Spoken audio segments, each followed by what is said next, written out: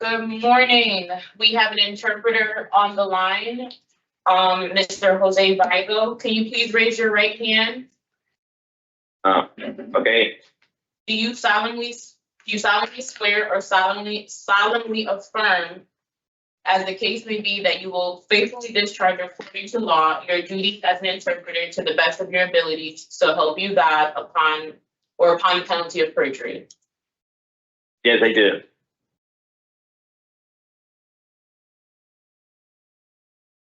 Good morning. My name is Parole Officer Dunkley. Today is this Monday, December 8th, 2025, and this is a hearing of the Connecticut Board of Pardons and Paroles. The following board members are present this morning and, by stating their names on the record, certify they have reviewed all statutorily required documents and available pertinent information in preparation of this hearing. Nancy Turner. Panel member Barry. Muy buenos días. Siendo el 8 de diciembre de 2025, es una audiencia de la libertad preparatoria de Connecticut. Las partes se encuentran presentes. Los 500 miembros de la Junta se encuentran presentes esta mañana, y al decir sus nombres en el registro certifico de que ellos han revisado todos los documentos estatutarios requeridos y disponibles pertinentes a la información en preparación de esta audiencia. Nancy Turner, miembro del panel. Thank you. Panel member Barry. And panel member Rodriguez. Y tenemos al señor, ¿qué tal? Soy member Rodríguez. Please say your name and inmate number for the record. Por día su nombre encarcelado y su número para el registro. Eddie Medina, y mi número es 00271717. Eddie Medina, and my number is 00172727. 2717. 17. 17. Yeah.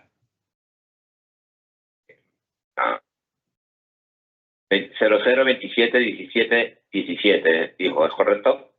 Sí. Ok, 00271717.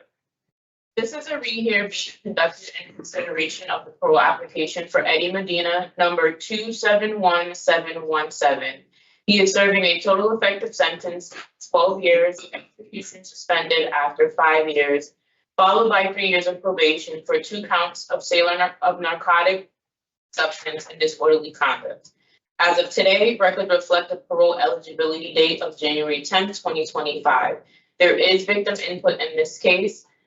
Victim Services is also participating in this hearing.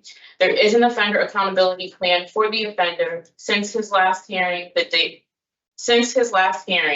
offender has completed the following programs: domestic violence, voices, and tier 2. Excuse me, there is no OVS, my apologies. Okay.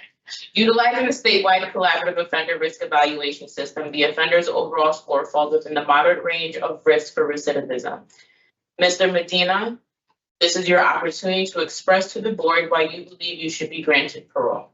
You may begin. Bueno, esta es una consideración para la solicitud de libertad condicional para el señor Eddie Medina con el número 271717.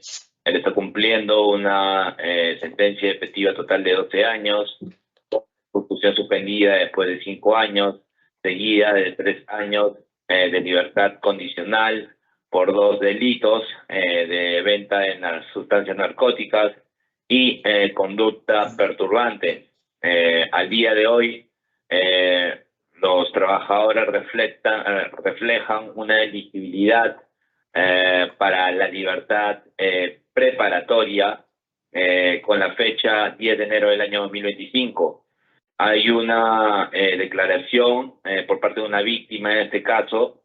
Los servicios de la víctima también estarían participando en esta audiencia, y hay un reconocimiento del ofensor planeado para el efecto desde su última audiencia, en lo cual desde su última audiencia el ofensor ha completado los siguientes programas: violencias domésticas en niveles 2, hay un ODS por parte de mi colega, utilizando el sistema de evaluación de riesgo al ofensor utilizado a nivel estatal. La puntuación en línea general del ofensor se encuentra dentro del rango moderado de un riesgo por reincidencia. El señor Medina, esta es su oportunidad para poder expresar a la Junta por qué usted considera de que se le debería otorgar la libertad preparatoria. Puede comenzar. Buenos días a todos. En primer lugar, por permitirme estar aquí nuevamente frente a ustedes.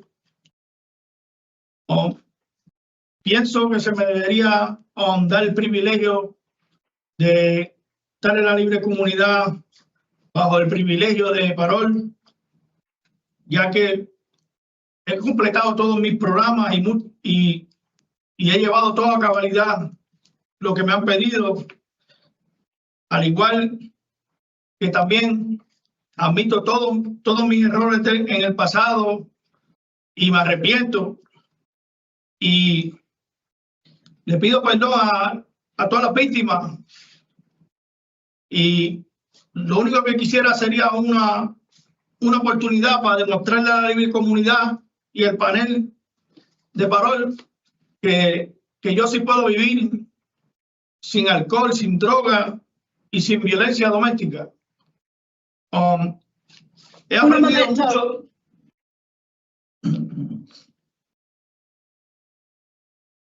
Go ahead. Good morning to everybody. First of all, thank you for allowing me to appear in front of you in this hearing. Well, I would like to say that I think that I deserve the privilege of the parole because I have completed all my programming. I have complied with all the requirements.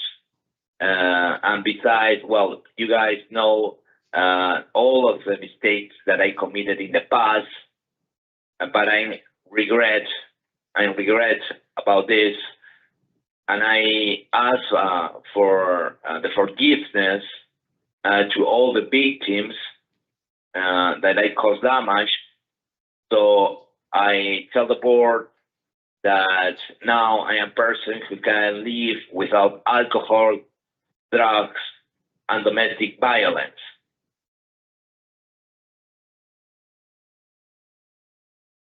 Please continue. Por continúe. También yo he tenido una conducta totalmente positiva en el reclusorio donde me encuentro, y si me otorgan el privilegio de salir a la libre comunidad, lo primero que haré será pararme frente a las víctimas a las cuales le hice daño de una u otra manera, porque acepto mis errores y acepto que en un pasado hice mucho daño, del cual me arrepiento, incluyéndole el daño que le he provocado a mis hijos y a mi familia. Y lo único que deseo es una oportunidad de demostrarle a mis hijos, mi familia, a la libre comunidad, que yo he cambiado y que puedo seguir cambiando positivamente para mi bien y para el bien de los demás.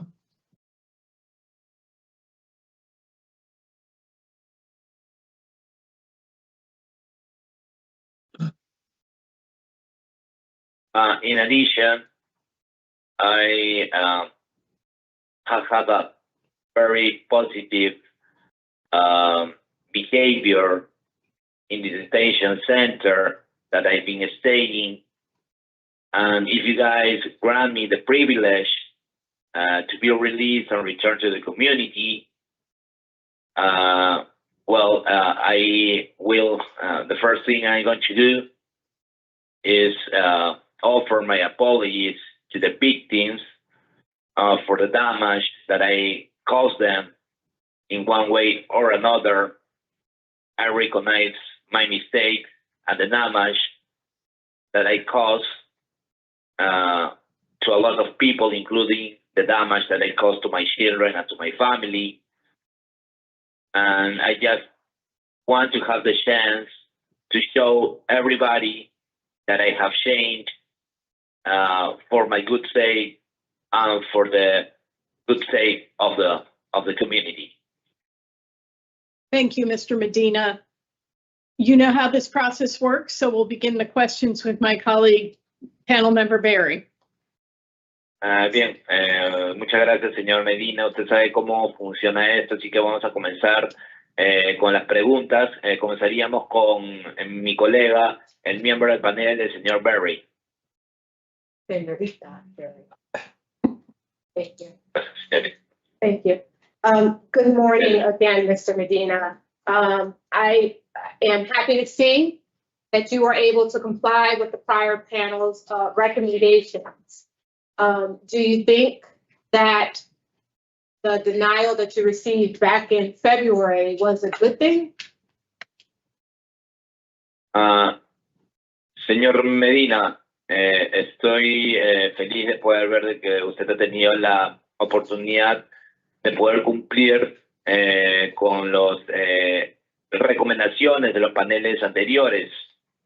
¿Usted cree, señor, que la negación que usted recibió anteriormente en el mes de febrero fue algo bueno? ¿Podría repetirme, por favor? Would you please repeat one more time, please? You can No, es que aquí no lo oigo bien porque está muy bajito. Oh, he wants him to, he wants I him, can listen very well because the volume is too low. I think he wants you to repeat it. This interpreter, can I repeat the question? Please. Yeah. Okay. Bien, muchas gracias, muy buenos días, señor Medina. Me alegra saber de que usted ha tenido la oportunidad de poder cumplir con las recomendaciones anteriores que le dio el panel. ¿Usted cree, señor, que la negación que usted recibió anteriormente en el mes de febrero fue algo bueno? Sí, estoy de acuerdo con la decisión que recibí anteriormente, porque me dio la oportunidad de entrar a unos programas de los cuales yo desconocía que existían para mi beneficio. Y hoy en día me siento mucho más preparado que cuando los vi la primera vez, y se los agradezco de una u otra forma. Fue de beneficio para mí el entrar a estos programas y completarlos y poder aprender lo más que pude. A lo mejor si yo hubiera tenido estos programas anteriormente, en este momento no estuviera aquí sentado.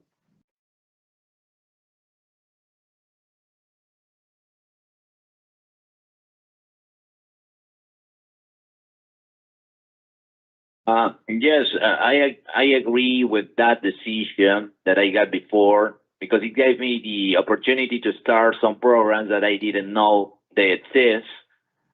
They were good for my own benefit, and now I feel better prepared than the first time that I appear in front of you.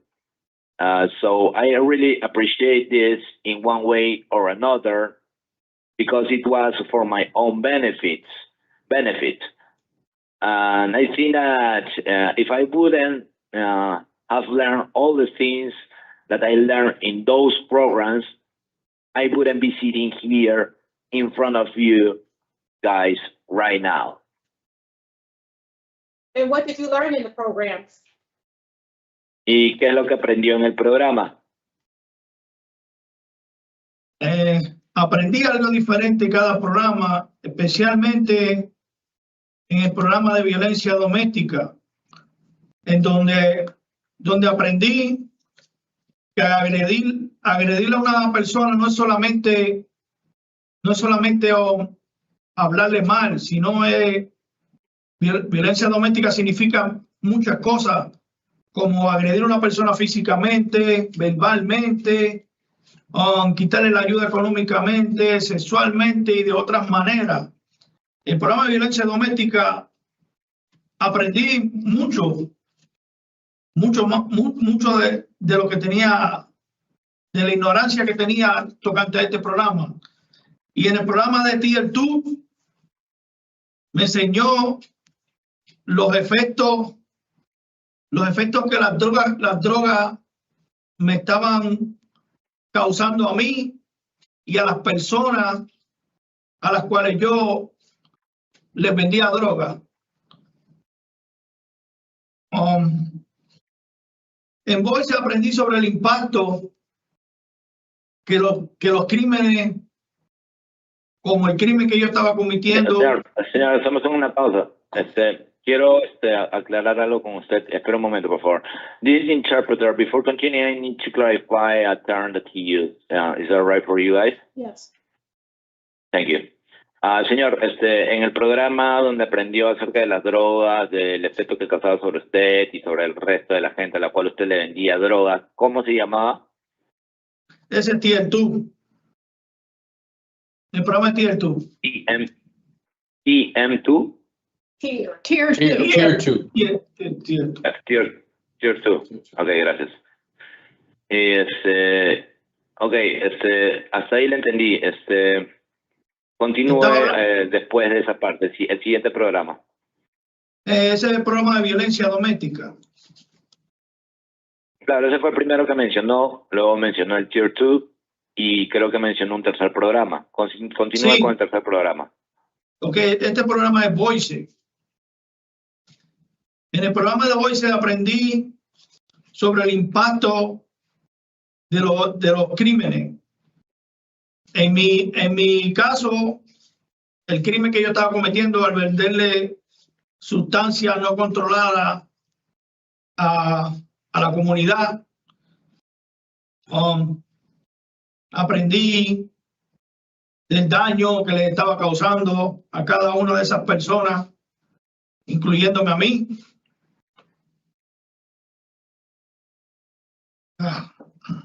Discúlpeme, es que estoy un poco nervioso.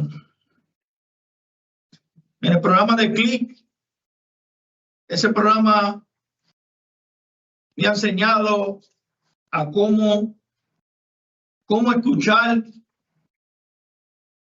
e interactuar con mis hijos y con la madre de mis hijos, lo cual no hacía yo en un pasado. Ese programa de Click, con él he podido restablecer comunicación con varios de mis hijos y sus madres. Esto es solamente un poquito de lo que aprendí de cada uno de los programas. Le doy las gracias nuevamente. Menciona el nombre del último programa. Se llama Click. Click. Sí. Okay. This interpreter was clarifying information with the gentleman. He said the following. Well, I learned different things in these different programs in domestic violence. I understood and I learned that assaulting doesn't mean just talking bad words to somebody. It can be in different ways, like physically, verbally, economically, and in other ways. That's a learning that I didn't have in the past because of my ignorance, and I wasn't aware of it. And tier number 2, I learned about the damage that I was causing by selling drugs, and the damage was caused not only to me, but also to the people that I was selling drugs to. In Voices, I learned about the impact of the crimes that I committed. In my case, the crime that I was committing was to sell control substances to people in the community, and I learned about the damage that I was causing to the people that I was selling these substances, including me. Excuse me, guys, but I'm kind of nervous at this moment. Then in the CLICK program, that program taught me how to study in an intellectual way with my children, with my wife also, because, well, I have been able to reestablish a communication with my children and with their mother, thanks to this program. Okay, good. Now, our records indicate that you received disability. Were you selling drugs to compensate for the lack of income? Bueno, nuestro registro, muy bien, señor. En todo caso, nuestros registros indican de que usted está recibiendo discapacidad, beneficio de discapacidad. ¿Usted estaba vendiendo estas drogas para poder compensar la falta de ingresos económicos? No, Then why? ¿Por qué entonces? lo hacía porque era como sentirme parte del grupo, sentirme parte de las personas con las cuales estaba rodeado, que no debía de haber estado junto a ella o no debía haber entrado al mundo de ellos, el cual hoy en día me arrepiento y no creo que en un futuro le vuelva a dejar que alguien manipule mi vida.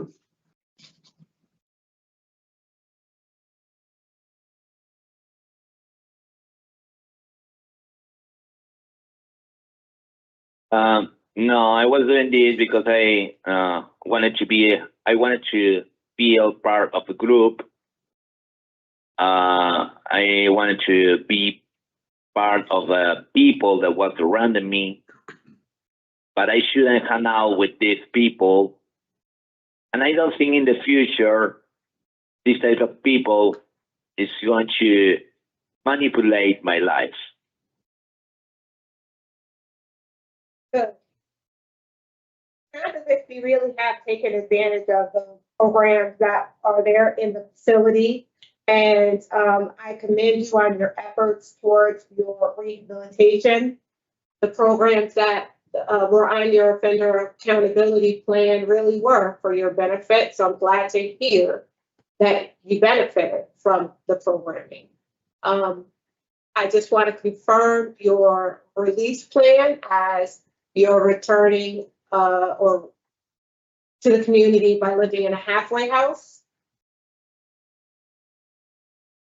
Bueno, aparentemente, señor, usted realmente ha tomado ventaja de estos programas que se encuentran en las instalaciones y yo felicito sus esfuerzos hacia su rehabilitación, los programas en los cuales usted ha estado en el plan de reconocimiento de ofensor realmente ha sido para su beneficio, así que me alegra escuchar de que usted se ha beneficiado de esta programación.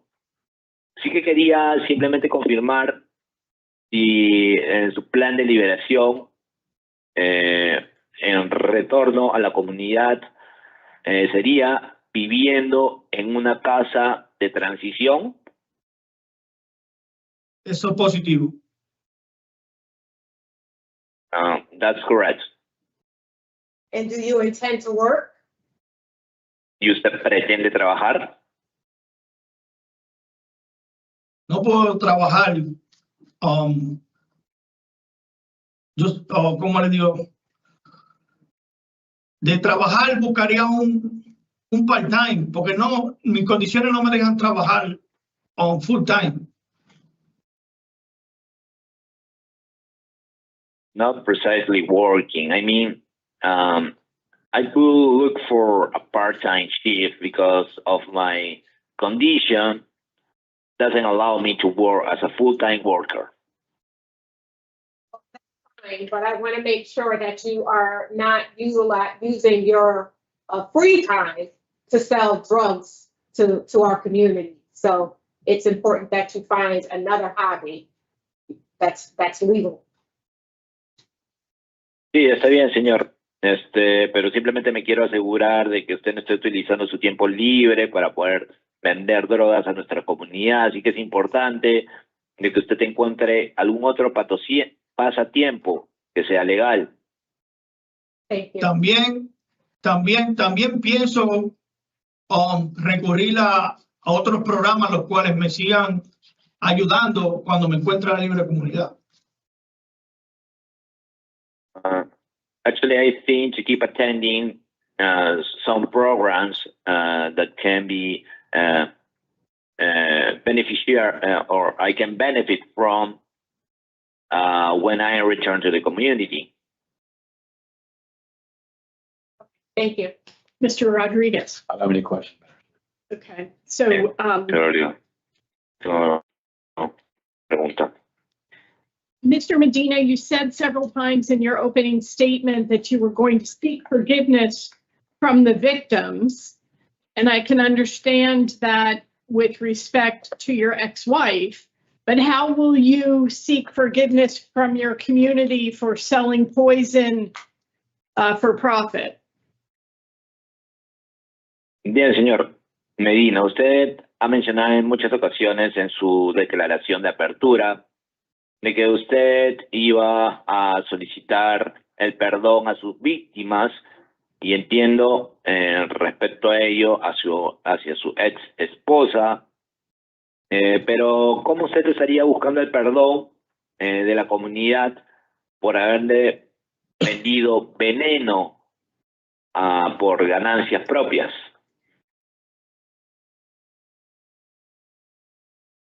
Demostrándole con acciones positivas y enseñándoles que no van a ver las personas que vieron o que conocieron anteriormente. No sé cómo explicar un poquito más.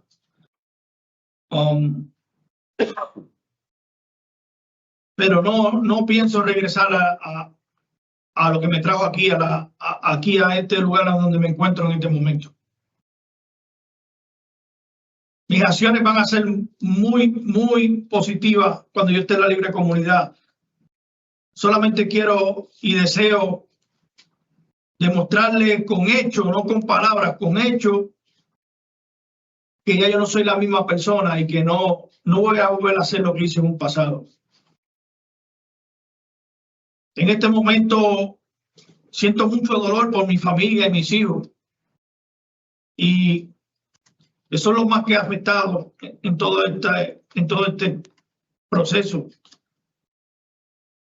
a los cuales no pienso volver a lastimar, incluyendo a las víctimas. Les pediré perdón y que me den la oportunidad de demostrarles a todos que yo soy una nueva persona y que sí puedo estar lejos del alcohol, las drogas, la violencia y de todo lo malo que en un pasado yo tenía. En este momento me considero que soy una nueva persona positivamente, 100%. Y Un momento. Señor, somos una pausa. Y solo quiero aclarar lo último que dijo, que quiere demostrar que es una persona 100% ¿qué? que soy una persona 100% en estos momentos positiva y de buen beneficio para mí, mi familia, mis hijos y la comunidad. Okay.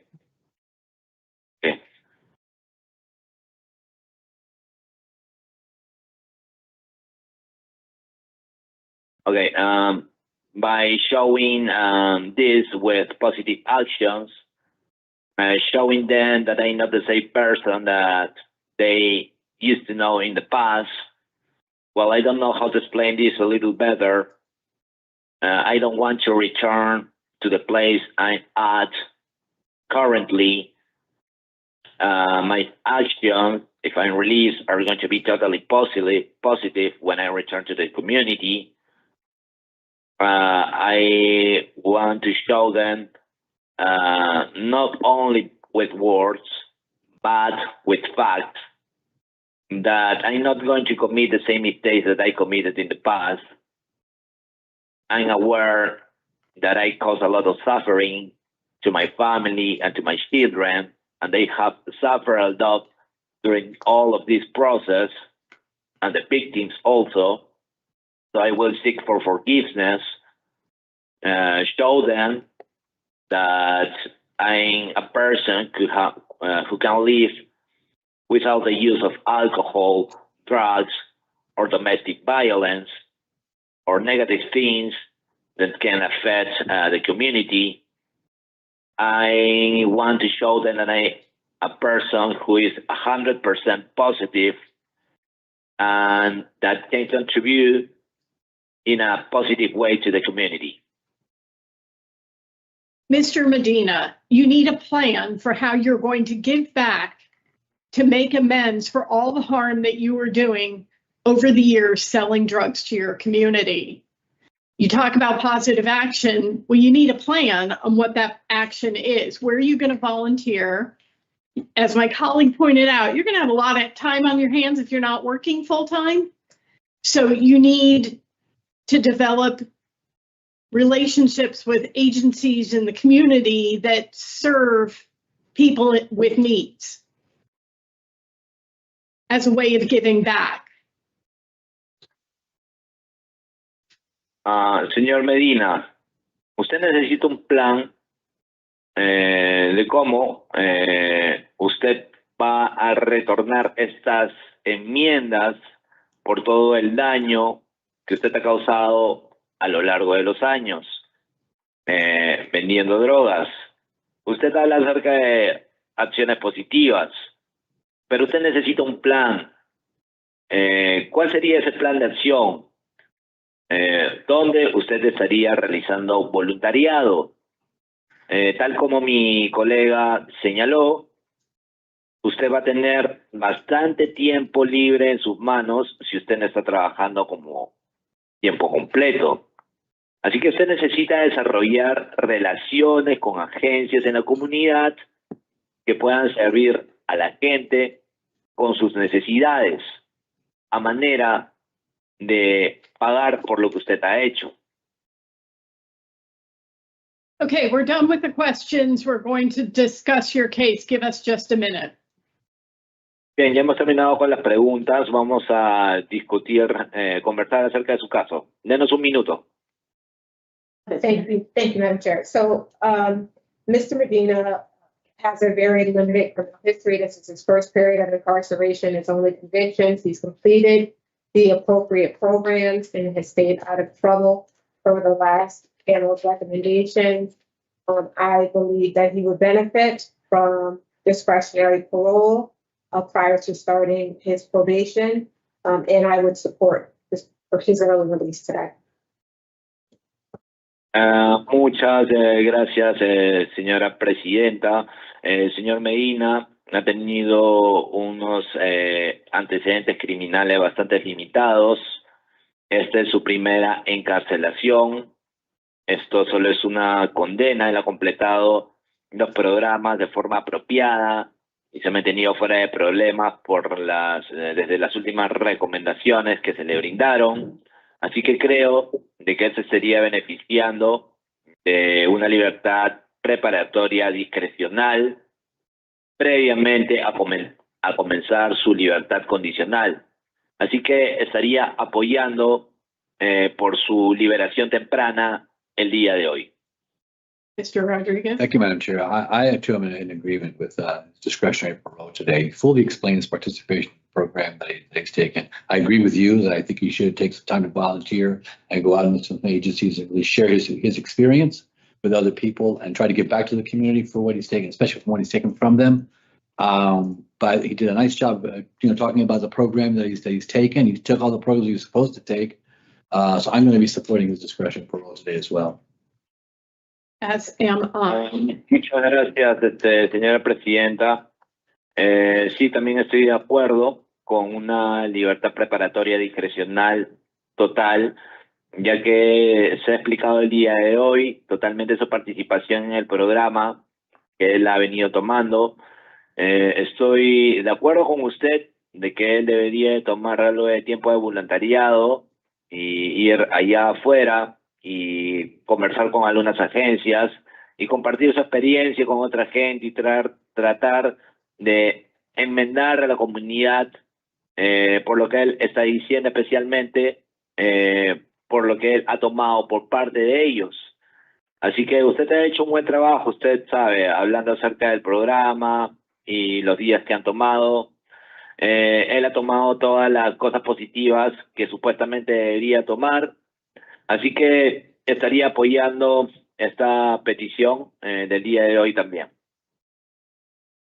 So as far as conditions, I have domestic violence programming, halfway house placement, no contact with the victim, initials AM, and mental health evaluation and treatment as deemed necessary. Did you have anything more to add? Bien, como las condiciones tengo la programación de violencia doméstica, el posicionamiento en una casa de transición, no contacto con las víctimas iniciales, evaluación de salud mental y tratamiento, y fuese necesario. ¿Tendrían algo más que añadir? In the matter of Eddie Medina, inmate number 271717, there is a motion to grant parole on or after today's date of December 8th, 2025, with the following conditions: behavior management for domestic violence, halfway house placement, mental health evaluation and treatment, and no contact with victim, initials AM. Do I have a second? Second. All in favor? Aye. Motion carries. Parole is granted. Bueno, en el caso del señor Eddie Medina, prisionero número A271717, hay una petición para poder otorgarle la libertad preparatoria el día de hoy o después del 8 de diciembre del año 2025, con las siguientes condiciones: manejo de comportamiento por medio de violencia doméstica, posicionamiento en una casa de transición, evaluación de salud mental y tratamiento, y no contacto con las víctimas iniciales. Tengo una pregunta. ¿Todos se encuentran en favor? Sí, todos estamos a favor. La libertad preparatoria ha sido otorgada. This concludes the hearing for Eddie Medina, number 271717. Eso concluye la audiencia para el señor Eddie Medina, número 271717. Thank you. Gracias. We're done. Quiero darle las gracias a cada uno de los oficiales que componen el panel del Parole por darme esta oportunidad, la cual voy a aprovechar al máximo, y verán que no me van a volver aquí. Muchas gracias. Buena suerte, señor. Yes, I want to thank each one of the members of the people who are part of this board, and I will make sure that I will take advantage of this big opportunity that you guys are giving to me.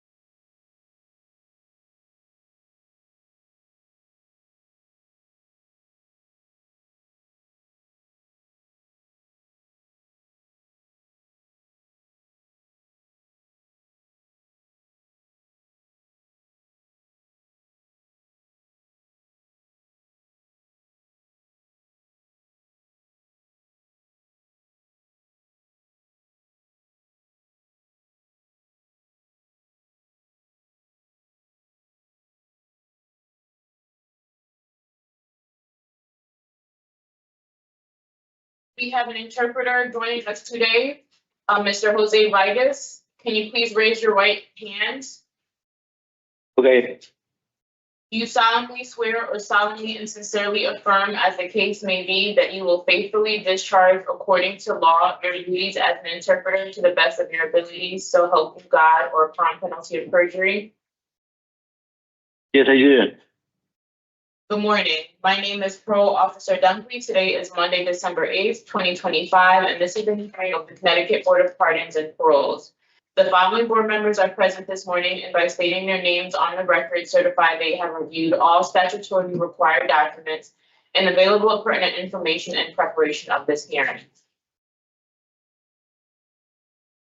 Muy buenos días, mi nombre es la funcionaria de Libertad Preparatoria Dunkley. El día de hoy, 8 de diciembre del año 2025, nos encontramos en la audiencia de la Junta de Libertad Preparatoria y Libertad Condicional, de la Junta de Indultos y de Libertad Preparatoria del Estado de Connecticut.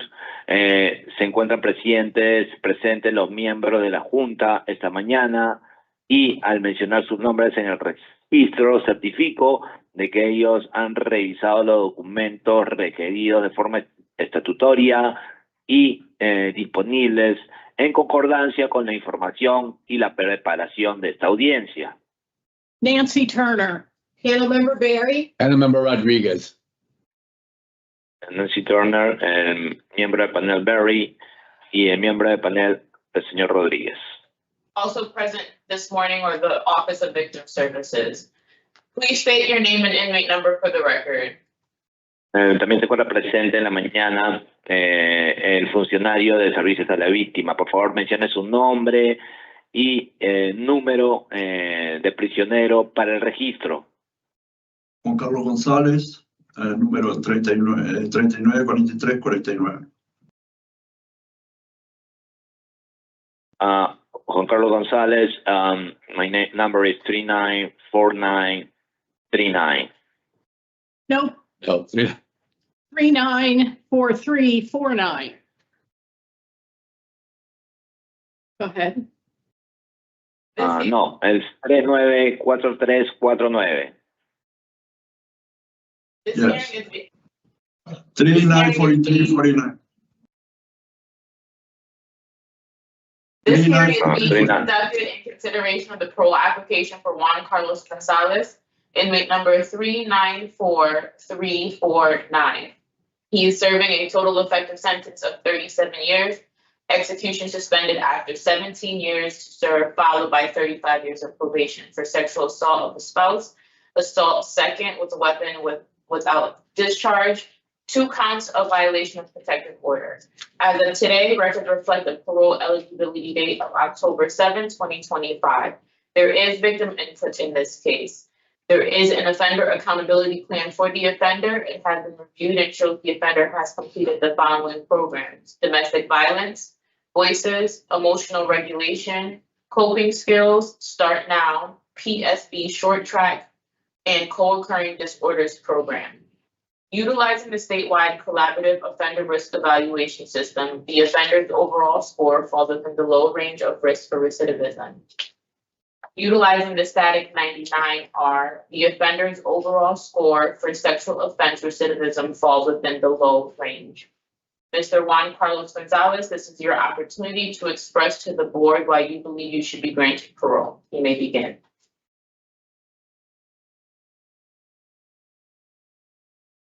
Bien, esta es una audiencia en base a la solicitud del señor Juan González, número de prisionero 394-349.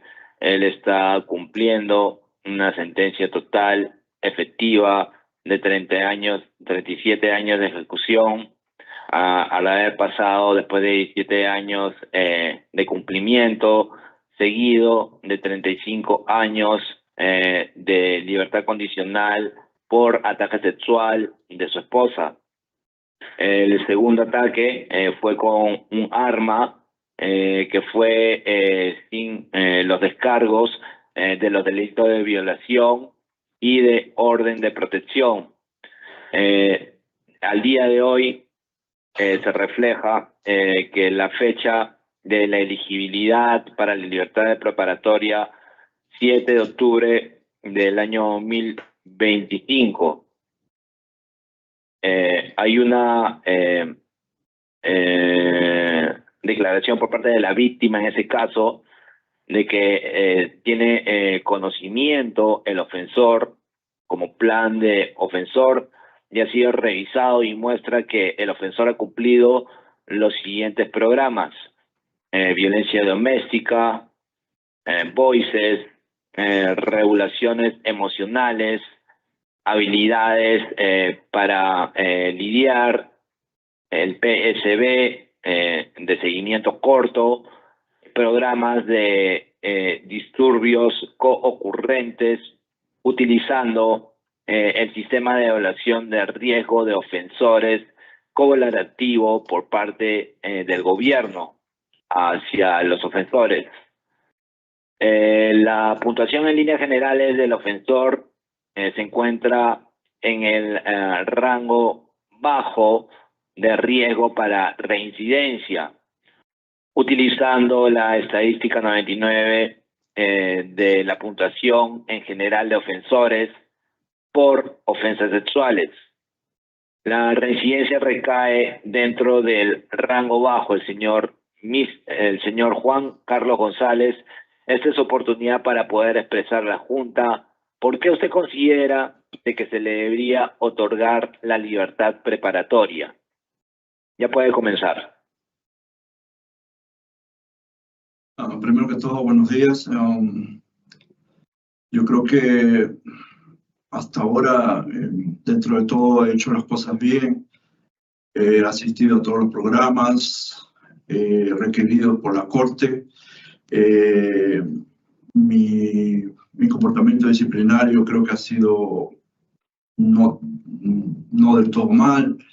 He cometido errores al principio de mi sentencia, como todo prisionero, por lo mismo del estrés o la cantidad de años que me sentenciaron. Pero creo que fue hace muchos años. Un momento.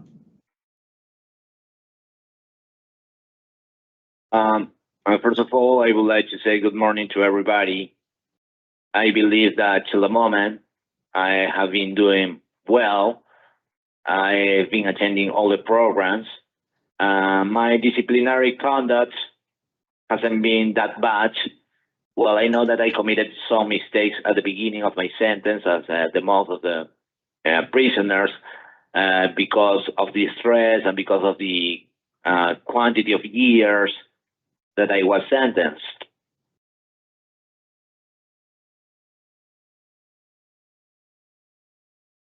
Continue.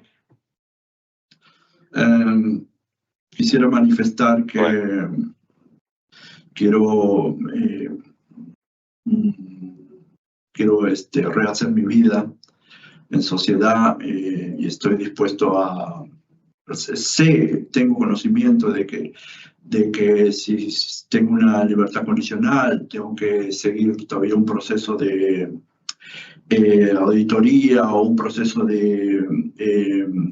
bajo la custodia del sistema todavía y estoy dispuesto a seguir todas las indicaciones y los pasos y el procedimiento que siga a partir de ahora.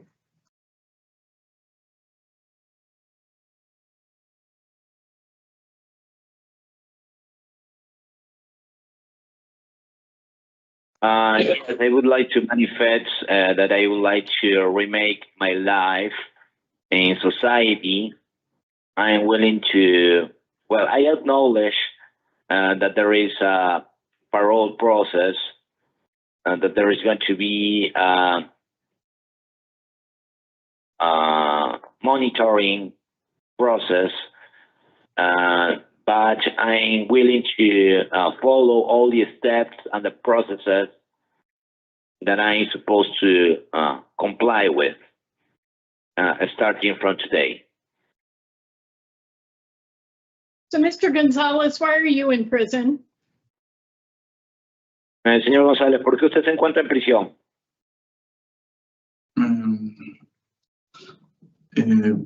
supuestamente por haber atacado a la madre de mis hijos.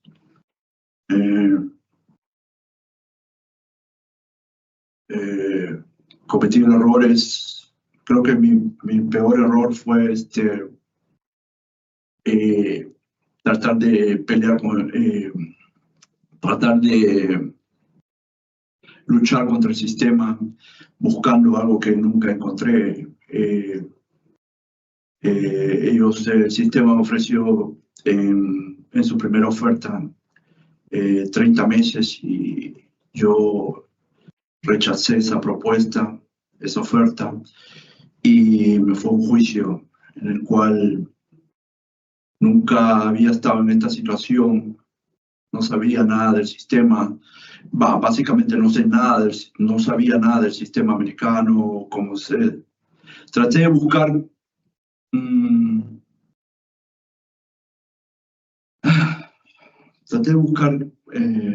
mi inocencia que nunca conseguí. Hoy entiendo que el sistema es diferente, el sistema, tú puedes gritar, puedes hacer lo que tú quieras, no te van a escuchar, mucho menos si tú no tienes los recursos para poder seguir un proceso judicial adecuado o una defensa adecuada. Hoy me arrepiento de... Okay, hold on. Let the interpreter help us.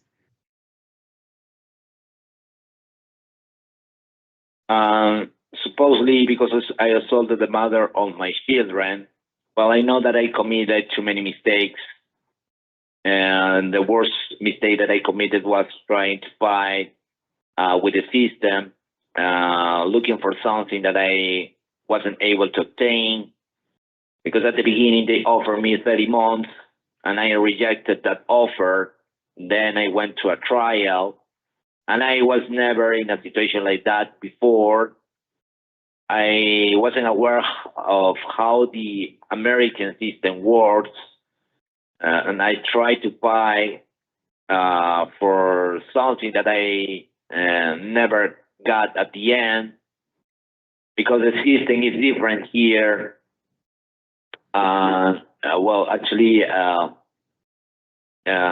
they won't help you here, especially if you don't have the proper resources or the proper defense.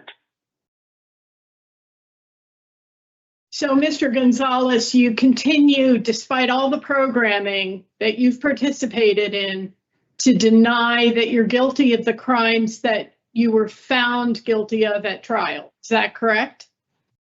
Señor González, usted continúa a pesar de toda la programación en la cual usted ha participado, que niega ser culpable de los delitos en los cuales usted se le encontró culpable en el juicio. ¿Es esto correcto?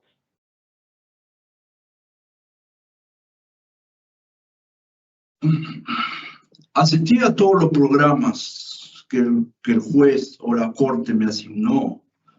Mr. Gonzalez. Para llegar Mr. Gonzalez. Señor González. That was a yes or no question. I'd like a yes or no answer. Es correcto. Es una pregunta de sí o no, así que necesito una respuesta de sí o no. Es correcto. All right. Yes, that's correct.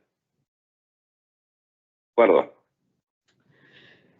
So you have a standing criminal protective order against you until the year 2073, and you are to appear on the state's sex offender registry for the rest of your life. Are you aware of both of these restrictions?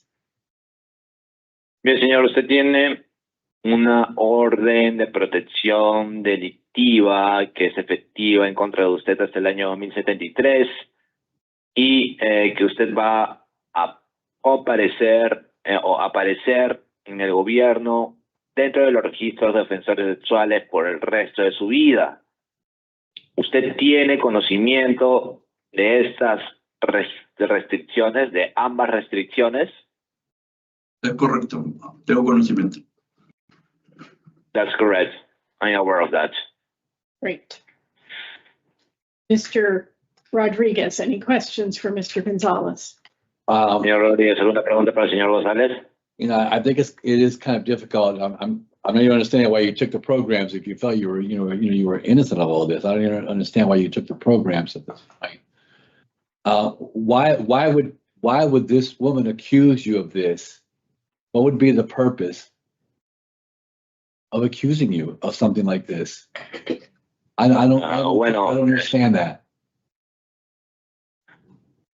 Bueno, en realidad esto es un poco difícil. Me refiero a que no entiendo por qué usted tomaría programas si usted siente de que, bueno, usted sabe que usted es inocente de todo esto. No entiendo por qué usted habría tomado esos programas a estas alturas y por qué esta mujer lo estaría acusando de esto. ¿Con qué propósito lo haría? ¿Acusarle usted de algo como esto? No entiendo ello. Ok, seré breve.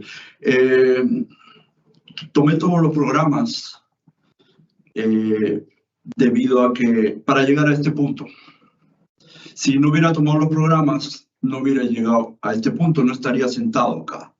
Lo tengo bien claro. Lo otro es, mi caso es bien complejo. En el momento de las acusaciones que esta mujer me hizo, ella ligaba un proceso judicial en la misma corte donde supuestamente antes de mi arresto, por haber dejado a mis hijos dentro del carro, del auto. Let him know that I read all that already. I know about the DCF case and all that. All right. Well, I took all of this programming.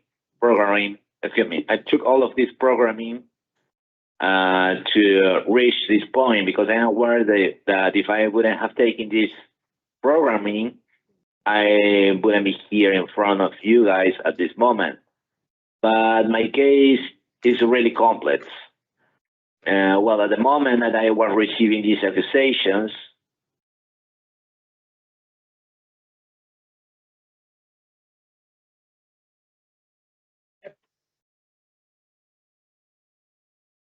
I don't really have a Gentleman for Bear, any questions for Mr. Thank you.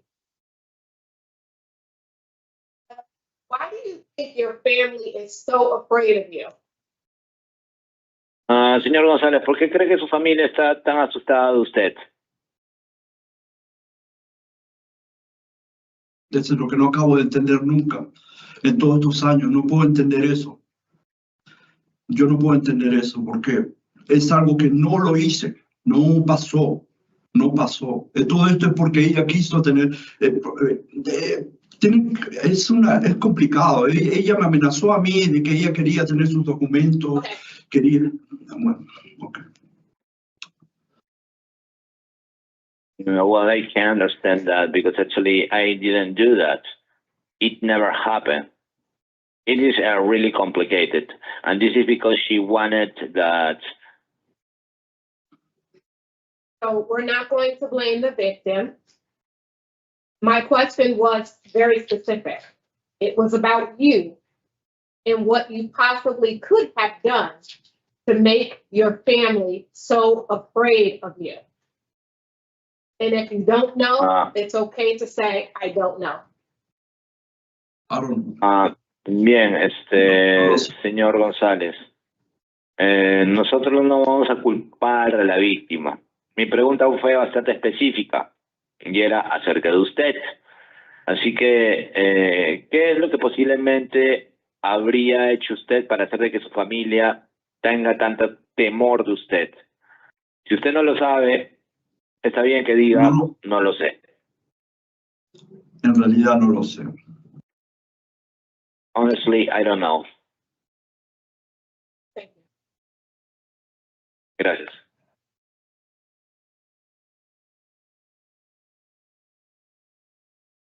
We're going to turn the hearing over at this time to the Office of Victim Services. We ask Mr. Gonzalez that you not speak at this time. Bien, vamos a crear la audiencia en ese momento al funcionario de servicios a la víctima, Así que, señor González, le vamos a solicitar de que no hable en este momento. Thank you, Madam Chair. Good morning, panel. I do have a statement from the victim, and I will also be calling the daughter of the victim so that she can present her statement as well. I sent the victim's statement in Spanish to the interpreter. Did you want him to read that one first and then me read this one in English, or the other way around? Sure. Yeah, let's do that. Okay, interpreter? Yes, I have a statement here. Are you talking about this 3 pages statement? Is that right? Yes. Okay. Why does,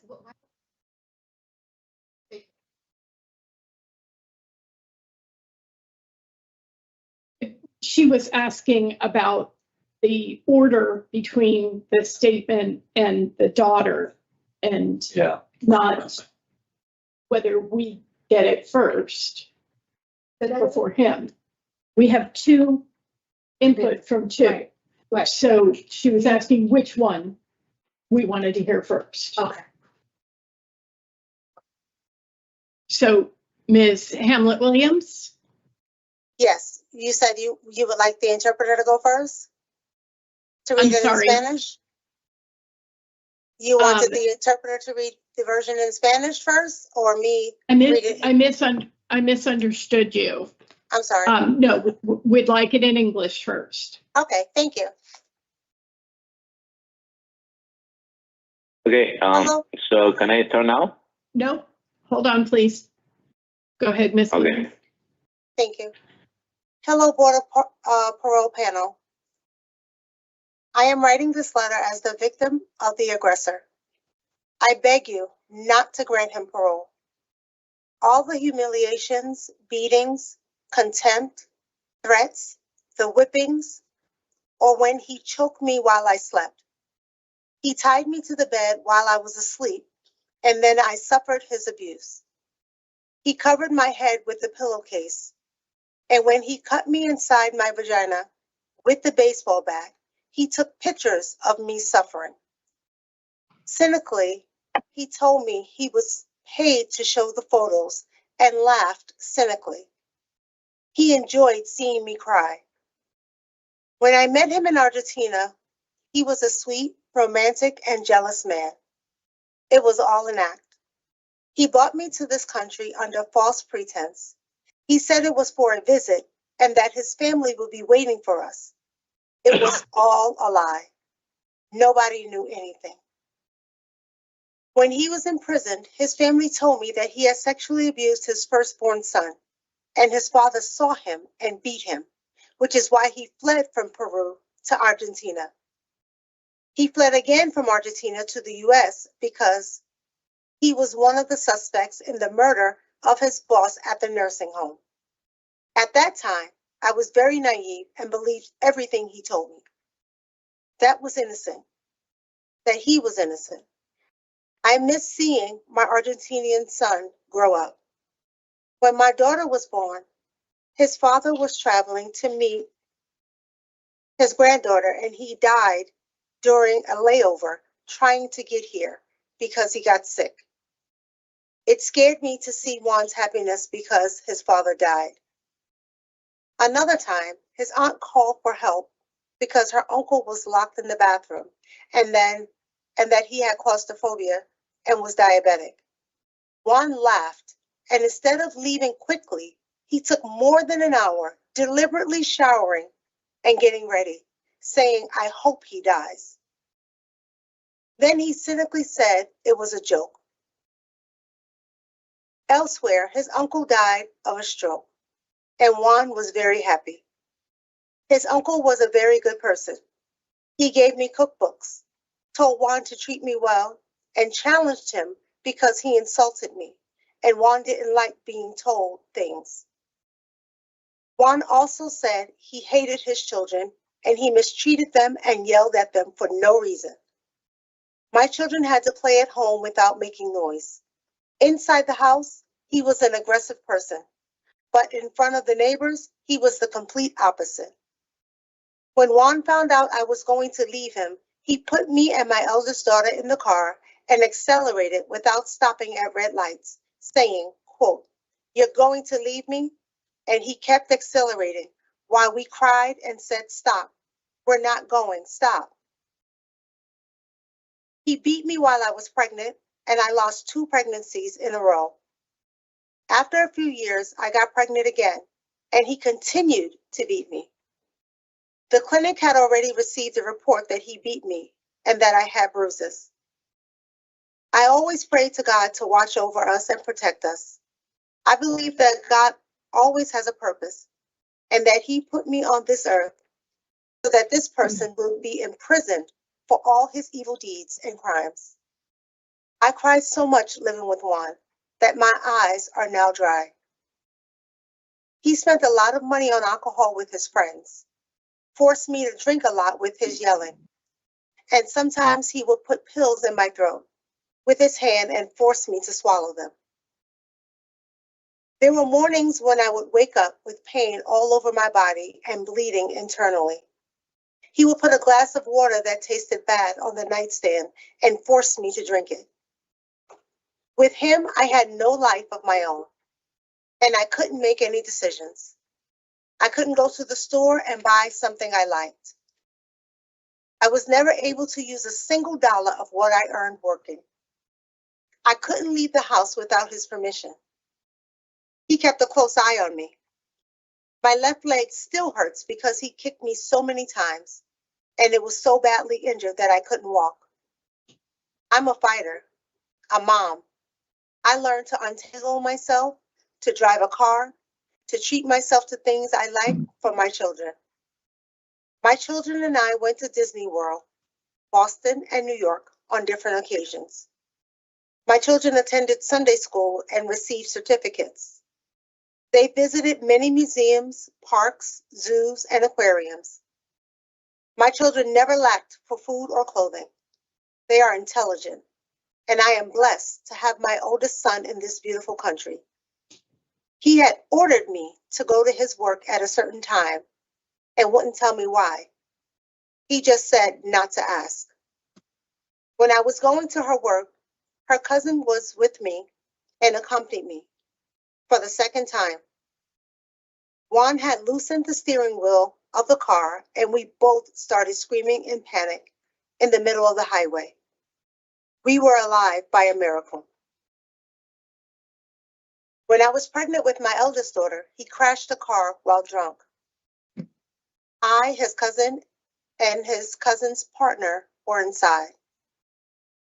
The ambulance came and said not to tell them, and he said not to tell them I was pregnant. I told his cousin to tell them I was pregnant, and she didn't want to because she was afraid of Juan. When I had a cardiac arrest in 2012 at the hospital, the doctors put me in the ambulance to go to the emergency room. He stood in front of the ambulance so they wouldn't take me. Now, every time I hear the ambulance siren, flashbacks come to me as I try to hold back those memories. He's crashed his car before. He's been in fistfights with his family and friends. One day, Juan came to my work because his cousin told him I had a coworker who looked just like him and was Peruvian. Juan went and stood watching him. Then a month later, my coworker was murdered. They tied him up in his house and set him on fire. Juan used to go out with some of the coworkers to parties, and they told me to watch out for him. That's another reason why I find it hard to work with the public. I'm always afraid he might hurt one of his friends. It's a horrible feeling. Afraid of having a male friend because something bad could happen to him. He told me on several occasions that he was worse than the devil and that you don't mess with him, that he is powerful. Juan told me that they drugged and abused girls at parties. One of my coworkers told me the same thing and that they abused a minor. I gave him a picture of Juan so he could identify him and show it to the police, but the girl was afraid and didn't want to leave the house. This is just a small part of what he did to me. With this information, I ask that you please not let him out. He is a danger to me, my children, and the community. Thank you for your time and for reading my words. Thank you.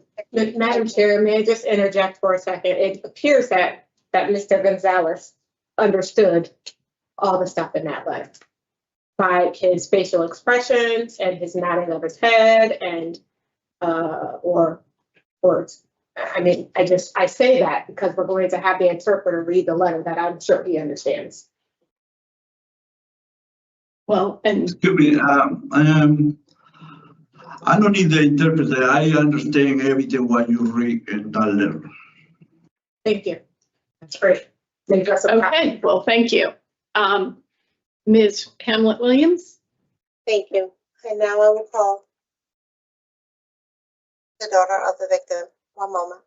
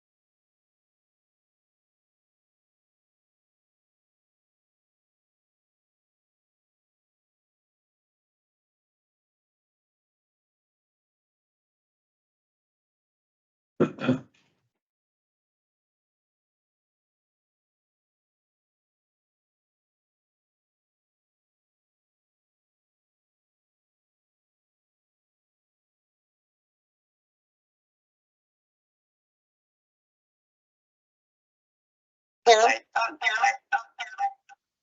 One moment.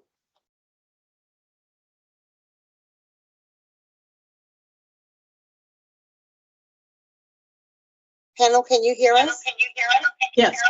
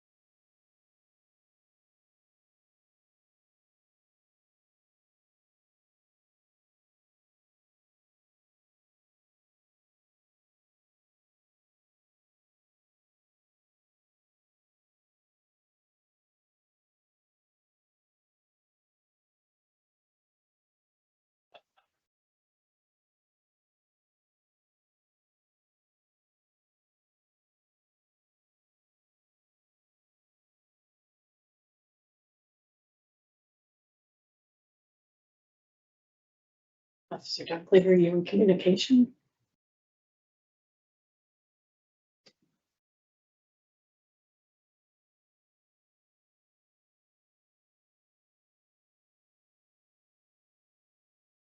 Ms. Hamlet Williams?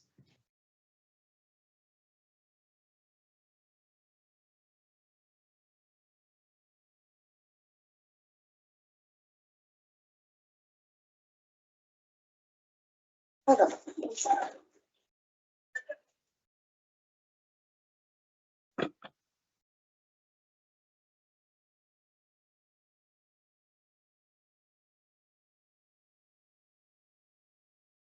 I can hear you, but there was an echo right now.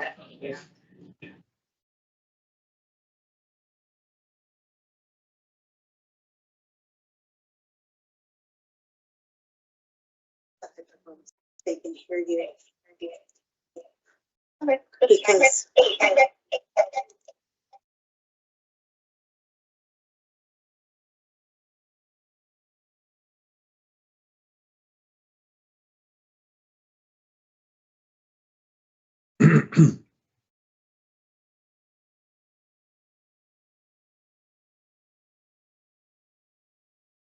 You may begin.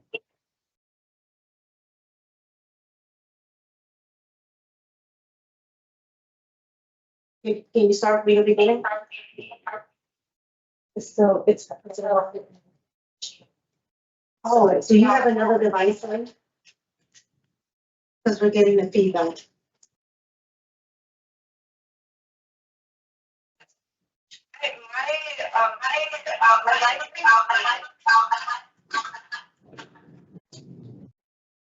For some reason, we're still getting the feedback.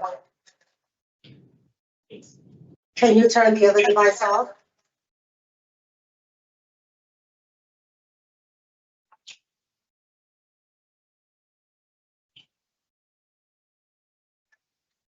Can hear you. That's better. Push it over here.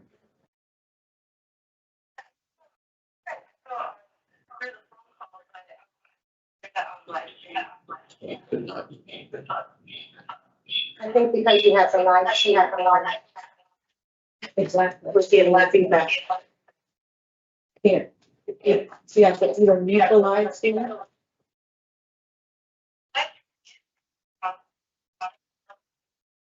Okay, so what I'm going to do is disconnect for 1 second, okay? I'm going to be having phone right back.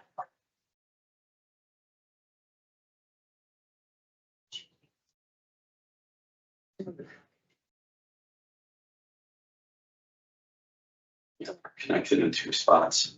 Like the echo, I was like, okay, wait a minute. Caller from this phone? You'll be interpreted on that phone. Yeah. Thank you. You may begin. Hello, Board of Parole's panel.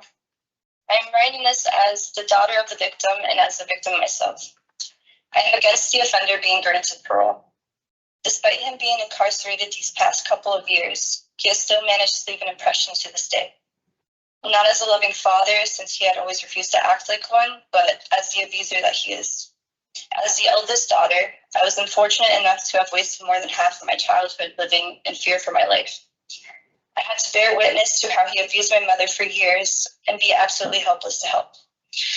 As far as I can remember, he had always been physically and emotionally abusive to me and my family. Instead of "I love you," he would always tell me how much he hated us or how he wanted to kill us. He was a manipulator and a serial liar, and he would charismatically pretend that he was a great father to the public, but turn into a complete monster behind closed doors. I've experienced night terrors since I was a child. So young that I would scare my classmates in preschool during nap times because of how much I would scream and cry in my sleep, which caused a lot of isolation among my peers. He somehow knew how to turn mundane activities into terrorizing opportunities. I can still remember how he used to hold my head underwater for long periods of time, multiple times during bath time as he left. On a daily basis, he would not only abuse my mother, but he would physically and emotionally abuse me. His favorite routine was to beat me with a belt, hit me, lift me in the air by my hair, or drag me around while he screams in my face. He had also put us in numerous situations where our lives were at risk.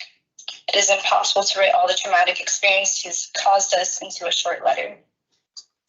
My mother, my 2 younger siblings, and I have been diagnosed with PTSD, anxiety, and depression. We also have separate personal diagnoses individually, but for the purpose of this letter, I will only disclose mine. On top of those symptoms, I've also struggled with suicidal ideation and self-harm. Out of everyone in my family, I've been in therapy the longest, between 2012 to present, and I've been in numerous therapy clinics, including partial hospitalization program, an intensive outpatient program, and therapy sessions on a regular basis. I've come a long way, but I knew that I would never forget all the damage he has caused me and my family. During my adolescence, my mental health started to deteriorate more and more to the point where my anxiety and depression made it impossible for me to leave the house.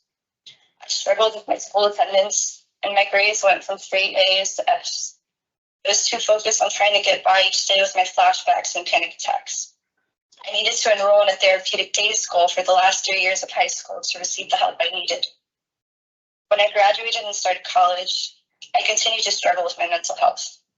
Growing up with my father, he would always beat me if I ever had a grade less than an A and would tell me how worthless I was or how I shouldn't exist. No matter how much therapy I've done, I still haven't been able to shake off the high expectations and the fear of getting a grade any less than that.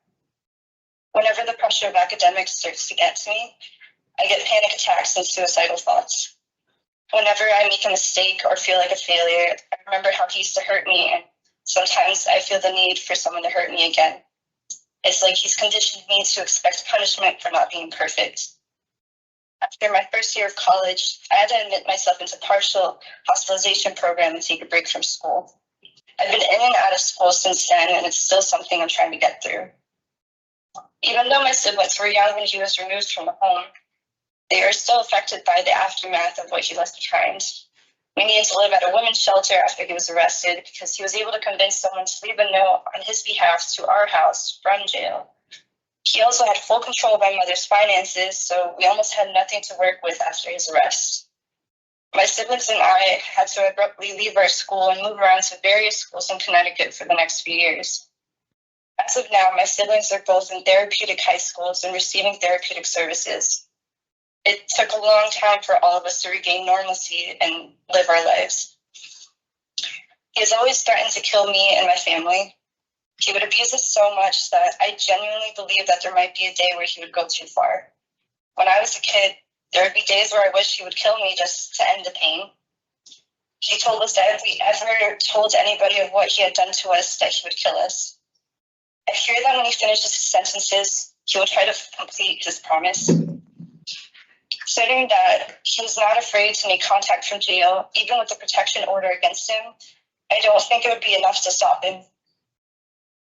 Nonetheless, after all the harm he has caused, I believe it is justified for him to finish his sentences completely. Thank you for your time and consideration. Thank you.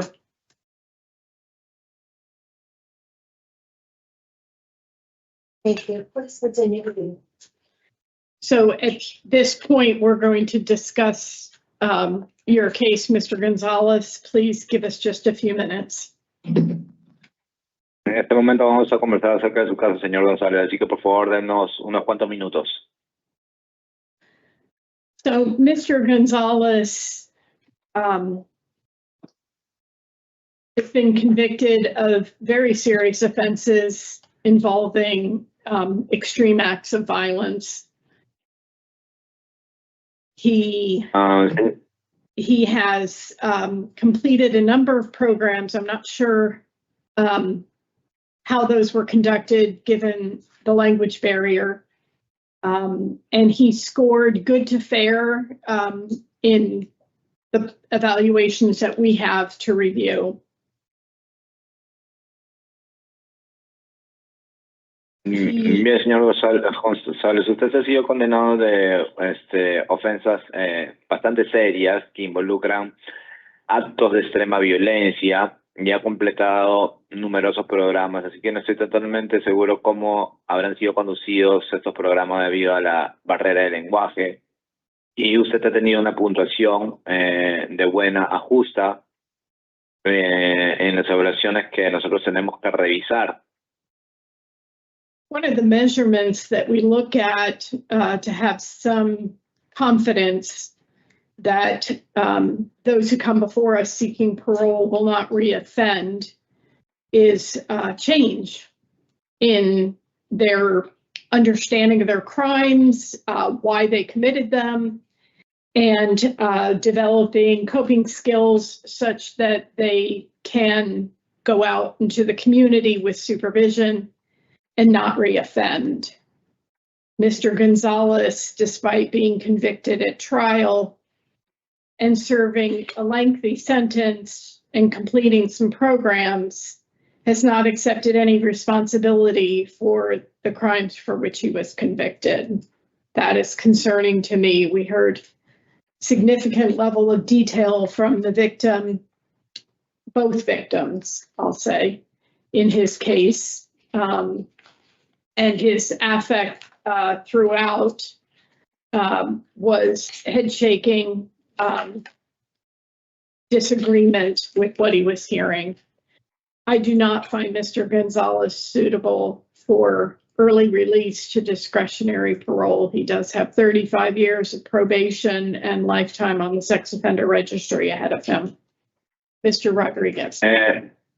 Bueno, una de las mediciones que nosotros buscamos es tener una confianza de que aquellos que han venido frente a nosotros buscando la libertad privatoria no van a cometer ofensas nuevamente, que haya un cambio, que haya un cambio en el entendimiento de sus delitos, por qué los cometieron, y desarrollar habilidades para lidiar con ese tipo de situaciones, para que de esa forma puedan regresar a la comunidad con supervisión y no cometer delitos nuevamente. El señor González, a pesar de haber sido condenado en un juicio y haber cumplido una sentencia larga, él no está aceptando la responsabilidad por sus delitos por los cuales él ha sido condenado. Y eso es algo de que me preocupa en base a lo que hemos oído, porque el nivel significativo de detalles por parte de la víctima, de ambas víctimas, yo diría que en ese caso y en sus afecciones a lo largo de esta, nosotros vemos que él venía la cabeza en desacuerdo con lo que estaba escuchando. Así que no encuentro al señor González elegible para una liberación temprana discrecional de libertad preparatoria. Él tiene 35 años de libertad condicional y una condena de vida como ofensor sexual registrado por delante de él. Señor Rodríguez. Thank you. Gracias, señor. Thank you, Madam Chair. I too do not find Mr. Gonzalez for discretionary parole today. You say he took the programs, but he only took them to prepare for today. There was no even comment for, there's no comment for change. It was really just to kind of prepare for this day, which is his words. I took him to prepare for this day. And that kind of took me off already. I kind of felt he wasn't really taking the program seriously. And I think the evaluation showed that as well to some degree. I thought the victim statements were very impressionable and very tragic. I wish them all the best, but I'm not going to be supporting his discretionary parole today. I just don't see any offender change at this particular point in time. And his acceptance, not even acceptance of any kind of responsibility at all. I'm just not there. Councilmember Barrett. Okay. Bueno, señor Rodríguez, muchas gracias. Bueno, no encuentro al señor González. Bueno, después de la conversación que hemos tenido en la Junta de la Libertad Preparatoria el día de hoy, bueno, él ha asistido a estos programas, pero veo que solo lo ha hecho para poder prepararse para el día de hoy. Esto no ha sido comentado incluso en la lista, así que no hay un sentido común para el cambio es solo que se ha preparado para esta fecha. Es lo que he dicho con sus propias palabras, pero lo ha preparado él para esta fecha, pero eso es algo que me levanta el pensamiento. Yo pienso de que en realidad es un poco gracioso de que realmente haya tomado ese programa de forma seria. Y creo que la evaluación muestra de que también en cierto grado, bueno, pienso de que, bueno, las declaraciones de las víctimas fueron bastantes impresionantes y bastantes trágicas. Así que yo les deseo a todos ellos lo mejor, pero no voy a apoyar la libertad preparatoria discrecional el día de hoy, ya que no veo ningún cambio en el ofensor en este punto en particular del tiempo y su valor de aceptación o la aceptación de cualquier responsabilidad en general. Así que, bueno, esto no está presente. Así que, bueno, la siguiente miembro del panel, señorita Berry. Okay, I have nature and circumstance, injury and impact, inadequate evidence of offender change, and inadequate release plan. Is that? Bueno, considerando la naturaleza y circunstancias, las lesiones y los impactos y la evidencia o pruebas inadecuadas por parte del ofensor o un cambio, sería inadecuado un plan de liberación. Así que sí, eso funciona para mí. In the matter of Juan Gonzalez, inmate number 394349, there is a motion to deny parole for the following reasons: the nature and circumstances of your offenses, the injury and impact caused to the victims and the victim's family, your inadequate evidence of offender change, as well as an inadequate release plan. Do I have a second? Second. All in favor? Aye. Aye. Motion carries. Parole is denied.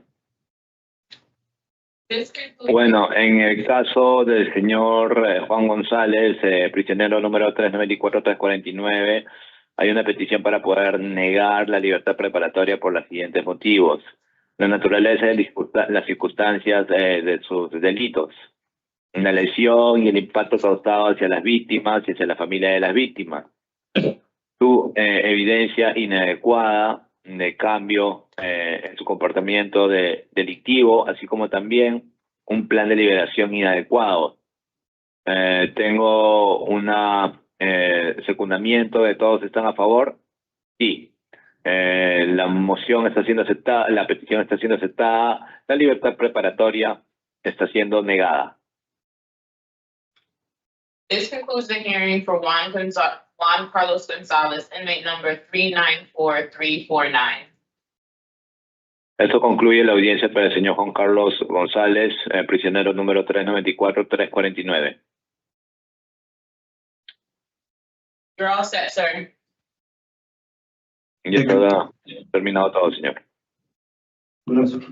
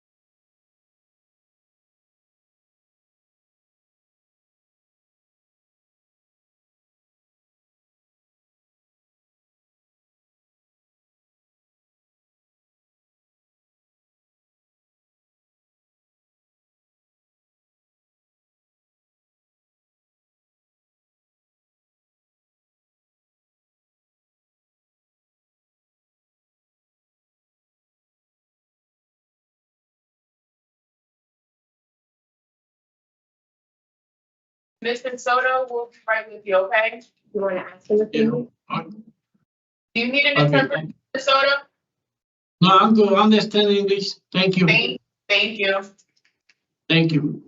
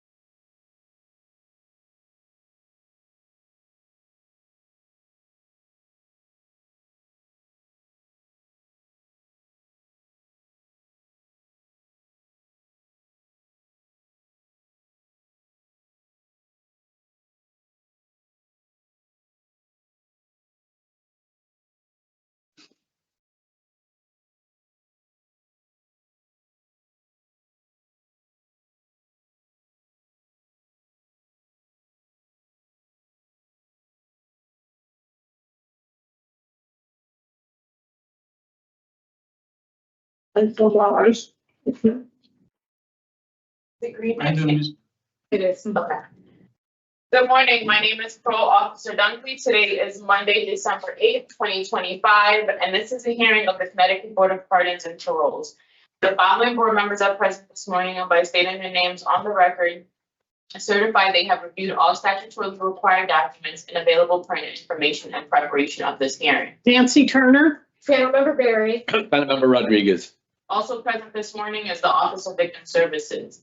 Please state your name and inmate number for the record. Jose Soto, 312331. This hearing is being conducted in consideration of the parole application for Jose Soto, inmate number 312331. He is serving a total effective sentence of 5 years flat for burglary first. As of today, records reflect the parole eligibility date of April 24, 2026. There is victim input in this case. There is an offender accountability plan for the offender. It has been reviewed and shows the offender has completed the Voices program. Utilizing the statewide collaborative offender risk evaluation system, the offender's overall score falls within the high range of risk for recidivism.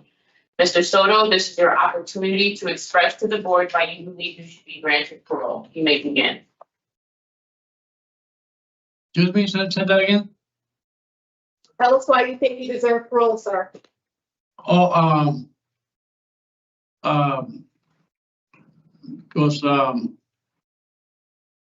I got why I think I deserve parole, yes, sir. because I'm gonna do the right thing, and I want to fix all the mistakes that I did on my life, and I got a lot of health condition too, and You have a what? health condition.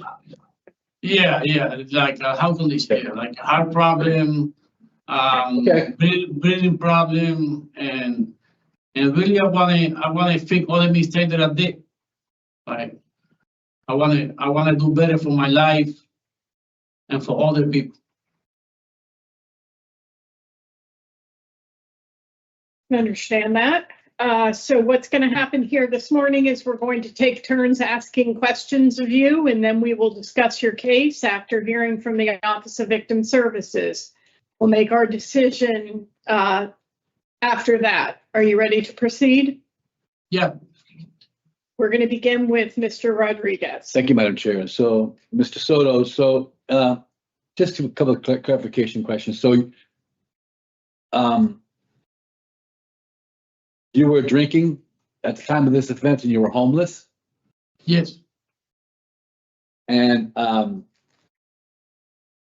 it seems to me and it appears to me that drinking is a major problem for you.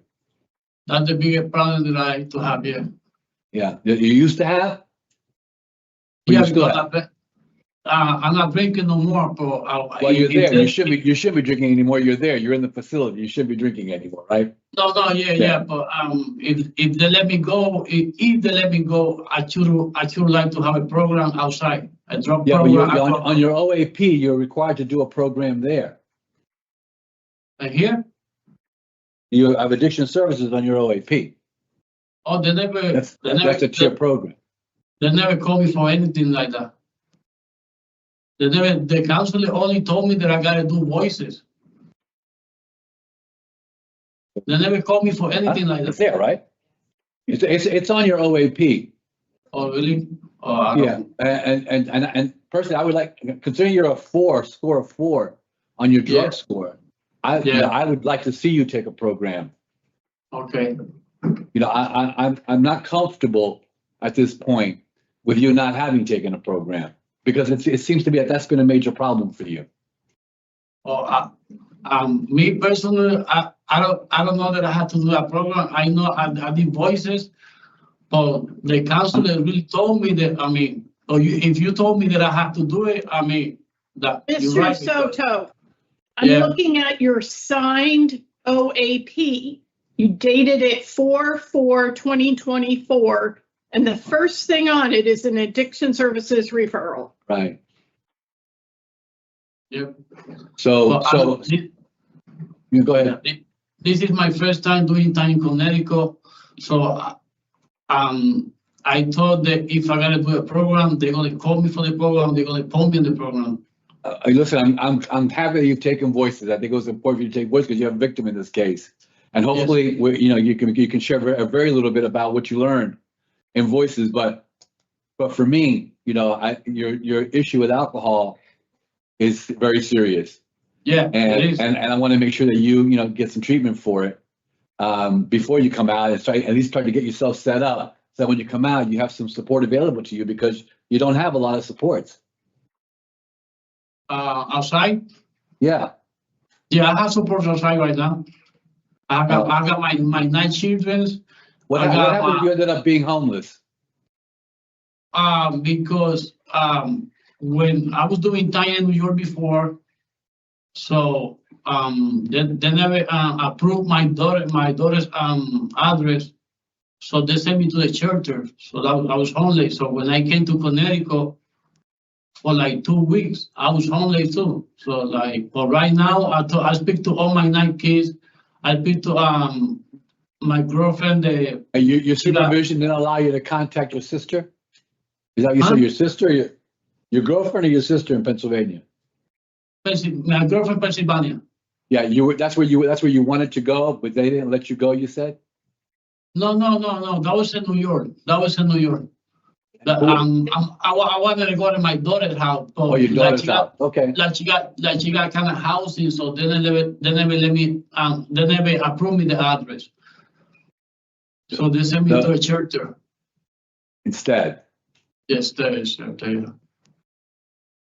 But right now, I think you hear my concern. I'm glad that you took voices. I think it was important for you to take because there was a victim of this, which we're going to hear from pretty soon. But I am concerned that you haven't taken an addiction services program, and I'd like to see that happen at this point. So I'm going to pass it on to my colleagues.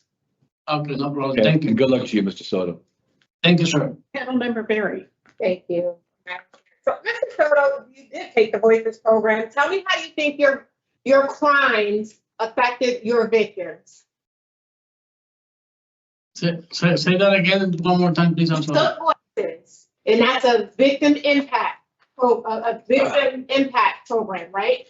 It talks about the impact your crimes have on victims. Is that right? Okay.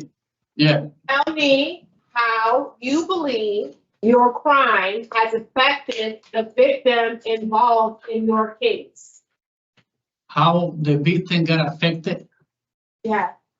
Yeah. She got affected real bad because I was not supposed to do what I did. And I don't know how to explain myself really. Just imagine one of your 9 children are sleeping in their bed and they're waking up by a complete total stranger who thinks their house, because there's garbage in it, is abandoned. And how do you think waking up to a stranger in your home impacts people? I wouldn't feel scared, I wouldn't feel afraid, and I wouldn't feel real bad. Right. You don't know if the person is there to kill you, rape you, especially a woman, and you're a man. You're not a small man either. You're right. I mean, you have to understand that this crime is extremely serious, sir. I understand. And why weren't you working? Okay, I saw that you haven't worked in 30 years. Why? How long were 30 years? Yes. Why haven't you been working for 30 years? No, I had a job 2000. I know he was incarcerated. Right. He last worked in his 30s. Oh, so I misinterpreted. Yeah. Okay, I thought it said he didn't work in 30 years. No. Like, how can a grown person not work in 30 years? No, yeah. Okay, I misunderstood. Okay, and so what were you going to do with the things that you took from the house? What I was going to do? Yes. The first thing when I went inside the house, in my mind, I don't know that somebody lived there because like I said That's not, before, so Mr. Soto, I want to know what were you going to, what did you do? I guess this is a better question. What did you do with the items you took from the home? I used it. It was really close that I took. It was like jackets, things like that. That's the only thing that I took. I don't took nothing else. I don't took no money. I only took like few jackets. So what did you think was going to happen to you by going into someone's home and taking things that did not belong to you? I was gonna go to jail. Right. So is that where you want to be? Huh? Is that where you would like to be? No. I was So not. why do you keep committing crimes, sir?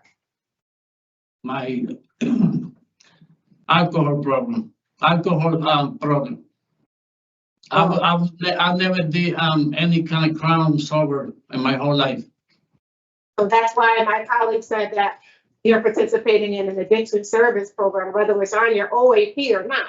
If you want to avoid coming back to prison, you need to address your substance abuse problem. That shouldn't be because we want to do it. It should be because you want to do it. You realize that you need it. Yeah, I really did it. Yeah. So here's where I am, Mr. Soto. You know, you have 9 disciplinary infractions this period of incarceration. You haven't taken appropriate program. It doesn't sound like you really have taken the time to reflect on your actions and the impact that your actions have had on everyone involved. Crimes like yours have, I'm not going to call it a domino effect, but it impacts us all because now we have to pay for alarms for our house. Yeah, cameras. Our insurance perhaps could go up because now you are considered a liability for no fault of your own. Like there's so many layers to crimes like this. Not to mention the mental part of it, you know? So I know that, you know, this is your only crime in Connecticut and that, you know, you have a history in another state, but your crime itself, along with the nature of your disciplinary infractions, your threats, the assault on DOC, having a shank in your possession, not following orders, all those things are concerning for people like myself who have to make these decisions in light of public safety. I could explain all that right now. Like the assault on DOC, it was because I was stressing because they had me in the room, like no, it was no air coming out, and I got anxiety and I was stressed, so I hung up myself. I tried to kill myself. I hung up myself. So when they took me out of there, they put me in the stretcher and they sprayed me. So I never hit the DOC. What I do, I move my leg and I hit it with my leg. But it was not really on purpose, so that's my assault on DOC. It was not physically, it was not that I hit it with my hands or that I got intention to do it. Were you being combative? Huh? Were you being combative when they sprayed you and put you on the stretcher? Were you flailing your arms, your legs, and all that stuff? Yes or no? That's a yes or no. Yeah. Okay, so then guess what? What do you think is going to happen if you're flailing your arms and kicking your legs? What do you think? Nobody's going to get hurt? Nobody's going to get hit? So, I mean, you have to think about things logically, Mr. Soto. I'm all set with my questions. Thank you, Madam Chair.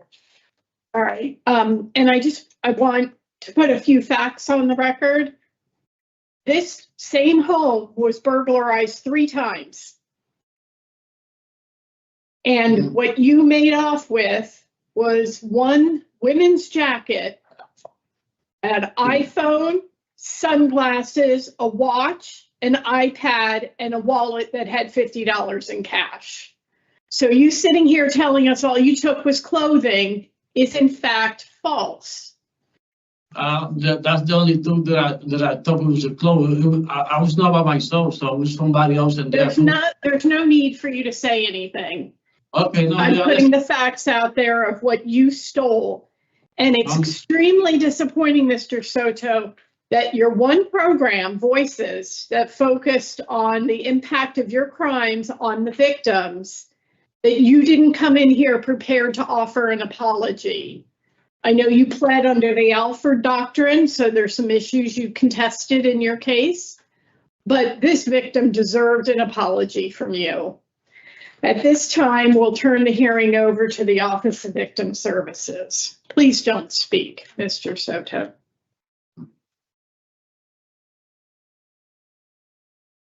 Thank you, Madam Chair. I do have a statement from the victim.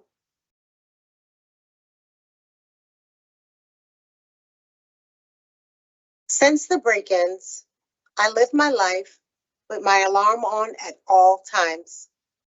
I still have more fear, listening for noises than before. This has contributed to a significantly higher homeowner's premium. Unless he receives counseling, Mr. Soto's prior criminal record makes me fear that he will repeat his prior criminal behavior when released. I thank the board for allowing me to make my statement. Respectfully, victim. We appreciate that so much. All right, at this point, we're going to discuss your case, Mr. Soto. Please don't interrupt. Mr. Rodriguez. Thank you, Madam Chair. I will not be supporting Mr. Soto's discretionary parole today. He did take the Voices program and it's good, but I don't think he really got from it what we needed to kind of hear from him today. Also, by his own admission, alcohol problem is very severe, and he does have an addiction service program in his OAP that he's not taken at all. And I would not be comfortable at all releasing today without him having taken some sort of addiction services program while he's there. So my only question would be, he's got a flat sentence. My only question would be, does it make sense to bring him back? If you can take a program, bring him back. But I'm not there. He's done in September. I know. Yeah. And I would add to what you said when he was interviewed by the parole officer regarding the Voices program. He said, I never did what Voices talked about. I did the program because of my charges, but I'm not a violent person.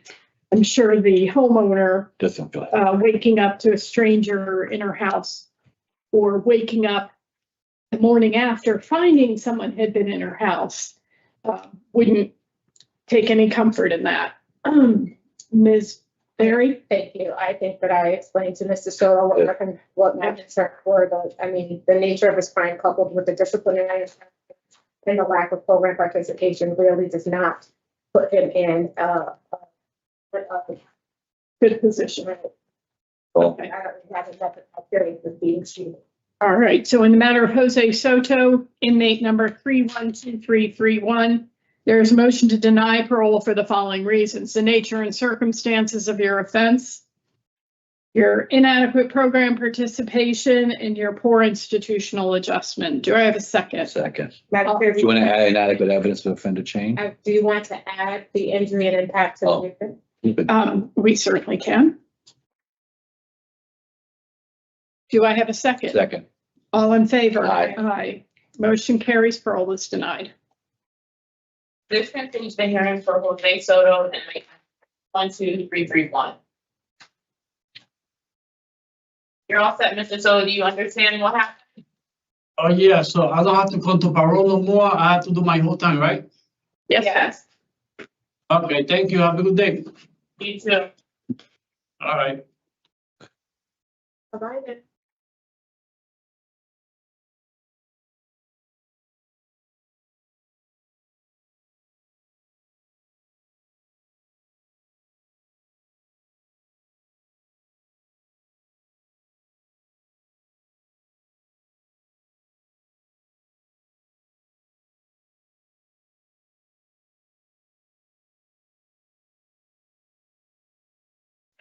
Morning. Good morning, can I have your name, please? Good morning. What is your name? No. Craig Hart. Thank you. Hold on 1 second.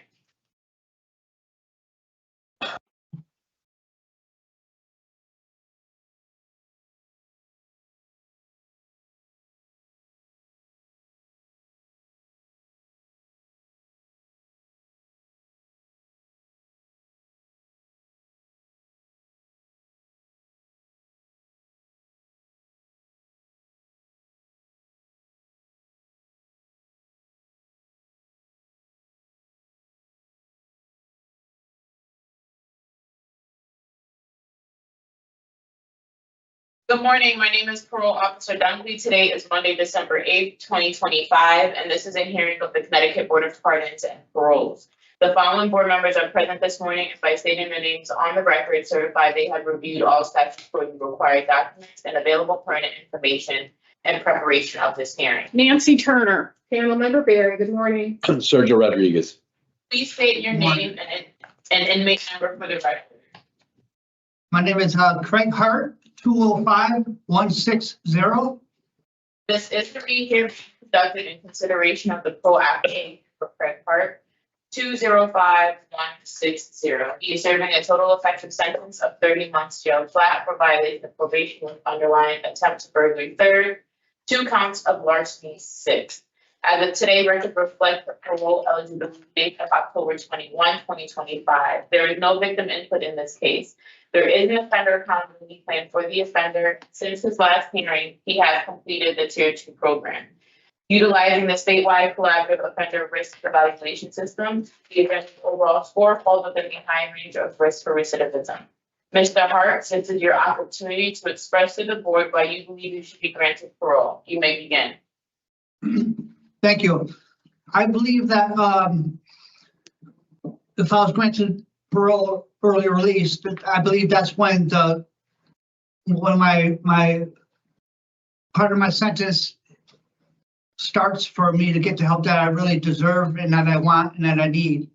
What I mean by that is I've been in prison 29 years, all of my life, and no violence, just for stealing. I had a crack cocaine problem. I've addressed that, and I'm institutionalized for the most part. And when I get out, I have a lot of catching up to do. I don't even know how to use a cell phone. That's what I mean when I say the help that I need will begin when I get out. I need a lot of guidance, and I believe a halfway house would help me with the guidance. If I was to be discharged, I have nowhere to go. My father recently died, and I'm 55 years old. I have a lot of health issues. Last week and the week before, I had to take an ambulance 2 different days. Okay, I'm going to stop you right there, Mr. Hart. This is a live stream hearing and you have a right to your privacy, but you're getting off track. We're asking you why you believe you deserve parole, not why you want it. Okay. But why do you deserve it? I probably don't deserve it because I've reoffended several times, but on the other side of that, I've completed the programs I was asked to do. I don't get in trouble. I stay to myself. I believe that I'm ready because I'm older now and I'm making better choices, and I believe I've changed the way I think. I made a lot of mistakes and bad choices. Okay. Your mistakes were crimes. Yes. So what we're going to do, you've been through this before, is ask you some questions and then discuss your case. We're going to begin with my colleague, panel member Barry. Thank you, Madam Chair. So, Mr. Hart, do you remember me? Briefly. I was on your panel 10 years ago, exactly. 10 years ago, I was on your panel. And I granted you parole when you committed the larceny 1. And let me tell you what you did. You went out, you were granted parole, and you had 6 drug admissions, 3 parole violation reports, 12 misconducts. You weren't compliant when you were out there in the community.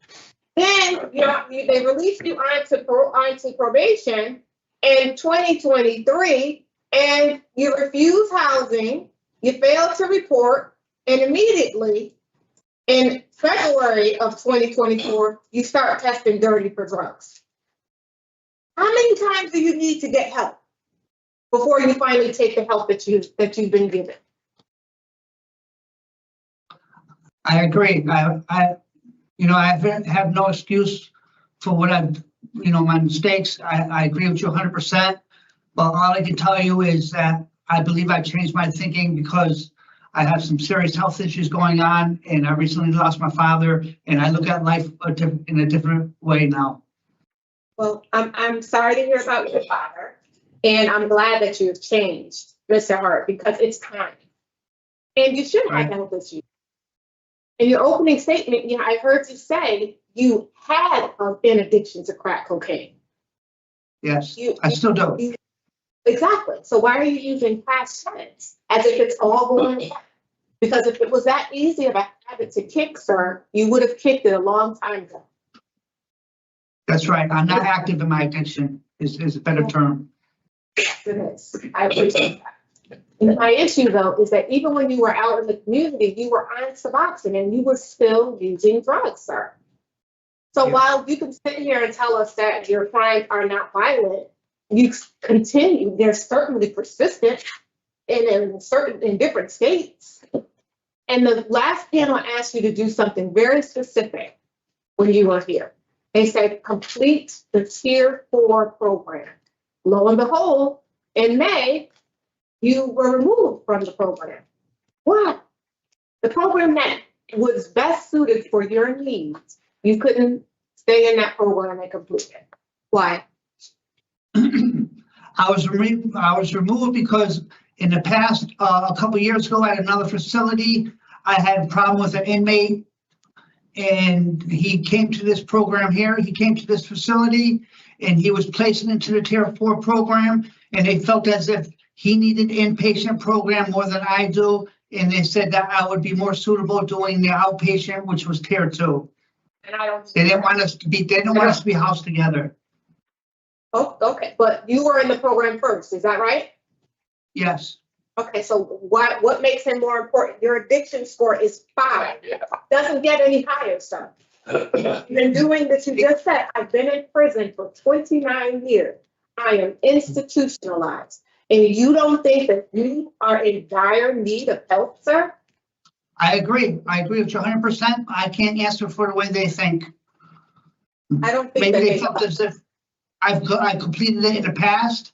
They've mentioned that to me that it said that you were removed from the Tier 4 program because you failed to comply. I did read your description of what you told the officer, that they, someone else you had a problem with, and so they removed you. And why weren't you compliant? What were you doing in the program? We had an argument, miss. We had an argument.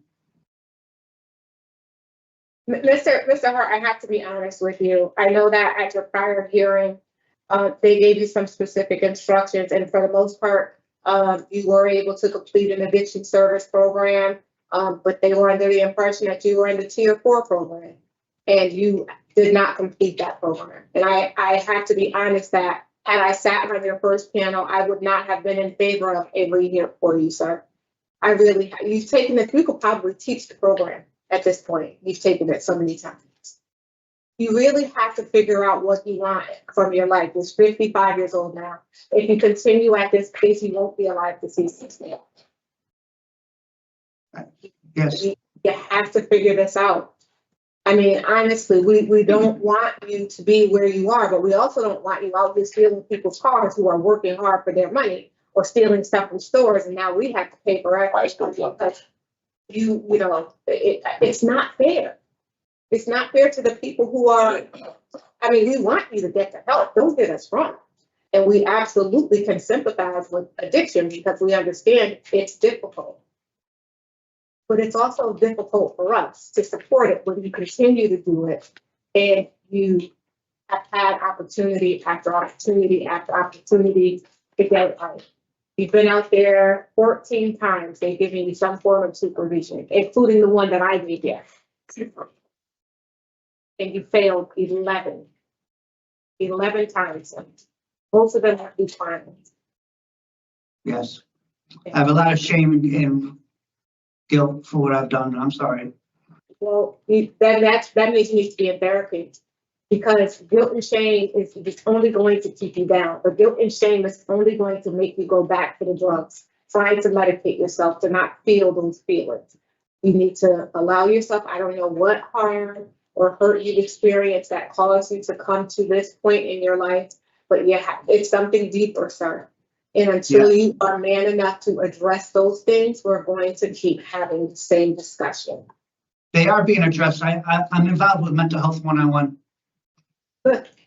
You need that. That's what you need. Maybe this time it'll stick. Yeah. All right. Thank you. Thank you. Chair. Okay, Mr. Rodriguez. I don't have any questions, Madam Chair.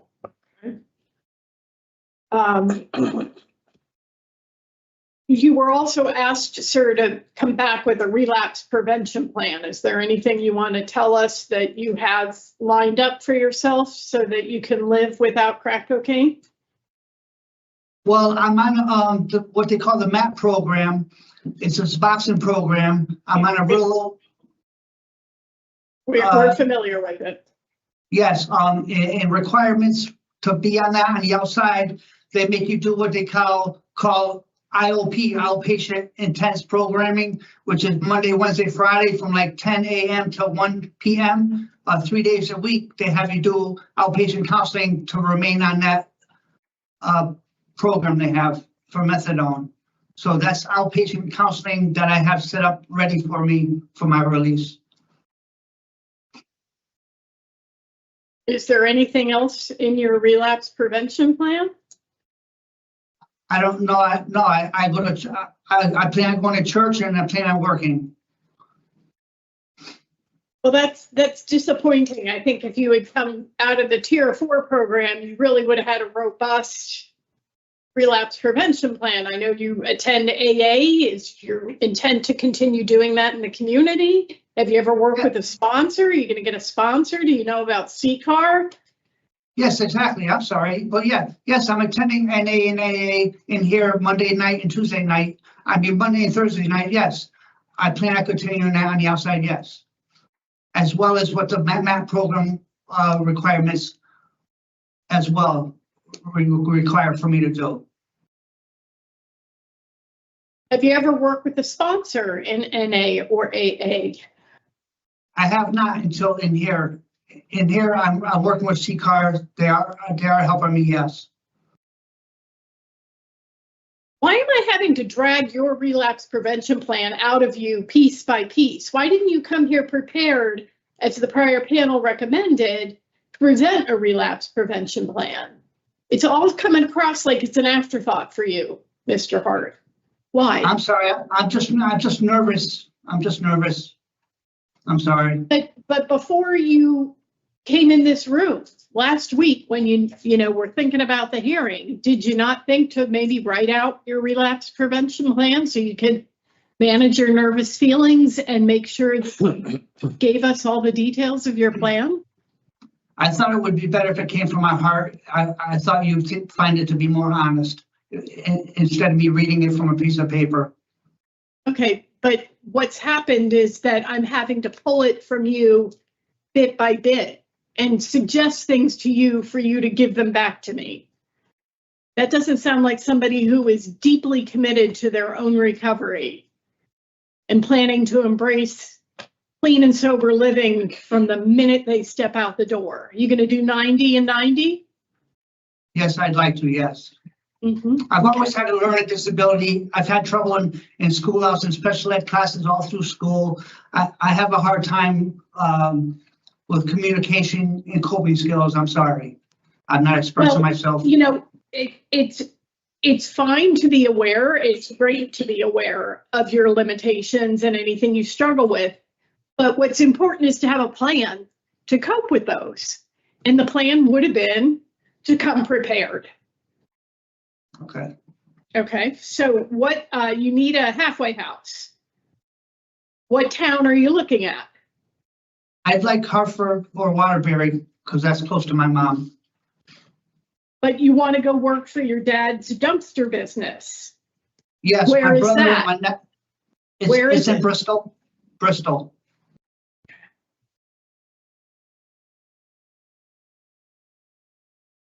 So Have you lived in Hartford or Waterbury before? I have not. Okay, so have you done any research on where the NA and AA meetings are held in the cities that you're talking about? I know that the MAP program is located on Main Street, which is going to be 3 days a week counseling for them. And I believe that the halfway house will have Pacific NA meetings that I can attend to. I believe they'll have a list in places I can attend. I'm just going to say, Mr. Hart, I'm going to encourage you to be proactive. Okay. Set these things have a up for pamphlet. yourself. Set these Right. things up for yourself, because you're at an age where you should be taking control and managing your needs with a plan and developing that plan. And you have a lot of time on your hands there in the facility to put one together. So, I agree. Yes. waiting until the halfway house people tell you where to go, you're going to miss 5 days of your 90 and 90, and you're going to be behind. I mean, you just get ready to step out the door right into your own recovery actively. All right, that's it for the question. Thank you. Yes, There's I no, agree. it's related, my concerns, but his criminal history and poor performance, I just don't believe he's suitable in my opinion. Mr. Rodriguez? I have to agree, Madam Chair. I do not find him suitable either. He does have time, though, like you said, to set up his plan. Yeah, I get that he scores high. I get that he's failed 11 out of 14 opportunities at community release. I'm going to vote in the minority because this would amount to a year as a stabilizing factor for him. I think he's getting older. He's having health issues. He wants something different for himself, and I think that would help him step off in the right foot. What are your reasons for denial? His criminal history and poor performance, in my opinion. Okay. Anything else? I still had inadequate institutional program participation, incomplete as tier 4. Moved. You all right with that? Yes. Okay. So in the matter of Craig Hart, there is inmate number 205160. There is a motion to deny parole for the following reasons: criminal history, poor performance on community release, and inadequate program participation. Is there a second? Second. All in favor? Aye. All opposed? Aye. So unfortunately, Mr. Hart, you've been denied discretionary parole release. We hope you'll put a plan together for yourself with your support system so you can be successful when you're back in the community. This concludes the hearing for Craig Hart, inmate number 205160. You should be. You're all set. Or did you have something to say? You should be proud of yourselves.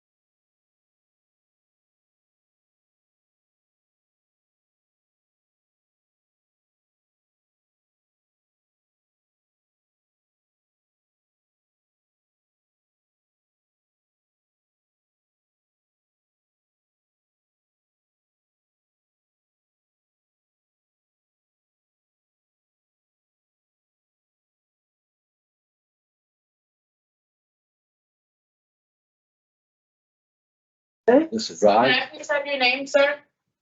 Should I go on slide? Okay, give us 1 second.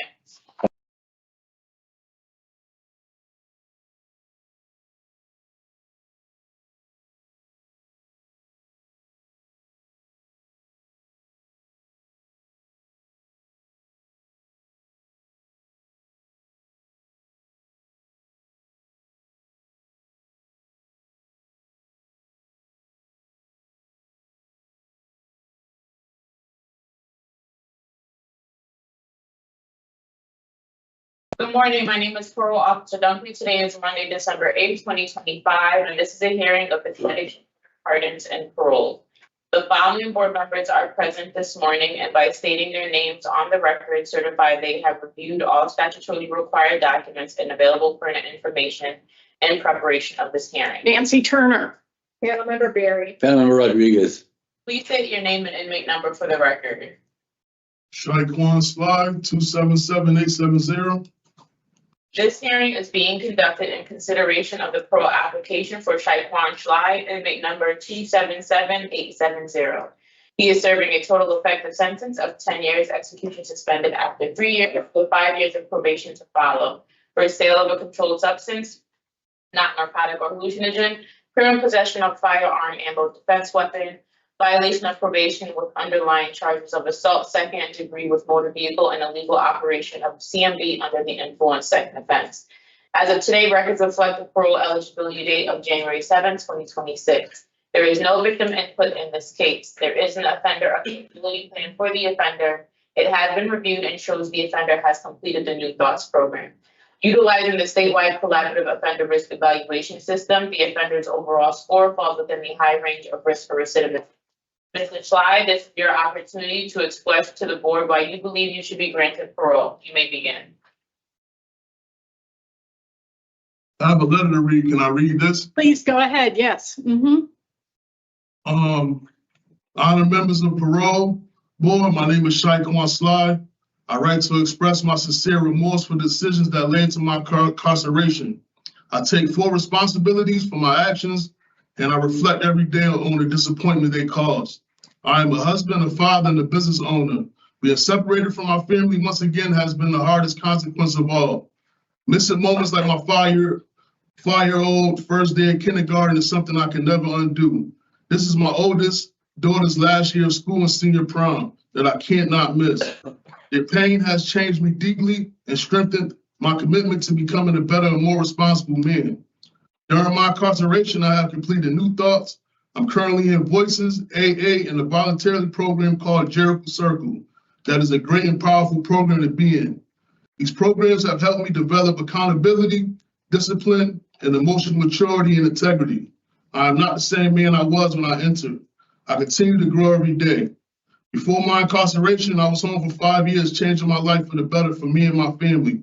I got my driver's license for the first time in my life. I also had got a job making medical material where I climbed up high in my job, where I could run the whole factory by learning the skills to do so. I worked there at Hydro Fair Blue in Manchester for 2 years. And within that time, I got 4 raises where I was able to save money to start my first business, which was my store, Big Feathers Grocery. With my store, I was very active in my community through doing back to school drives, Thanksgiving turkey giveaways, and Christmas giveaways, where I spent my own money for the youth of my community. Giving back has always been important to me, and I plan to continue to contribute in a positive, lawful way. If granted parole, I intend to start my box truck business by securing proper licenses, forming partnerships with local companies, and maintaining a strong financial organization. This business will allow me to provide for my family and remain focused, stable, and productive work. In addition, I plan to care full-time for my uncle, who has helped me run my store, now has had a second stroke, ensuring he has the support he needs while I work on getting my business up and running. I respectfully ask the board for the opportunity to reunite with my family and continue building on the progress I have made. I am fully committed to honoring every condition of parole and providing through consistent actions that will show my growth is genuine and lasting. Thank you for your time and your consideration. Okay, well, thank you, Mr. Shiley. We appreciate that you took the time to write out that statement. So we make the decision about someone in your situation finishing their sentence, and in your case, it's the 3 years you have to serve, out in the community under supervision, and we make that decision in light of the interests of public safety. And I do have to say, the gun possession and the DUIs are very concerning. and probably contribute to the fact that you score high for your risk to reoffend. That and your criminal history dating back to 1999.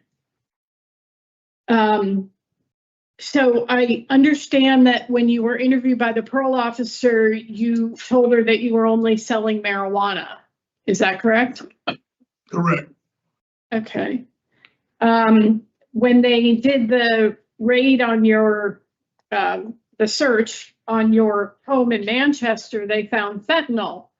Why did you have that? No fentanyl was found in my house. They found bags and meat bars that I sell out my store at my house. They tested and it didn't test back for no fentanyl. My records indicate that in the 2 residential searches between Manchester and Hartford, they found Oxycontin, marijuana, and psilocybin, and you had ecstasy in your pocket. Do you use ecstasy? Yes, ma'am, I did. Yeah, that was one of your DUIs, right? Yes, ma'am.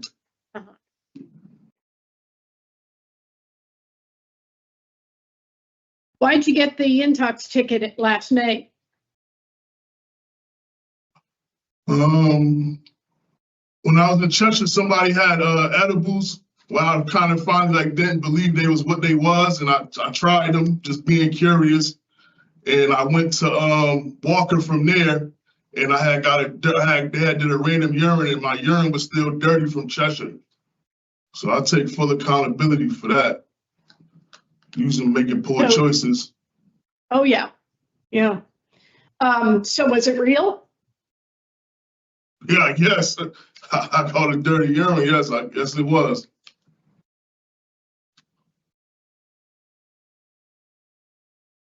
Have you ever had a valid license? Yes, I had a valid license when I was home this time currently. Okay, but not back in 2009, 2013? No, when I was home this time, I was able to obtain my driver's license. Okay. I had to get the interlock box put in my car. I had for 3 years, and from there, I obtained my driver's license. So your license was suspended before you even got it? Pretty much. This is my first time. So why were you driving a rental car when you knew you had to have the interlock device? Because my current car was in the shop, and I didn't really know exactly how the interlock box went. So my car was in the shop that I had the box in. So that's why I was in the rental car.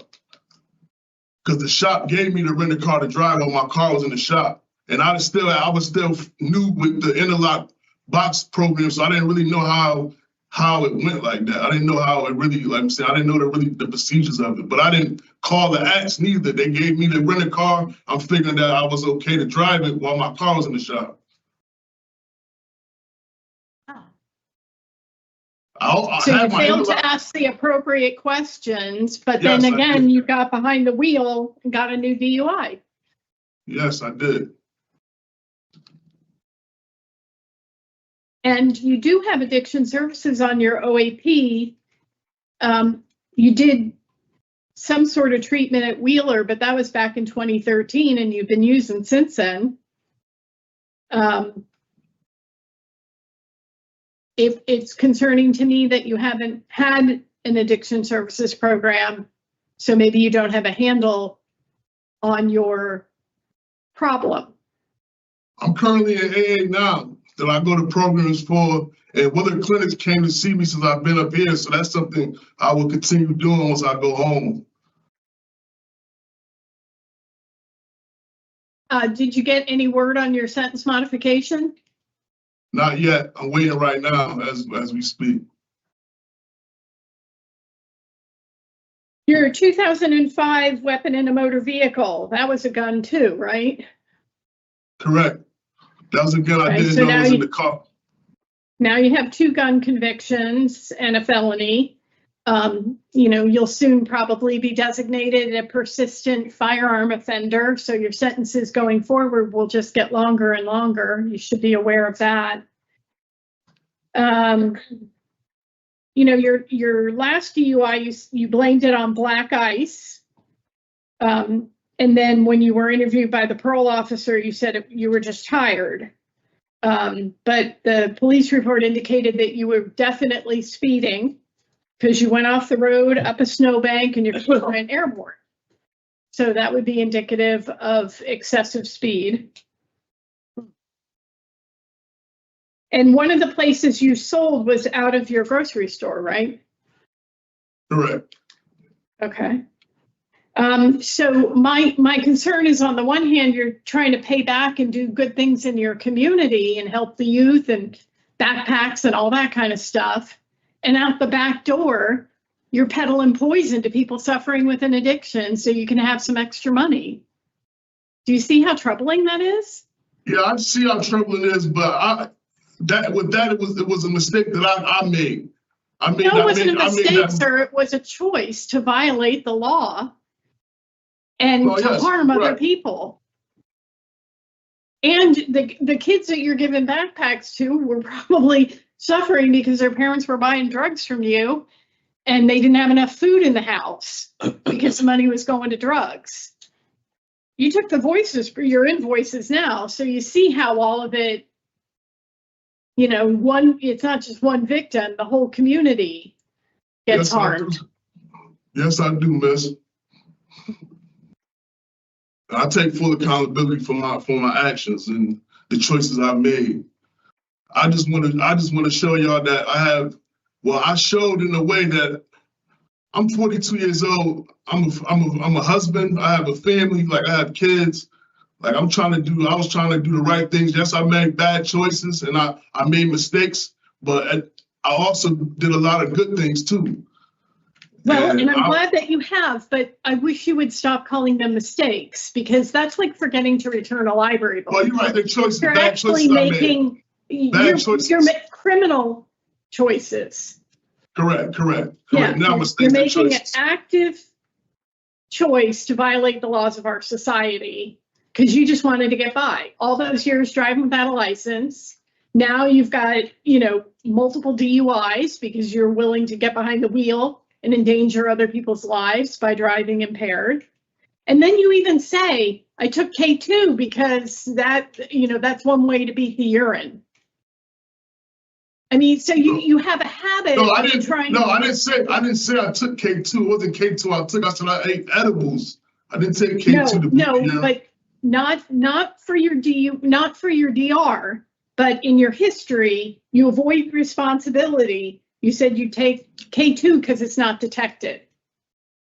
So you have this habit of like skirting, actual responsibility. And that concerns me. I hope maybe through new thoughts that you just finished last month that you've grown some, because all the programs help me. All the programs I did and currently in help me with. I heard you say that. Decisions that I have made that was made poorly. So it's I know you wanted to take care of your uncle. Is he has a history with substance abuse? Is he living in recovery? Yes, he's been recovered over 10 years. Okay, so you have him working at a store that you own while you're selling drugs out the back. I mean, do you see how that puts his own recovery in jeopardy? Yes, I do, miss. Okay, good. All right. I hope you want more for yourself going forward, sir. And it's good to hear that you've got some plans for that. Mr. Rodriguez, some questions for Mr. Shiley? Mr. Shiley? Sly. Yep. Sly. No, I basically have the same concerns, Mr. Sly. I mean, between your criminal record, criminal history over 20 years, I mean, I haven't really taken all your programming yet. We've got 6 unsuccessful community releases. Well, you were already out in the community. You already given the opportunity to be out in the community and you didn't make it. You ended up back. You were on probation when this happened. I was home for almost 6 years this time right here. I was home almost currently for 6 years. But you're back. Correct. He was home 6 years, but he also violated his probation. Yeah. Immediately, and then they continued it, then he got into another DUI and. It's just this ongoing behavior. Just, you're right. You're 42 years old. When are you going to get to that point where you decide you're going to do something? Yeah, I'm that's why I took the proper programs that I needed to help me get through. You haven't taken all of them yet. You haven't taken all of them yet. You didn't take addiction services yet. I took New Thoughts. Only thing on OAP was New Thoughts. I took New Thoughts, and I'm currently in Voices, and I'm currently in the Jericho Circle in AA. And I'm finished with Voices next week. Next week is my last class in Voices. And I'm currently in a voluntarily program called Jericho Circle. That I have almost probably 3 more weeks of that too also. I'm looking at your OAP that you signed on 4/24/2025. The top thing, number 1, is addiction services referral. You score a 4. Yeah, they didn't tell me that I'm an OAP. They said the only thing was on my OAP was New Thoughts. You signed it. You didn't look at it? Yeah, because she asked me. They asked me. They said New Thoughts. So I just took. I'm in all the programs New Thoughts I need to isn't be. even on your OAP. Right. That's right. Yeah, because they switched it from Voices to New Thoughts to Voices to New Thoughts. So I didn't know. I think you hear our concern. I don't really have any additional questions for you, Mr. Sly. Good luck to you, sir. Thank you. Councilmember Berry? Thank you. I just have 2 questions, Mr. Sly. Why were you asking for a sentence modification? Why was I asking for one? To currently get back home to my family. I have a family to provide and take care of. I have an ill uncle. Under what premise do you think you deserve a sentence modification? I've been doing the things I need to do. I'm in programming. I'm trying to better myself. I'm trying to write. In your modification application, did you tell them that you received a ticket for eating an edible? Yes, they know. I'm just trying to understand. I mean, because you were sentenced to 3 years, how much time do you think you should have received? The time I received. Why are you trying to get it modified?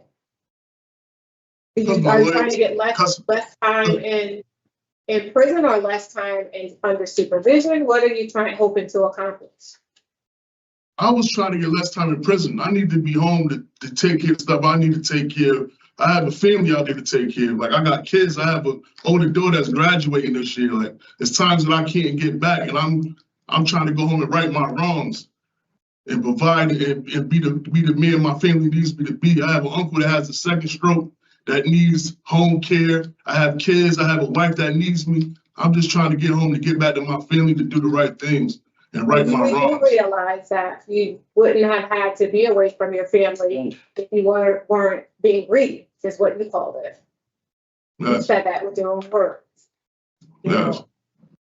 And I show what you also received a conviction in Massachusetts for a conspiracy to an armed robbery. Is that right? Yes. What was that, a gun too? No.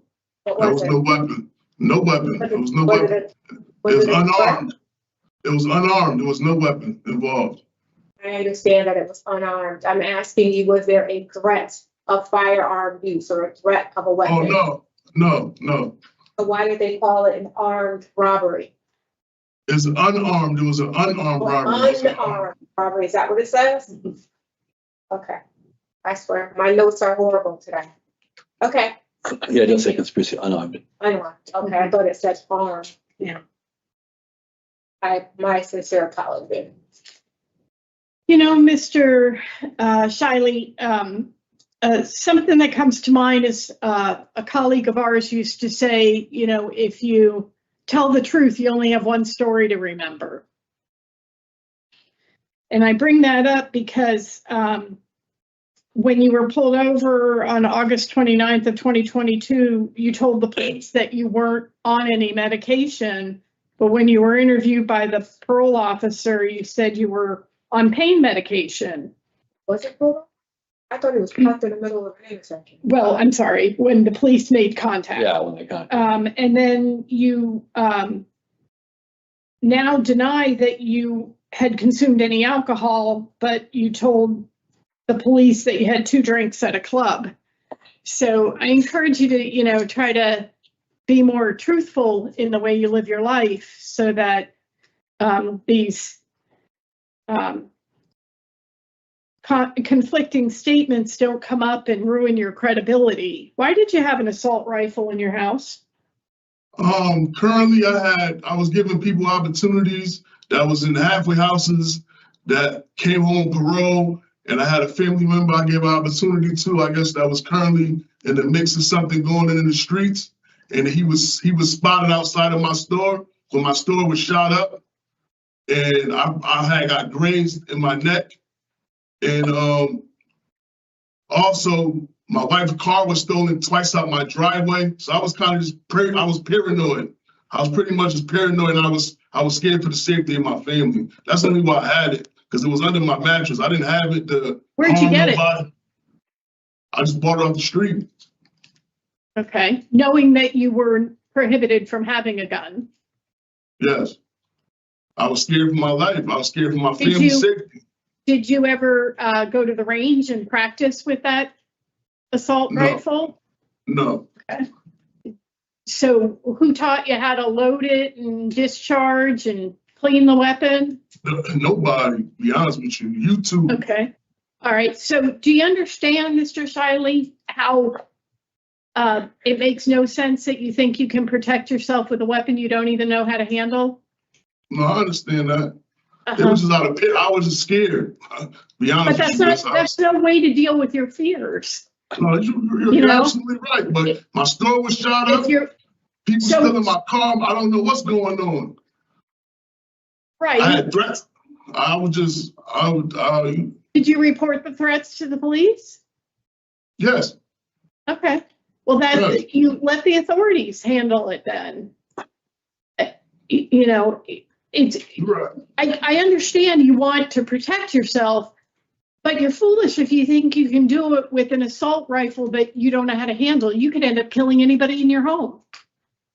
Correct. Okay. All right. Give us just a minute, please.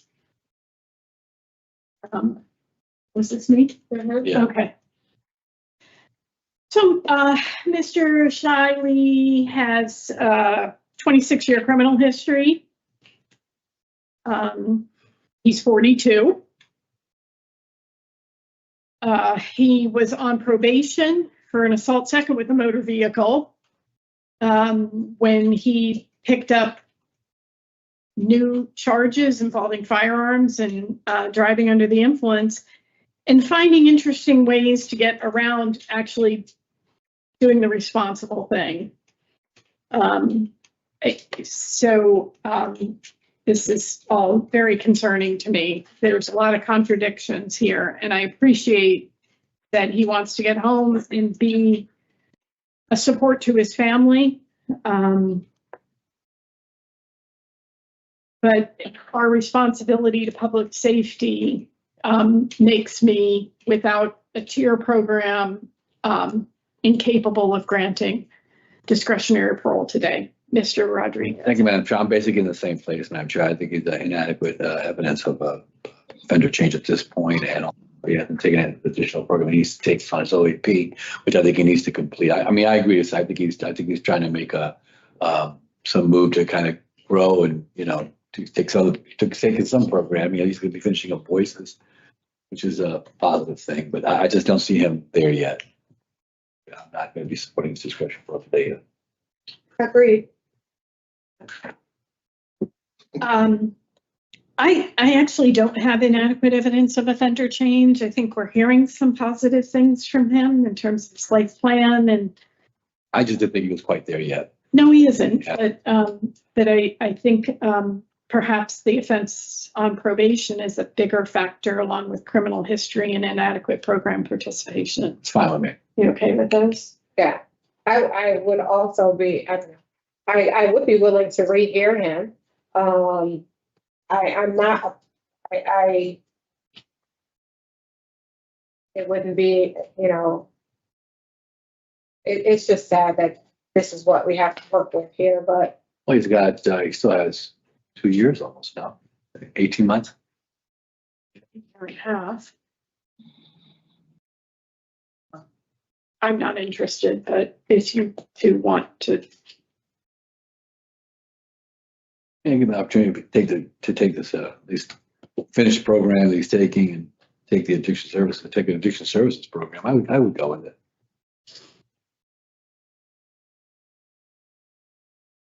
you want to say August?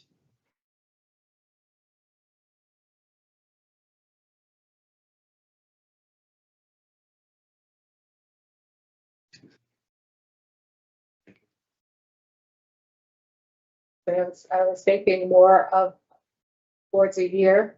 And I say that because of the 6 failures, the fact that he was on probation, he has to prove himself.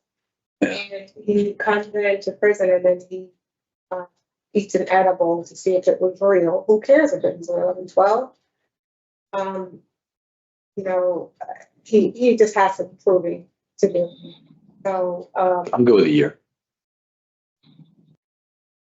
I mean, it wouldn't give him very much time, but it would be if it's early release is early release. And I'm still not certain that even at that time that someone would be willing to vote in favor of his early release. But we'll cross that bridge when we get to it. You want to say November? Yeah. And what do you want him to do? PRs and the program's on its OAK. You know, he could probably benefit from fatherhood as well. He mentioned AA, we didn't have any proof of that, but that continuing on, perhaps the relapse prevention plan. I mean, I want to know at what point are we going to be able to start saying no marijuana? Alcohol is legal, marijuana should be a no-go. Should be, but we are. Okay, so in the matter of Shaiguan Shiley, inmate number 277870, there's a motion to deny parole at this time due to your criminal history, the offenses being committed on probation, and inadequate program participation. There's a further move to rehear you in November of 2026 with the recommendation that you not get any additional disciplinary reports and that you complete programs on your OAP to include a tier program and other positive programming like a fatherhood program, and, you know, come back with a Solid plan. relapse prevention plan. Is there a second? Second. All in favor? Aye. So we'll see you next November, Mr. Shaley. All right, thank you. This concludes the hearing for Shaquan Schley, inmate number 277870.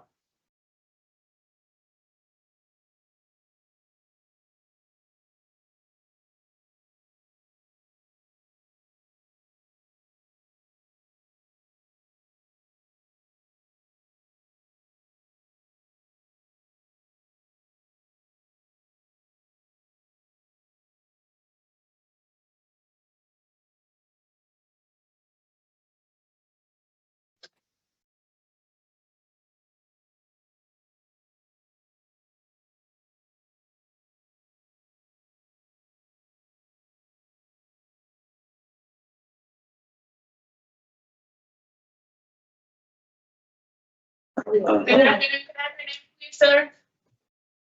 Good afternoon, Can I have your name? Michael Colon. Who?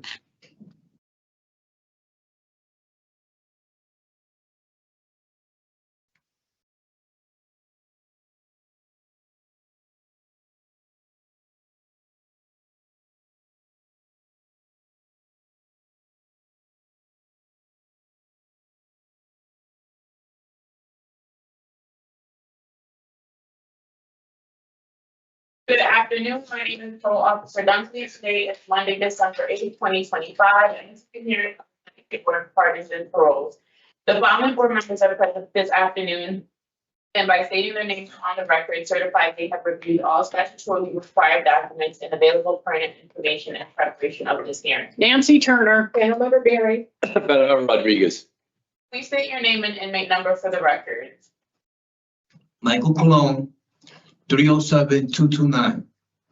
This hearing is being conducted in consideration of the parole application for Michael Colon Gomilla, inmate number 307229. He is serving a total effective sentence, excuse me, of 7 years. Thank you. 7 years execution suspended after 30 months, followed by 3 years of probation for sale of narcotic substance and failure to appear first. As of today, records reflect the parole eligibility date of October 14, 2025. There is no victim input in this case. There is an offender accountability plan for the offender. It has been reviewed and shows the offender has completed the domestic violence program. Utilizing statewide collaborative offender risk evaluation system, the offender's overall score falls within a very high range of risk for recidivism. The Colon Gomilla, this is your opportunity to express to the board why you believe you should be granted parole. You may begin. Okay, thank you. I'd like to start off by thanking you for giving me this opportunity to speak today. I want to start by saying I take full responsibility for my past actions. I understand the harm I caused in my community and the impact it had in others. And I carry that with me every day. My time in custody has given me the chance to reflect and deeply grow and make changes in my life. During my sentence, I've learned the importance of accountability and discipline and empathy.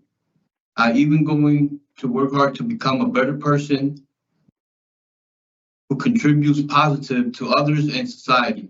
If granted parole, I plan on volunteering somewhere where I can talk of the effects of drugs to the youth as well as myself. I will reconnect with family, find stable employment, and build a positive support group system outside that's ready to help me stay on the right path. I know that parole is a privilege, not a right. I'm not asking for forgiveness. I'm asking for the opportunity to prove through my actions that I have changed and that I am ready to live as a responsible, law-abiding member of the community. I know I'm deeply ashamed of my past actions. I shame my kids. My kids are grown now, and I really hurt my family. Like I just want a chance to make amends to the community, to my family, and towards myself as well. Okay, well, we appreciate that you have that goal in mind, Mr. Colon. You are end of sentence next December, so we're talking about a year difference. And we're going to start the questions this afternoon with my colleague, Mr. Rodriguez. Thank you. Thank you, Madam Chair. Listen, I appreciate your opening statement. I appreciate you writing it out, taking some time to put something together. That's very positive. There are a couple of areas that really concern me in looking at your situation, your circumstances. One big one is obviously your score of a 5 for your substance abuse history, and you related that you were selling drugs in order to maintain your own habit. Is that correct? Yes, sir. Yes, that is correct. I'm glad that you've taken the DV program. I'm sure it'll help you in many other ways, but I'm concerned that you haven't taken your addiction services program. So on my LP, I wasn't there, but before I came in, I was in a program. I already had two and a half years of sobriety, which I'm staying since I got arrested for this case. I've been sober and I've been working on that towards myself. I also signed up for one of the tier programs, but I haven't got called yet. Well, but that's something that I would really like to see. I think you understand. You've got some pretty serious drugs that you were taking. Yes. And through your own admission, this is some of this involvement, and you've got a pretty extensive history too. Some of this involvement really relates to your substance abuse and your addiction. Yes. And so not only do I want to see you get a program, I mean, personally, I want to see that you've prepared yourself when you do get released to be on the outside, and that you've got those things in place that you need to have in order to, be able to maintain your sobriety and abstinence outside of the facility, in the community. And those are concerns that I really have with this. And I think at this point, it's hard for you to kind of respond to that because you didn't take the program yet. So it's kind of a dilemma that we're in here together. Tell me a little bit about the way you have it now, what your release plan looks like. As of right now, my first goal is to keep on getting outside help. Before I came in, I was in intercommunity, having outside counseling, which it was helping me to stay sober. I'm planning to go back there. I'm going back to my employment in Middletown, which is Rocky Hill. Not Middletown, Rocky Hill, Michelangelo's, and I still got all my positive people around me that's gonna help me stay sober and keep going to my programs and making sure that I do the right next action. Like I was speaking to my kids, like I might not have control of my life right now because I'm in jail and I got parole coming, but I'm controlling my actions. Well, with your addiction, you don't have control on the outside of your life either. Yeah, and before I came, you're correct. Before I got arrested, I didn't have control, and I was working on that. I know that I still have a long way to go, and I'm not excusing my. You rate very high. You rate very high to reoffend and go back to prison. Part of that's based on your history, obviously, and I think in this particular case, I mean, I don't think you've really gotten a grip on your addiction yet. And even though you've been clean for a couple of years, and that's a good thing. It's you got the outside stressor that I would be more concerned about. What happens when you go outside and you got to deal with life on life's terms on the outside, which is going to be very challenging for you. So I mean, I need you to know I'm really kind of in a place where I want to see you be able to do some addiction services programming while you're there, which you haven't done yet. And if not, that's not, I mean, I think what your opening statement reflected was somebody who's kind of giving some real consideration to trying to change their lives. And I think that's a very positive thing. But that's kind of where I'm at this point. Unless I hear something very different from my colleagues, that's kind of where I'm at this point. All right? I appreciate you. I appreciate your opinion. And good luck to you, Mr. Colon. Member Barry? No question. Thank you, Madam Chair. Can you clarify for me, Mr. Colon? You say you've been clean 2.5 years? It's about 2 years, 2.5 years since I got arrested for this charge right here. So after I got arrested and I bonded out, I went into a program. I put myself in the program, and since then I've been clean. Okay, so you were arrested on November 6th of 2023. Yes, so I went into my program in January. So it's been like 1.5 years actually, like 1.5 years. So I went in January, and since then I've been sober.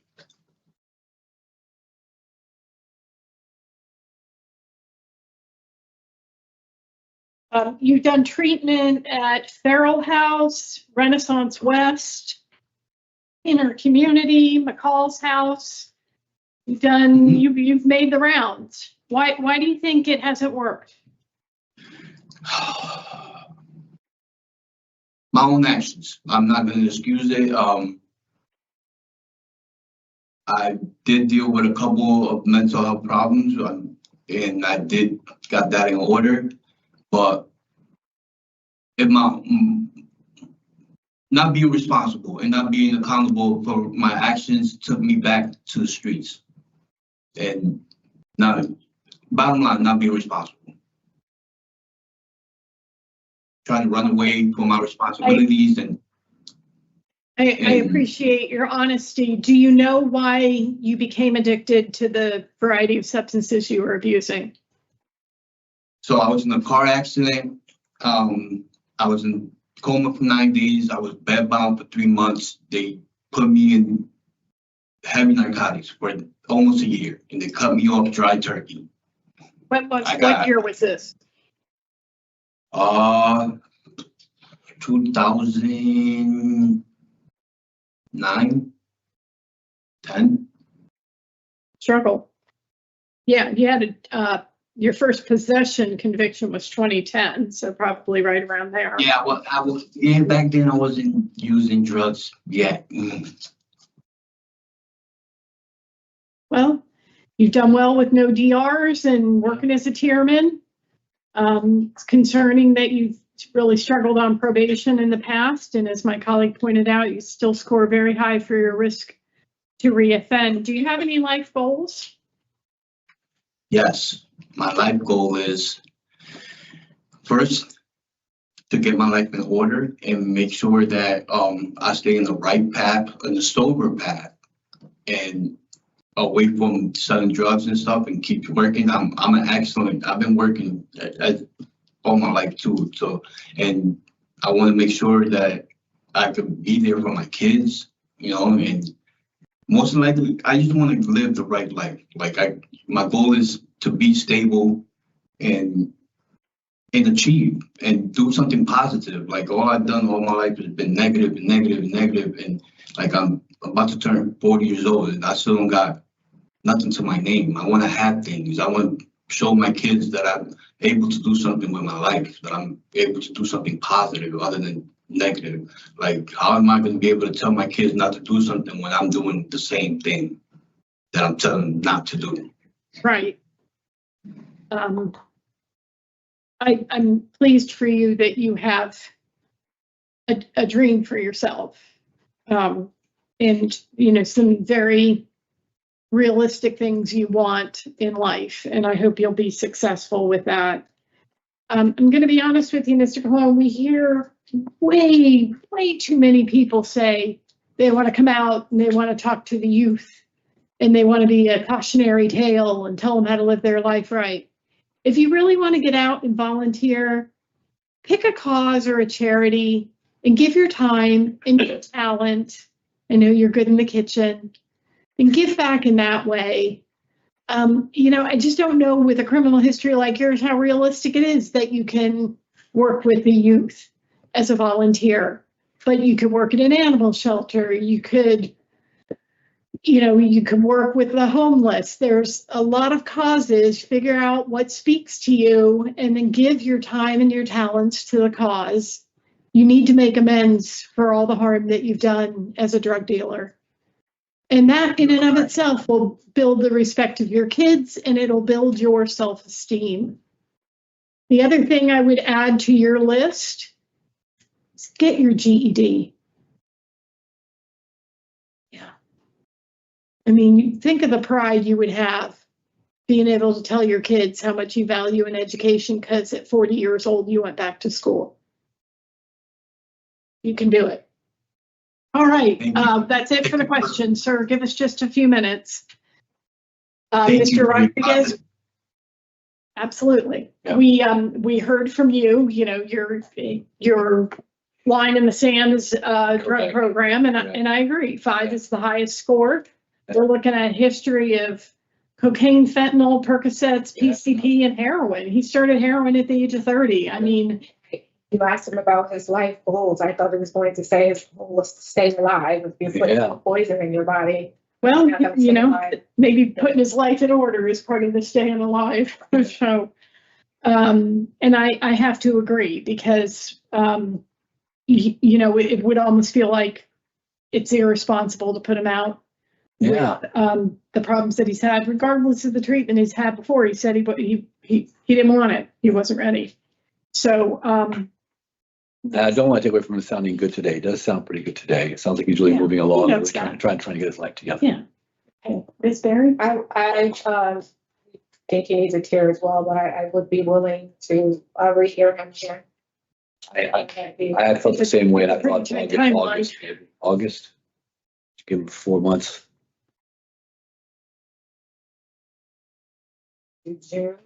June. Let's go with July, because that's a little more than the 6 months that we're limited to. July. All right. Okay.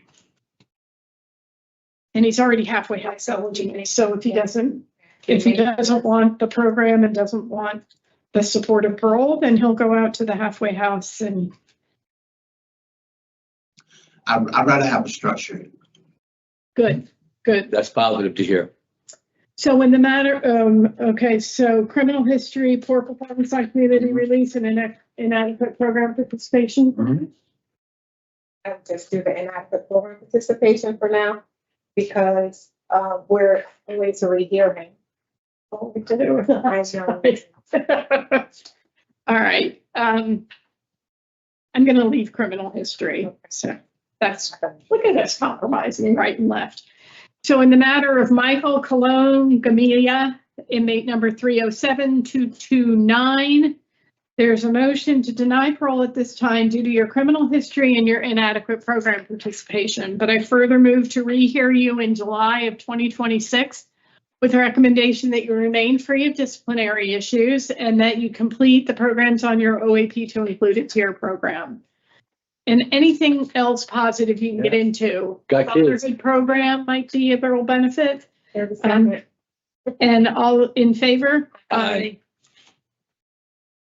So we'll see you in July. Get busy. Okay. Okay, thank you. It's inmate number 307229.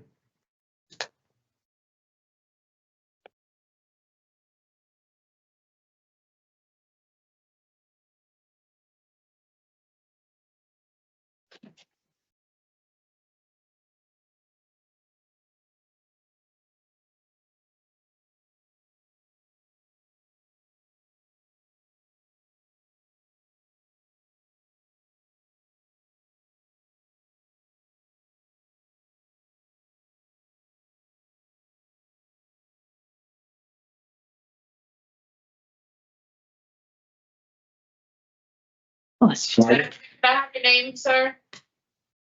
Deshaun Cloud, Thank you. you're welcome.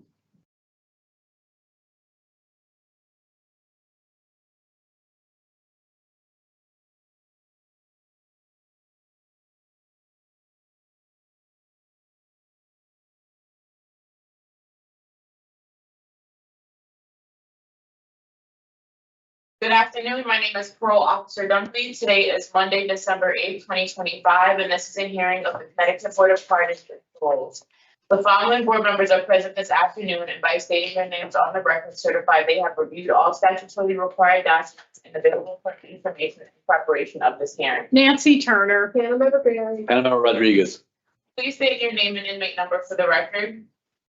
Deshaun Cloud, 313968. This hearing is being conducted in consideration of the parole application for Deshaun Cloud in 313968. He is serving a total effective sentence of 10 years, suspended after 42 months, followed by 5 years of probation for criminal possession of pistol revolver, evading responsibility, physical injury, violation of protected authority. As of today, records reflect the parole eligibility date of February 2026. There is no victim input in this case. There is an offender accountability plan for the offender. It has been reviewed and shows the offender has not completed any programs to date. Utilizing the statewide collaborative offender risk evaluation system, the offender's overall score falls within the high range of risk for recidivism. Mr. Cloud, this is your opportunity to express to the board why you believe you should be granted parole. You may begin. Good afternoon. First and foremost, I would like to say thank you for giving me the opportunity to speak on my behalf. Yes, I understand that I made a lot of mistakes in my past, and I take full accountability for those actions.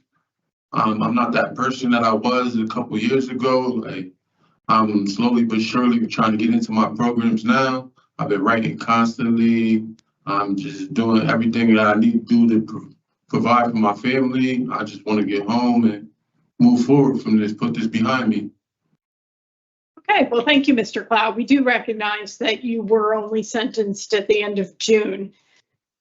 I'm sorry, May, so that would, make it hard to get into programs, but here we are. we're going to take turns asking you questions and then discuss your case and make a decision.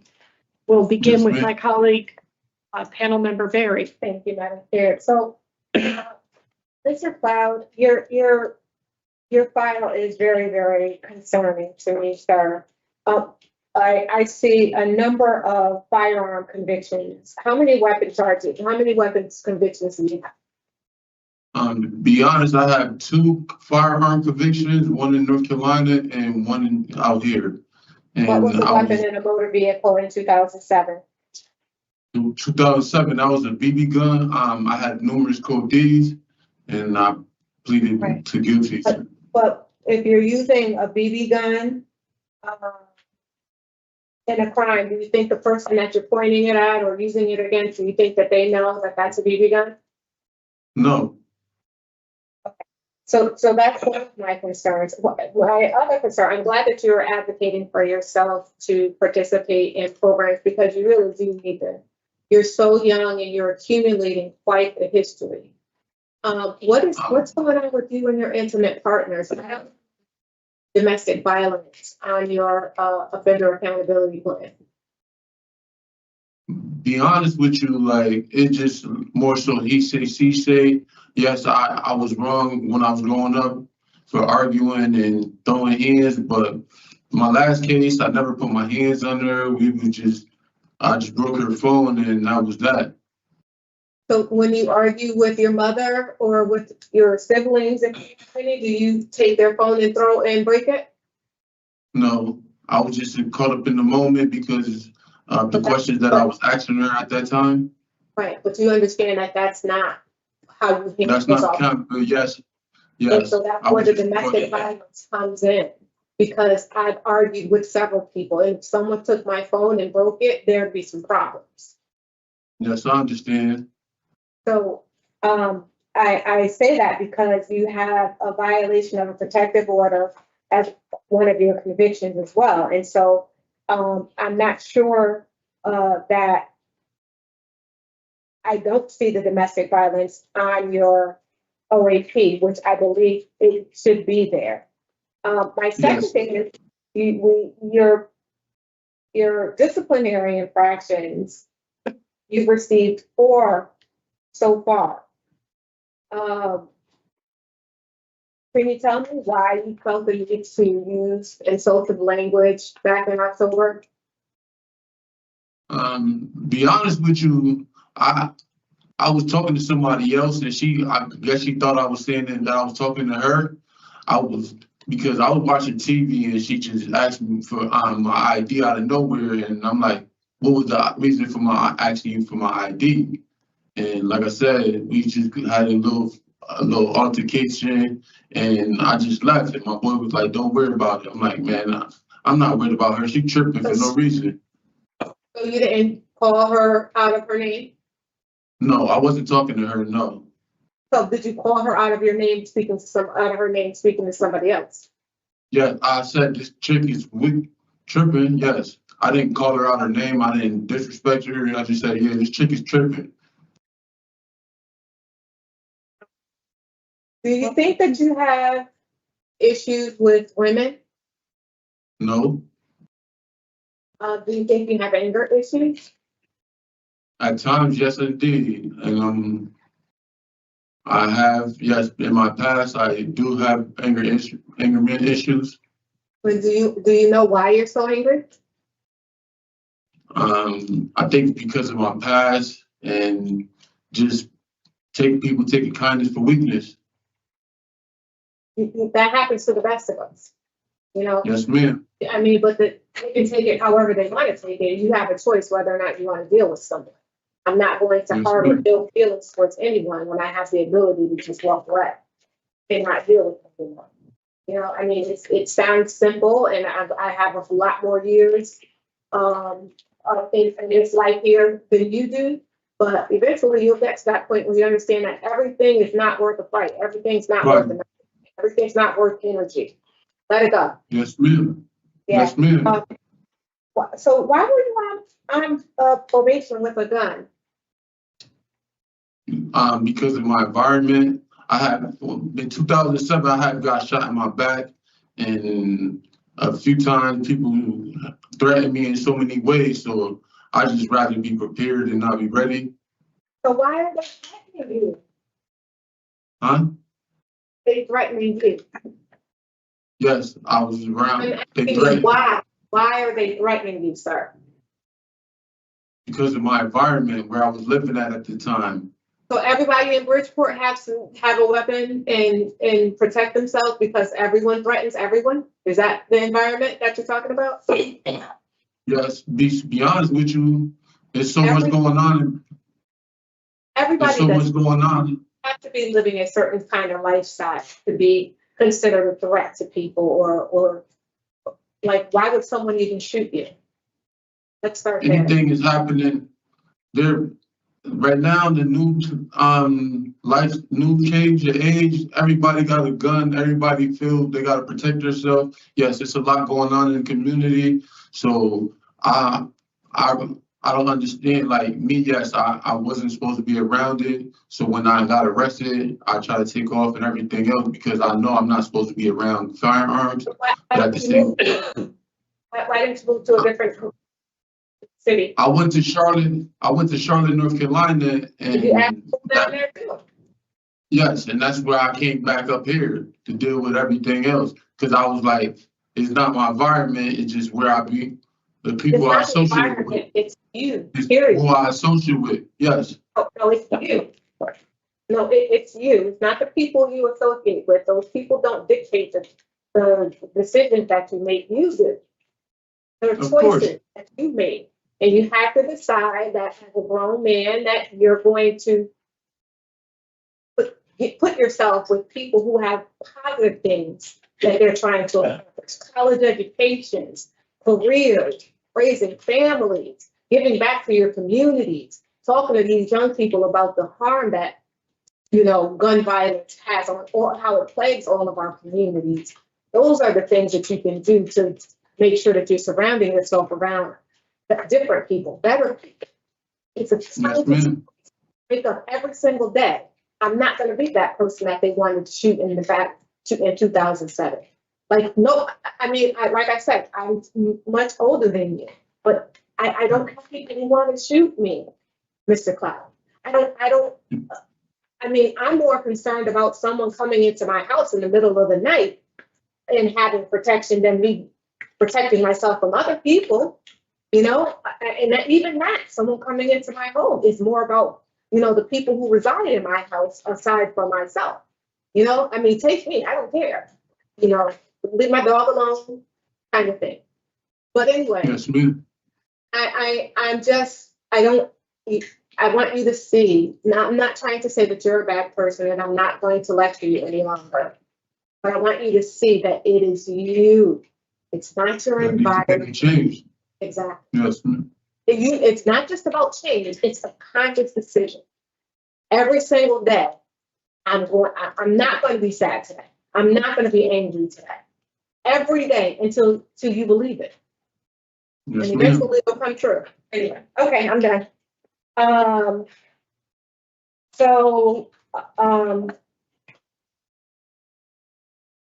You got mad at your girlfriend because she put something on social media about you? Is that what this is? It was just, we had an argument and then one thing led to another, yes. And that's why I posted a text message and got the violation protective order. No, that was because you called her from jail. I had two different violation protective order. I don't know which one they dropped. I thought it was the Facebook one. Well, you don't have any children in common with this lady, so you don't need to be in contact with her. And they did drop, did have to. And Mr. Cloud, you're still young enough to turn this thing around. And I'm not gonna keep beating the nail on the head. You need to take programs, you need to stay out of trouble, and you need to focus on bettering yourself while you're in that prison, so that when you are released, you can be a productive, contributing member of our community. That's our desires. That's what prison is designed for. Yes, it's there for punishment, but it's also there for rehabilitation. There's so many people that obtain their Yale degree So, I mean, I can go on and on about the positive stories that you feel. But that's when people decide that, you know, they really want something different, and then they do it. All right, thank you. Thank you, Madam Chair. Sure. So Mr. Cloud, you have a problem with marijuana, right? You use it 3 to 5 times a day? Yes, at one point in time, yes, indeed. Okay, so you're sort of always under the influence. You referred to it when you were interviewed by the parole officer as one of your hobbies. And that Yes. really stood out for me. I'd never heard that before. Can you define for me what a hobby is? Because it doesn't sound like a hobby to me, the way I define hobby. Hobby, my thing as a hobby is like something I like to do, like on my spare time to keep me away from. Sometimes marijuana keeps me from and listening to music. It keeps me out the from getting mad at people. It's just like something I like to do on my spare time. That's why I prefer it as a hobby. Because Okay. yes, So I think a hobby is something that enriches your life, something that you can learn something from, like studying a particular field, if you have an interest in birds or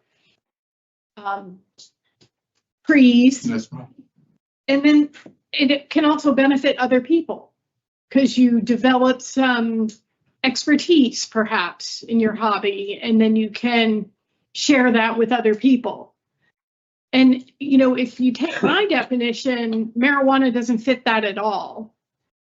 I understand. So, you know, and most people talk about it as sort of zapping all their initiative, all their get up and go, kind of makes them just lazy. And, you know, I get that it can help take your mind off of angry feelings and things like that, but there's so many healthier ways you can do that. Have you ever tried meditation, journaling? Yes, Yeah. I understand.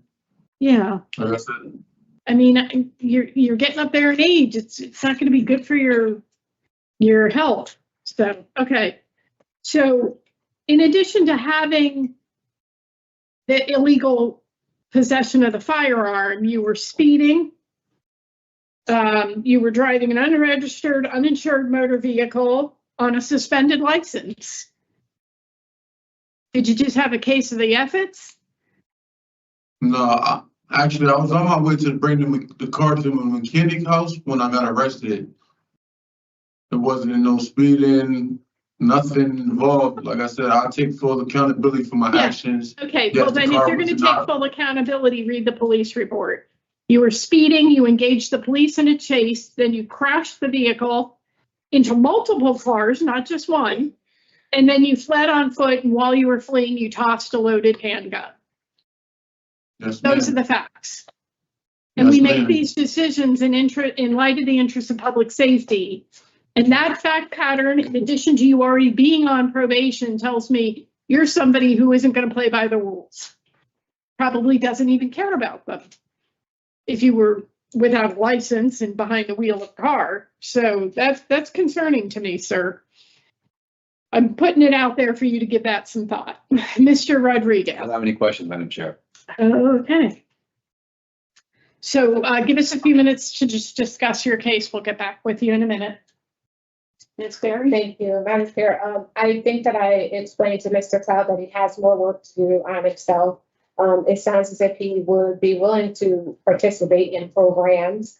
And I would like to give him an opportunity to do that because right now I do not believe that he is suitable for discretionary parole based on, you know, the disciplinary impact and the inadequate program participation. So that's where I am. I don't think he's suitable today. So my vote today will be to deny. Okay. And I would echo your, you know, concern that he needs a domestic violence program. I'm not sure how that was overlooked, but it's pretty essential. I made a note that I found his decision-making concerning because he appears to have poor emotional regulation. He even, you know, was sort of in favor of that, get them before they get you statement. I'm also not in favor of his discretion. Okay. Is this a situation where you want to bring him back? I don't. I didn't have him coming back. I didn't either. Okay, so nature and circumstance, offense on probation, inadequate program participation, and poor institutional adjustment. And just a reminder, Mr. Cloud, that you have the deadly weapon offender registry Yes, ahead ma'am. of you, and you've been designated a serious firearm offender because of your prior gun convictions and your felonies. So your sentences will only get longer going forward. Yes, In the ma'am. matter of Deshaun Cloud, inmate number 313968, there is a motion to deny parole for the following reasons: the nature and circumstances of your offenses being committed while you were on probation, your poor institutional adjustment, and your inadequate program participation. Is there a second? Second.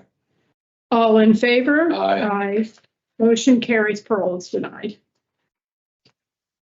This concludes the hearing for Deshaun Cloud, inmate number 313968. Thank you.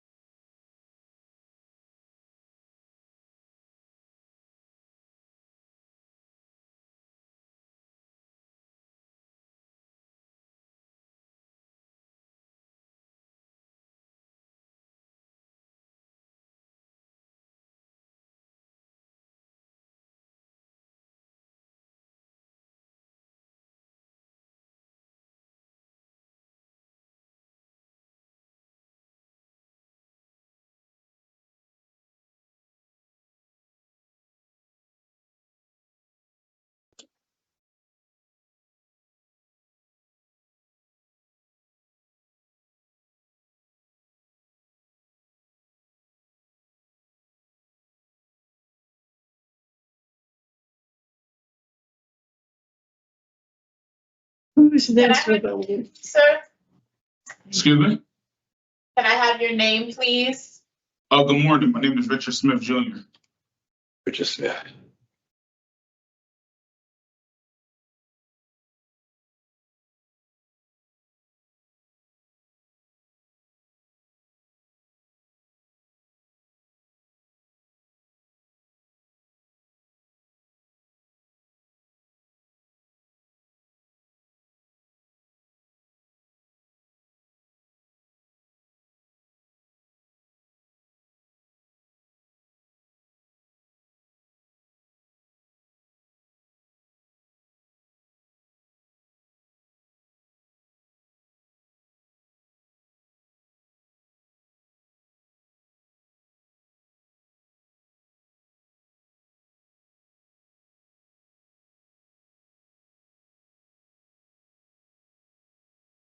Good afternoon. My name is Parole Officer Dunkley. Today is Monday, December 8th, 2025, and this is a hearing of the Connecticut Board of Pardons and Paroles. The following board members are present this afternoon and by stating their names on the record certify they have reviewed all statutorily required documents and available pertinent information in preparation of this hearing. Nancy Turner? Dana Member Perry. Member Rodriguez. Please state your name and inmate number for the record. Good morning. My name is Richard Smith Jr. and my inmate number is 390471. This hearing is being conducted in consideration of the full application for Richard Smith, inmate number 390471. He is serving a total effective sentence of 10 years, execution suspended after 3.5 years, followed by 3 years of probation for criminal possession of a pistol revolver threat first.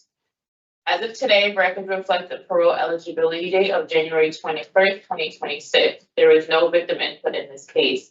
There is an offender accountability plan for the offender. It has been reviewed and shows the offender has not completed any programs to date. Utilizing the statewide collaborative offender risk evaluation system, the offender's overall score falls within a high range of risk for recidivism. Mr. Smith, this is your opportunity to express to the board why you believe you should be granted parole. You may begin. Okay, thank you. Good morning, guys. To the honorable members of the parole board, my name is Richard Smith Jr. I want to begin by expressing my sincere gratitude to the board for their time, for giving me the opportunity to speak directly to you. I understand the weight and the responsibility of the work you do, and I do not take this moment lightly. I thank you for hearing me, for reviewing my progress, and for allowing me a chance to show you guys why I'm a great candidate for parole through the steps I have taken to change my life.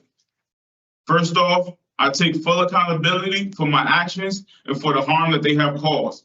I recognize that my behavior has had an impact on the victim and his family, and I also recognize the pain and disappointment that I have caused my own family, as well as the hurt, the fear, and the disruption that I have caused my community.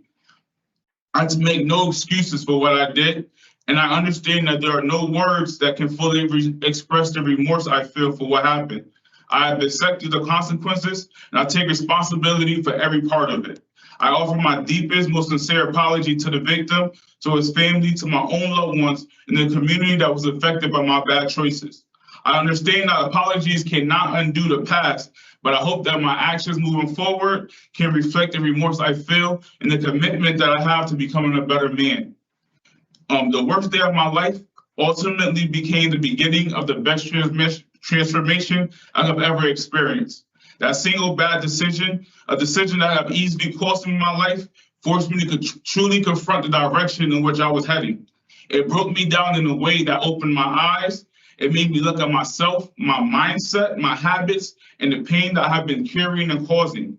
That terrible moment became the turning point that pushed me towards becoming the man I should have been all along. It became the moment that changed the entire path of my life.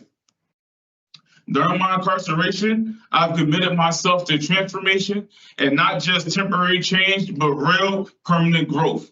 I have found God again and was baptized and have rebuilt my faith, which has grounded me and gave me purpose in the world.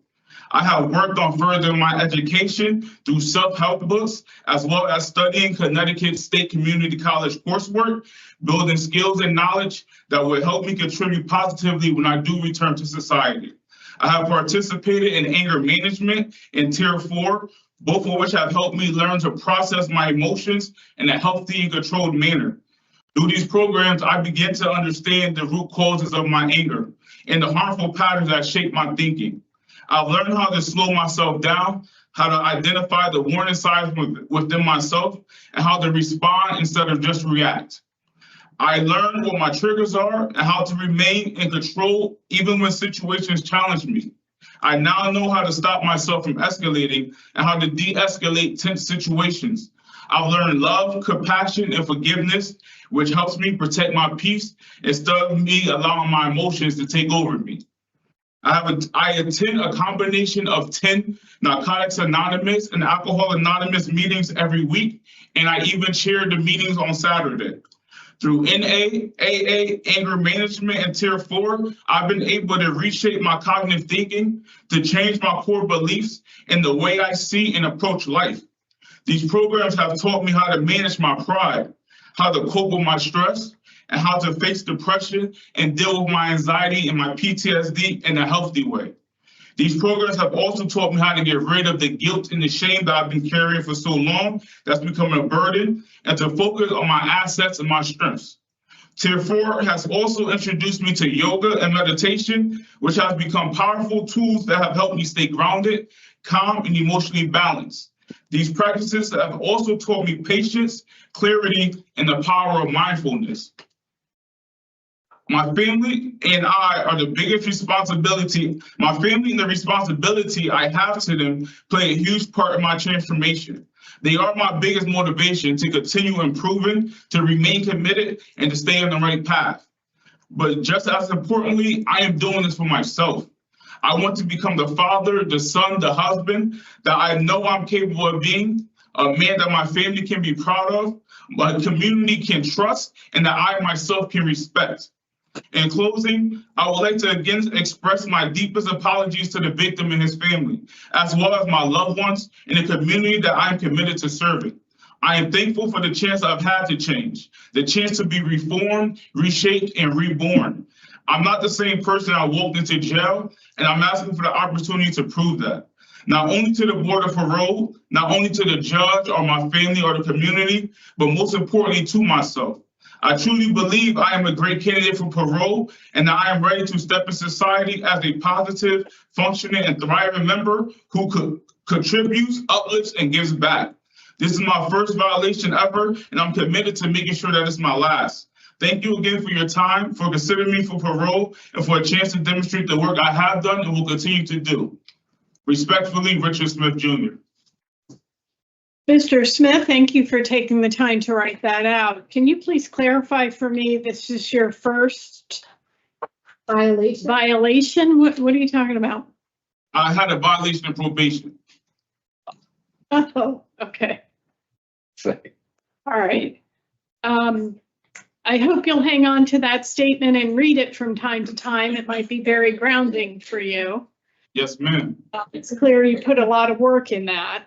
I'm going to be really honest and upfront with you, sir. I don't agree that you are a model or ideal candidate for parole. Okay, I understand. Okay, so let's talk about it. This is your third gun conviction. Yes, ma'am. Why? Well, unfortunately, I was lost for a long time. I was very negative. I had a terrible outlook on life. And I thought that I needed a firearm to protect myself when really I just needed to change my mindset and change my environment. So unfortunately, I was just wrongfully thinking. I had a distorted thinking. I have a very negative outlook on life. And thankfully, through finding God again and doing these programs and learning some things, I see the fault that was in my ways. I understand the harm that I was bringing not only to myself, but also to my community. Okay. Yes, harm to the community. So, part of what we're doing here today is making a decision whether it's appropriate for you to finish the 3.5 years that you have to serve out in the community on parole before you begin your 3 years of probation. And we have to make that decision in light of the interests of public safety. Yes, not only were you someone on probation who was willing to be in the possession of a firearm you were prohibited from having, but then you engaged in conflict and discharged that weapon. And we could be, here under very different circumstances 10 years down the road while you're serving your felony murder conviction. Yes, ma'am. So it's interesting to hear you say you want to take full responsibility, because I was kind of reading something different in the report that the parole officer prepared for us after interviewing you. Because the Pruno ticket in May, that wasn't yours, right? It wasn't mine, but I did take responsibility for that.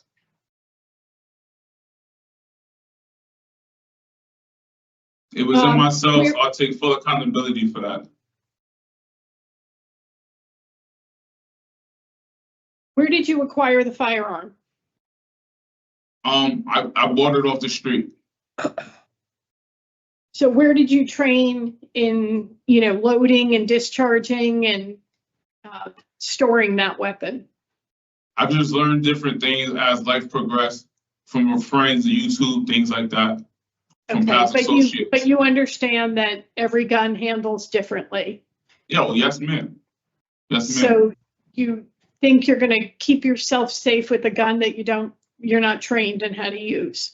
No, ma'am, I do not. At the time, I did. Like I said, I had a very bad outlook on life and distorted thinking. I thought that I needed a gun to protect myself, and I learned that that wasn't the case.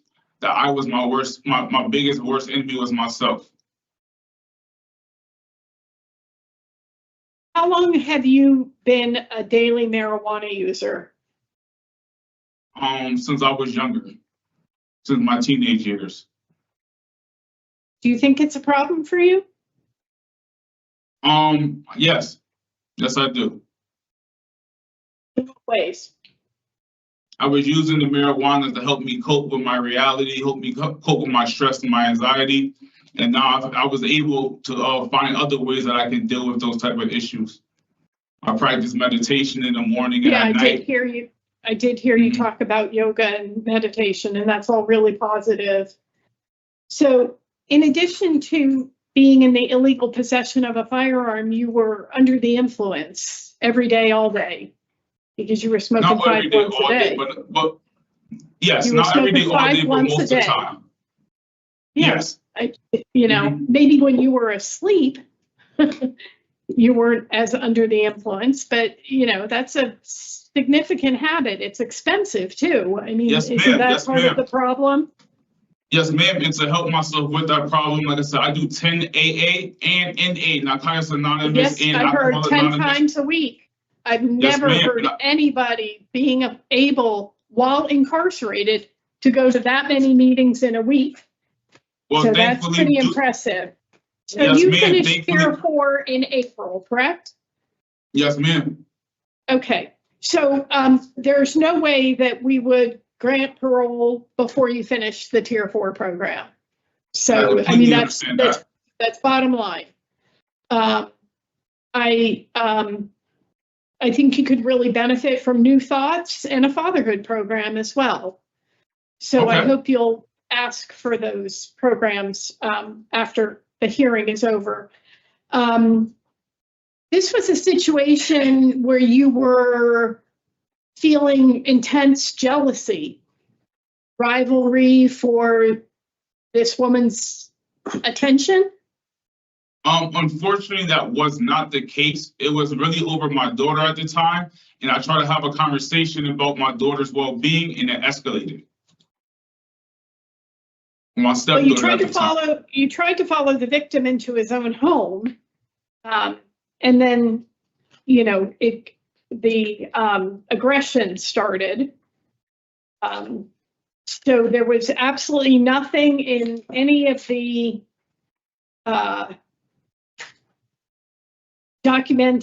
documents concerning the incident that spoke to your daughter. You forced your way into his home. You threatened him over Giovanna. Is that how you say her name? Yes. A fight ensued, and the gun went off multiple times. Yes, ma'am. You had Yes, said to ma'am. him, "Are you ready to die over this shit?" What was that? What was that in reference to?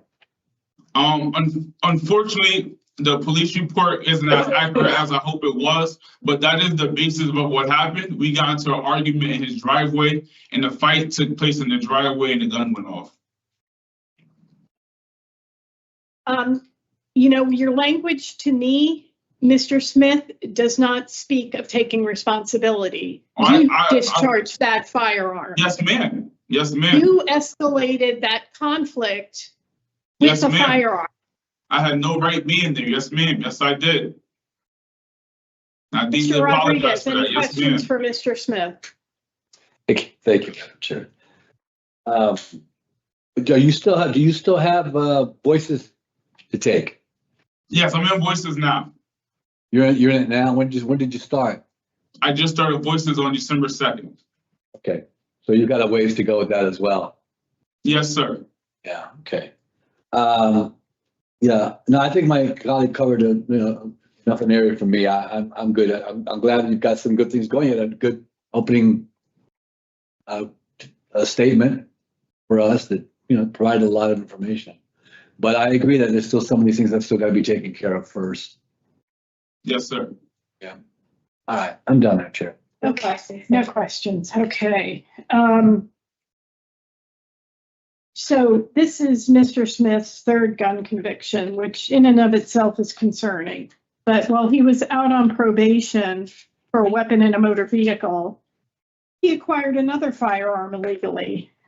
He now has 2 standing criminal protective orders against him and 3 years of probation ahead. Very disappointing to see that he would come into the facility and get a fighting ticket and a threatening ticket.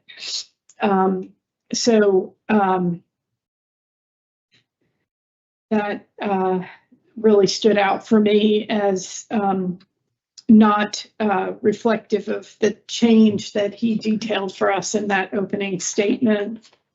Yes, ma'am. It was after going through so much. I'm going to ask you not to interrupt because we're discussing. Oh, okay. I apologize. Putting things out on the record. So it's for those reasons that I will not be supporting Mr. Smith being granted discretionary parole today. Mr. I'm Rodriguez. basically at the same place, Madam Chair. I will not be supporting discretion parole today. Either, I think he still has a ways to go on this programming and get himself together to be on the outside of the community. Panel member Barry?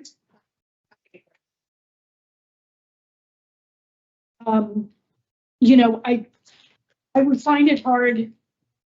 I'm a little bit torn because, you know, he's with us until August of 2027. However, he has a sponsor. He's going to his mother's in New Haven. And it's not just his third gun conviction, but the weapon was fired multiple times in this incident, and lives were in danger. And it was an absolutely unnecessary situation. So I'm not going to recommend a rehear. Was that something you were considering? No. Okay. So I have criminal history, nature and circumstance, offense on probation, and poor institutional adjustment. I have inadequate children participation. Well, I didn't, because he's in tier 4 and he's in voices, and so they're on Still considered, underway. but I mean, I had inadequate institutional participation as well, Okay. because he hadn't finished anything yet. He's just started. Okay. So in the matter of Richard Smith, inmate number 390471, there is a motion to deny parole for the following reasons: your criminal history, the nature and circumstances of your current offenses, your offenses being committed while you were on probation, your poor institutional adjustment, and your inadequate program completion participation. Do I have a second? Second. All in favor? Aye. Parole is denied. Okay, thank you for your chance and opportunity. We wish you much success, sir. Thank you. This concludes the hearing for Richard Smith and Mrs. 390471.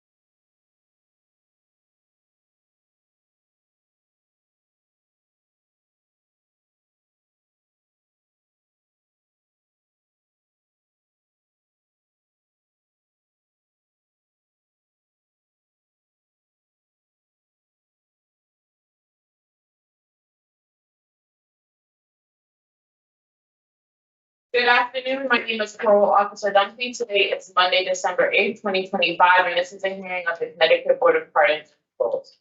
The following board members are present this afternoon, and by stating their names on the record, certify they have reviewed all statutorily required documents and available pertinent information in preparation of this hearing. Nancy Turner. panel member Barry, Panel member Rodriguez. Please state your name and inmate number for the record. My name is Richard O'Dakin, inmate number 393646. This hearing is being conducted in consideration of the parole application for Rigel Dakin, inmate number 393646. He is serving a total effective sentence of 33 months, followed by 5 years of special parole and 18 months of probation for criminal possession of a pistol revolver, violation of probation with underlying charges of burglary third, violation of probation with underlying charges of 2 counts of violation of protective order, violation of protective order, and 2 counts of illegal operating a motor vehicle under the influence of alcohol or drugs. As of today, record reflect the parole eligibility date of December 19, 2025. There is no victim in this case. There is an offender accountability plan for the offender. It has been reviewed and shows the offender has completed the domestic violence program and is here too. Utilizing the statewide collaborative offender risk evaluation system, the offender's overall score falls within a moderate range of risk for recidivism. Mr. Dakin, this is your opportunity to express to the board why you believe you should be granted parole. You may begin.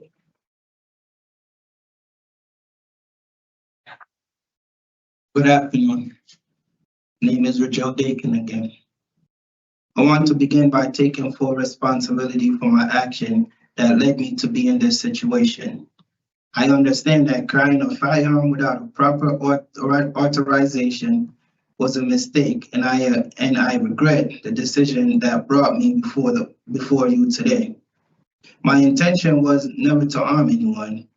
I was driven by fear and a strong instinct to protect myself and my family in an environment where crime and violence are a part of daily life. That's not my excuse for my action, but I hope it provides context for the state of mind at the time. As a full-time father, my top priority was always been to provide for my children and to make it home safe. Excuse me? Please continue. Okay. As a full-time father, my top priority was always been to provide for my children and to make it home safely to them every night. I made a poor decision out of fear, not out of disregard for the law. Since that time, I had the opportunity to reflect deeply on my choices and the example I want to set for my kids. During my time away, I've been taking meaningful steps towards becoming a better man and a father. I have completed several programs that helps me grow mentally, emotionally, and spiritually. Before this, I also earned my CDL Class A license, which opened the door to stable, legitimate employment once I'm released. My goal is to build a career as an entrepreneur in the transportation field so I can provide a secure future for my family and to contribute positively to my community. Being separated from my kids had been the hardest consequence of all. I have missed moments in their life that I can never get back, and that pain had strengthened my commitment to living within the law and being present for them as a father and role model. I respectfully ask the Board of Parole to consider my progress, my accountability, and my dedication to rebuilding my life and being a positive influence on my family and my community. I am determined not to let this mistake define me, but to use it as a lesson to guide others away from the same path. Thank you for taking the time to listen to my letter and for considering my circumstances. Thank you, Mr. Dakin. We appreciate that you wrote all that out and spent the time reflecting. You delivered it nicely. We're going to take turns asking questions of you based on the documents that were available to us, and then we will discuss your case and give you a decision this afternoon. Are you ready to proceed? Yes. All right, Mr. Rodriguez is going to begin the question. Thank you. Thank you, Madam Chair. Yeah, Mr. Dakin. Dakin, correct? Yes. Thank you for your statement. It was very well put together. Thank you. Yeah, thank you for that. But I have to be honest with you. I'm concerned about the charges that you have and the severity of the charges that you have. I mean, the violence in this, to me, it's just a little bit, too much. Yes. Can you tell me what you're taking responsibility for? I'm taking full responsibility for all the charges, basically violating my probation, taking full responsibility to carrying a pistol without a proper authorization, as I said in my letter. Taking responsibility for violation of the protective order, and also driving under the influence of the alcohol. And what about the actions in the domestic situation? So my domestic situation, as you can see, when I read the document, it sounded as if you were kind of blaming the victim for it. Oh, no, I mean, A part of it, I could say, I'm not blaming her, but a part of it was because of her influence on me also. My victim, I had a child with the victim, and we was going through a little breakup at the time. And with me, like I said, What's a little breakup? Now, who was going through a breakup at the time? Yeah, well, yeah. Okay. Yeah, who was going through a breakup, and What was her influence on you? No, I'm saying I was just trying to like rebuild my family. I was trying to like give my family back, but at the time we had went to court to. Was that something she wanted? Yes, Your Honor. I mean, I say yes, Your Honor. I got in court, but yes, because at that time we was both contacting each other, which I was not supposed to be contacting her. You know what I mean? And you know, having a kid together. Yeah, I mean, beyond the court say no contact, but you know, us, we still was having contact for the kid, you know? So. But yeah, but you know you weren't supposed to do that. Totally understand. I mean, I don't know, I didn't get like a whole lot of, even in your opening statement, which was good, I didn't hear a whole lot of change. Yes, you took some program. Let's go to the program. You took some programming, right? Yes. You took domestic violence. Absolutely. Tell me what you learned from it. In domestic violence, I learned about power and control. As in, can you tell me without looking at the paper, because you're not going to be carrying the paper when you're involved in a relationship. Okay, yeah, I learned about power and control as far as using economic control, you know what I mean, sexually abused, like control over your partner. I had learned about taking like timeouts.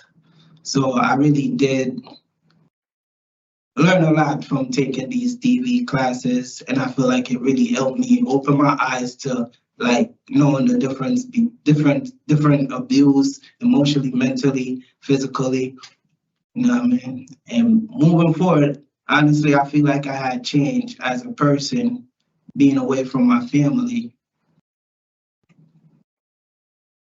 Well, you know, that's what I'm trying to get from you, because you know, although I hear you saying the words and saying, you know, the words that you probably heard in the session, you know, tell me about what's a positive relationship. What's going to make a positive relationship for you, someone. But I had dropped. That's why I said I jot down a few notes here that I wanted to. You're not going to have notes though when you're having a relationship with somebody, so you're going to have to remember how to do it and how to handle the things that you got to handle that way, and what makes a positive relationship. Yeah, you're not going to have a note that's going to tell, oh, I got to trust this person. Oh, yeah. I totally understand. I know. I feel like I learned myself a little more. And I feel like I know how to like walk away from a lot of situations now. Being away, have this time to work on myself as a person.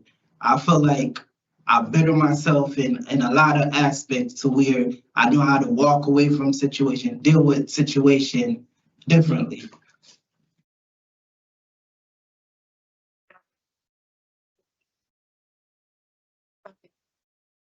Okay.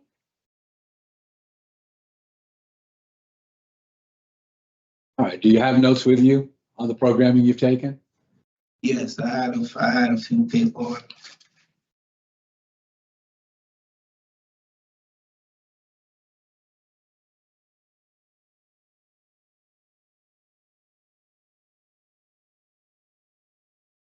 Is this on your domestic violence? Yes. So with this one, I had like it says best relationships. So the best part of the relation, the best actually stands for, the B stands for boundaries, the E stands for equality, the S stands for self-esteem, and the T stands for talk. So I felt like I had learned. I feel like I mean learn a lot from there. And this is the type of abuse that I really pay attention to. With the physical, emotionally, sexual abuse, I learned a different type of abuse that I didn't know about before. So what's a healthy boundary in a relationship? healthy boundaries, making, having a partner, making her own decision, giving her space. Each person in a relationship should have their rights to set his or her limitation, you know? Can you give me an example? An example, it may include like language or behavior or touch, you know? Like if she doesn't want to be touched, then you can accept that? Absolutely. All right, what about going through her phone? Going through her phone, I'm not that type of person that ever goes through anyone's phone. I don't go through phones. But that's a good thing. That's a good thing. Listen, you know what? I think you should keep, my colleague's right. You should keep those notes available to yourself. No matter what happens today, you should keep those notes. Because I think those, she's right. Those will probably be very helpful for you to continue to look at and read up and look at and continue to kind of just refresh yourself so you have them available to you. Did you do the same thing with some of the other programs that you've taken? I have taken. Did you do voices? Did you do voices? No, because when I came here, they told me I had voices at first on my OAP, and then they actually changed it to domestic violence. And then they had me do tier 2 also. I see that. It was removed and changed to DV. Yes. But it would also be good for you to understand the effect of your behavior on victims and on a person that you're dealing with. Yes. It would also be good for you to understand that. Yes, and I speak to plenty of counselors here, and I explain that to them why they removed voices and gave me DV instead. And they told me like all the stuff that I could actually learn in voices, DV is a better group for me, and I could actually learn all those things also in the domestic violence group. So here's my next question: were you under the influence when these events happened? A few times, yes. So you've taken tier 2? Yes, I have taken tier 2. What have you done? Well, tell me a little bit about your tier 2 involvement. My tier 2 involvement, I really pay full attention to being under the influence of alcohol and what alcohol could do to a person. And well, not only to a person, but to the community. You have two illegal operating under the influence. Yes. And also, so not just, can I speak on? Sure. Yes. Can I speak on those? Yeah. So my two under the influence situation, I was out on the weekend because I do CDL truck driving. I drive all over the state. So like on the weekends, I might come home. I want to have a little fun, go hang out with the boys, because I don't drink like on a day-to-day basis. I mostly do this on the weekend. You know, so if you could see in the report, every time whenever I got arrested in those two situations was the weekend. So my first situation was I was actually out with my friends and I had a few drinks. So before I actually drive home, I took full responsibility by pulling over the car and taking a nap inside of my vehicle. And that's when the cops came up on me and asked if I was okay. And I told them I was fine, this, that, and the third. They had me do the walks and stuff like that. You know what they doing. While I was doing that outside, that's when they had searched the car and they had arrested me. My second situation was, you know, sometimes you drink and you feel like this is not an excuse for drinking or anything, but you feel like you got it under control. But I had pulled over on the side of the road again, happened to take a leak on the side of the road, which wasn't right. And that's when a cop had pulled up on me like, what are you doing? You okay? I'm like, yeah. And then there we go again with But you were drinking. But you were drinking. And you were driving. Yes. So you put yourself in danger and you put the community in danger too. Yes, absolutely. But even though you may have felt you were in control. Yes. And the second time, like I said, the second time I was driving, but the first time I did take responsibility. I pulled over my car. But those concern us because we have to be concerned about public safety. Those kind of offenses concern us. You understand that, right? Absolutely. You know you're gonna be on the deadly weapons offender registry, right? Yes. You're not gonna be allowed to carry any weapons, that's it, otherwise it gets worse for you. Oh, okay. Yeah, I wasn't planning on trying any more weapons. Well, my concern is that you feel you're unsafe in the community. And what are you gonna do when you go back out in the community? When I go back out in the community to this time, I feel like people, places, and things was my biggest problem. Like the people I hang around with, the places I go, was a big factor in my life. So right now, I feel like going back out to the community, I want to spend more time as a family because I am a family man. I got 5 kids. I love them dearly. I want to do more family things, spending more time with the kids. You know what I mean? Just work more, being around the kids more, and stay away from the negative things that will have me thinking I should need a weapon or anything like that. What's going to be your support system when you're out? I got a few. My family. I got a good family behind me. You know, I'm from a Jamaican background. I got my older brothers and sister. They do got little small businesses. Even my sponsor that I put down, Marcus Fox, he's a very good role model. Your brother, right? The sponsor gonna be your brother? Yeah. Yes, he is. He's a very good role model in the community. You know what I mean? And I feel like me being around him and taking a few pages out of his book gonna really lead me onto the right path. They have a few small businesses that I could help out with getting myself back on track. Okay. While you're there, have you been taking any AA? Absolutely, I did participate. Yes. Yeah. Yes, I did volunteer. I did volunteer. And did Tier 2 talk to you about CCAR? Yes, I did. I did wrote for CCAR, but they told me because I wasn't that close to EOS as yet. It was like they tried to get the people that was like right there. But I did wrote them. I did try to get on the list, and I think that's an important group for you to contact because I think you're going to need a lot of support in the community for yourself. Okay. Listen, did you lose your CDL because of these offenses? At first, my first violation, I did have a year suspension, and they wanted me to put the interlock device in the car for a year. And after the year, I could be able to restore my license. Have you lost your CDL? At this point, I can't say yeah or nay because I don't know. I didn't look into it because I've been incarcerated. I was just telling you about the first offense that was the year violation. Yeah, I don't know what happened. Yeah.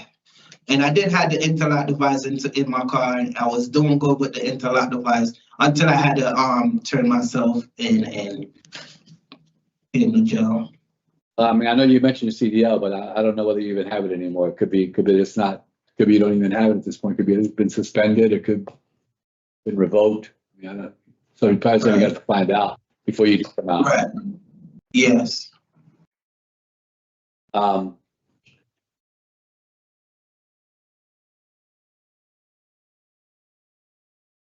Yeah, I think I'm good at this point. Okay, good luck to you, Mr. Dakin. Councilmember Barry? No, thank you.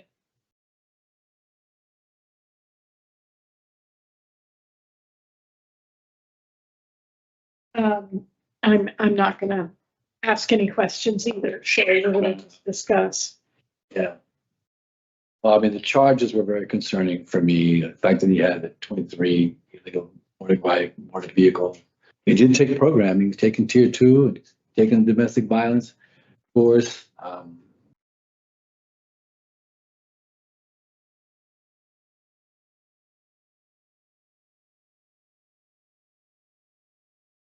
Got protective orders to 47 to 2047. Got 5 years of special parole. 5 years on the deadly weapon offender registry. Mm-hmm.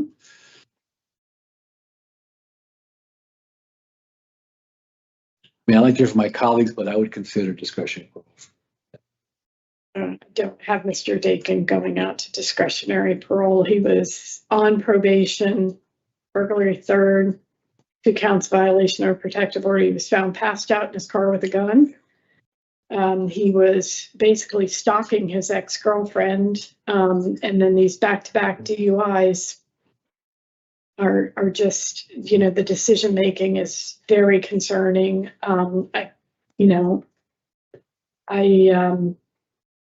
don't know that he has a career in trucking left. I don't know how you get insurance to drive a truck when you have the DUIs, and he's going to have to do the interlock device again too. So yeah, it's just I hear you. too much. I mean, he began probation on January 18th, and just went off the rails.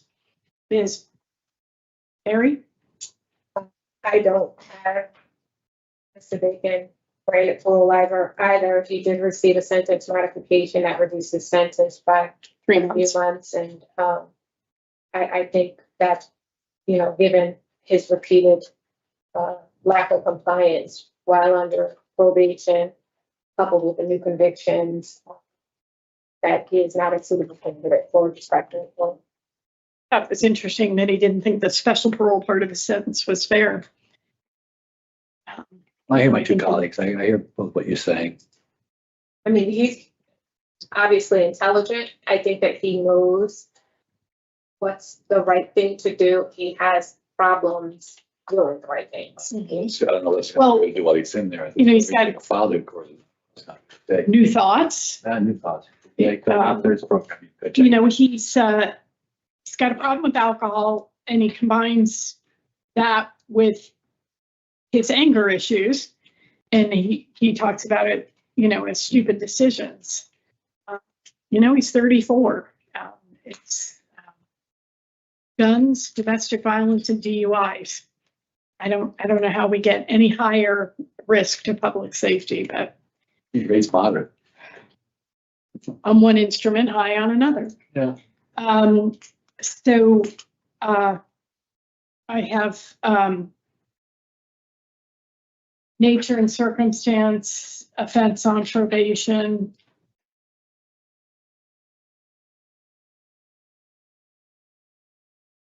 Could certainly throw in criminal history. Did you have? I have criminal history in our probation. And as a condition of special parole, I don't see him being able to drive without a parole officer's permission. So yeah, I just, I don't know how driving is going to be a violation. Mm-hmm. I have no driving, no alcohol, domestic violence, and no contact with DM. Anything to add? No.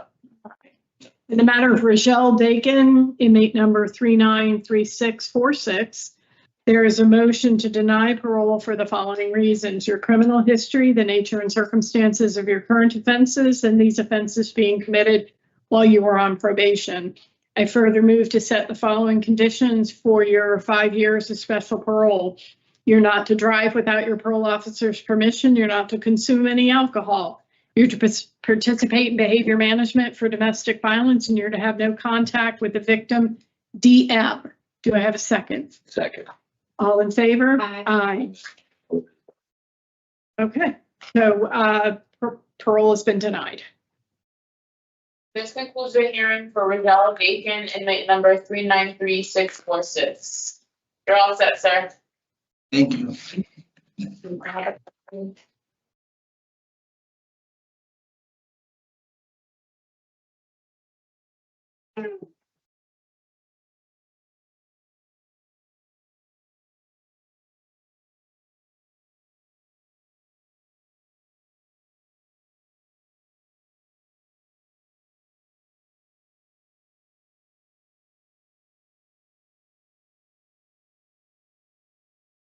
Without a contract. Good afternoon. My name is Parole Officer Dunkley. Today is Monday, December 8th, 2025, and this is a hearing of the Connecticut Board of Pardons and Paroles.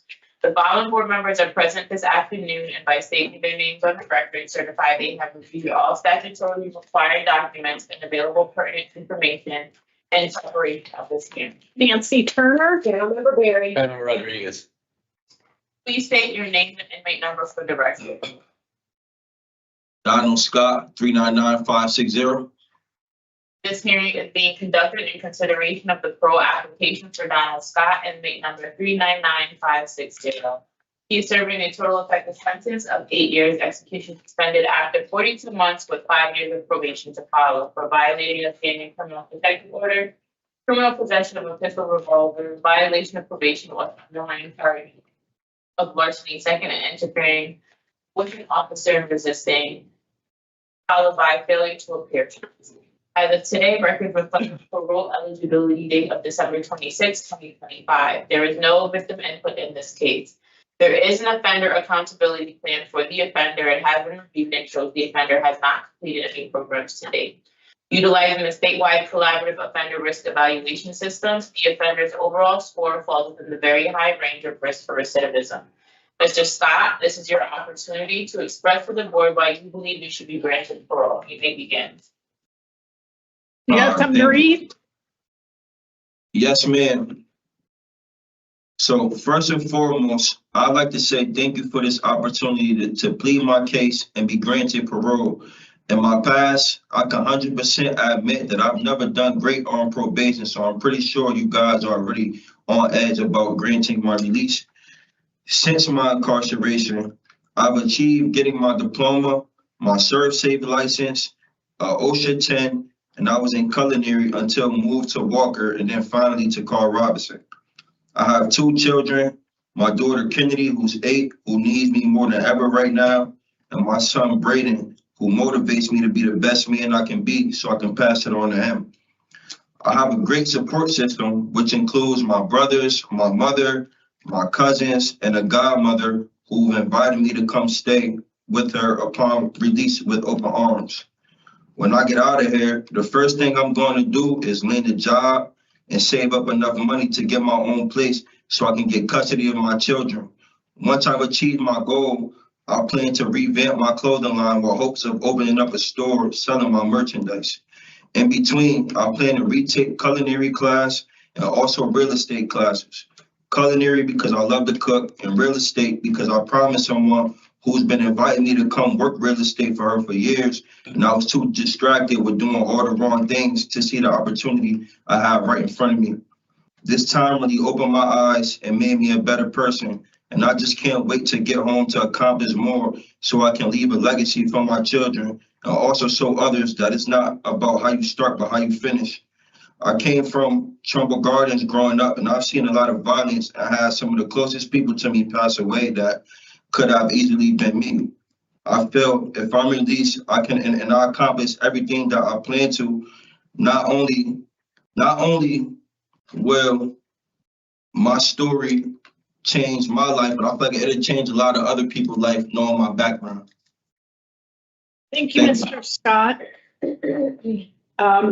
That was an interesting opening statement. We're going to ask you questions, then we'll discuss your case and make a decision. We'll begin the questions with my colleague, panel member Barry. Thank you, Madam Chair. Mr. Scott, I appreciate your opening comments, and I'm glad that you aspire to be a better person, better father to your children. You sound like you got a whole bunch of things, and they're all over. So you probably should hone in on 1 or 2 of them and try to make those successful. I'm glad to hear that you have a tremendous amount of community support, and I want to commend you. That is a phenomenal accomplishment, and you should be very proud of yourself. Once you're out in the community, it will help you absolutely be more marketable when it comes down to your employment endeavors.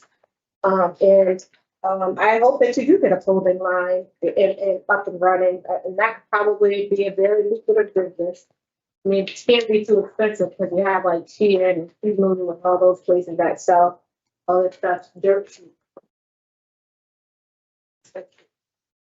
Anyway. The sound is going up. I can't hear anything. Going up or out? It's like it's kind of going out. Like I can't hear nothing you're saying. Okay, let's let me ask my question. Can you hear me better now? Yes, ma'am. Okay. So you mentioned your daughter. She's 8, right? Yes, ma'am. Okay. And how would you feel if someone punched your daughter in the face? I would guarantee feel mad.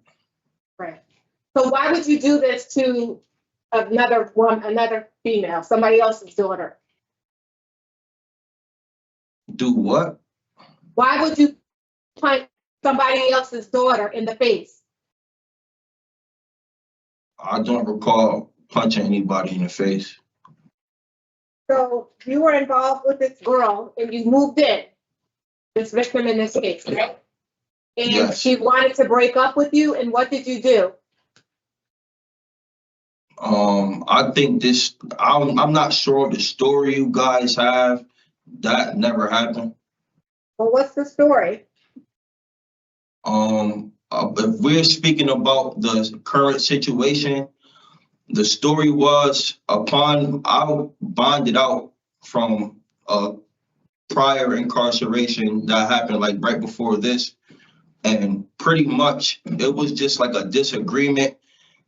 She was asking to go through my phone, and when I asked her to see hers, for some reason she just ran out the house.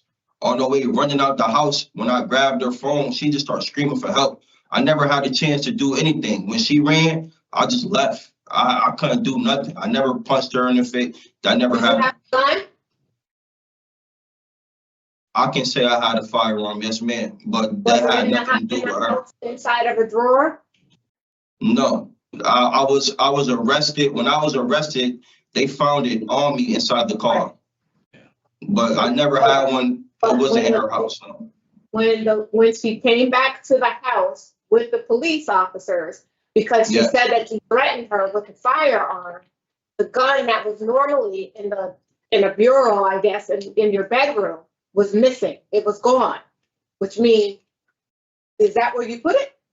That's where you stole the gun? Okay. No, that's false. Have you read the police report, Mr. Scott? Yes, ma'am. I read the police report. I don't like to speak about the situation, but I can give you a little insight on the situation. Those charges was actually dropped. Like, she didn't show up for court. She didn't. All of those things was dropped because it was false. And also during my incarceration, she actually was writing me and was trying to apologize for doing something false and putting me in a false situation. Personally, do you have any of those letters? I gave it to the public defender in my case. I showed him. I had my brother take a picture and show him. She was writing my phone. So how did you get? Why did she have a restraining order or a protective order against you? I have no clue. Like I said, I feel like she was just scared of my reaction to the things that she was doing. Why should your intimate other or your intimate partner be in fear of you? 3 months into the relationship. 3 months. Actually, I knew that girl since we were kids. And that's the thing. Like, I'm pretty sure she probably was scared of like my past. I can say in the past, I can't say I was a violent person, not necessarily towards females, but just as a person. So maybe she was scared of things that she felt like she knew about me, or maybe heard and thought that I would react to just the things she was doing. At the time, she was pregnant. Were you upset with her, Mr. Scott, when the two of you were breaking up? We weren't really breaking up. At the time, she was pregnant with my twins. And what happened was, when I bonded out, I'm not sure if y'all seen, but that's the person I gave my money to bond out. She gave them her address for me to come over there. So if you were gonna break up with a person, why would you give them your address for a person to come stay there? Like I said, like when I came home, I just noticed things that she didn't think that I would see. And I think she was just scared of my reaction. But I was so focused on getting my life together, I never really had time to address it. So when I finally addressed it, I think it just feared her because of her past.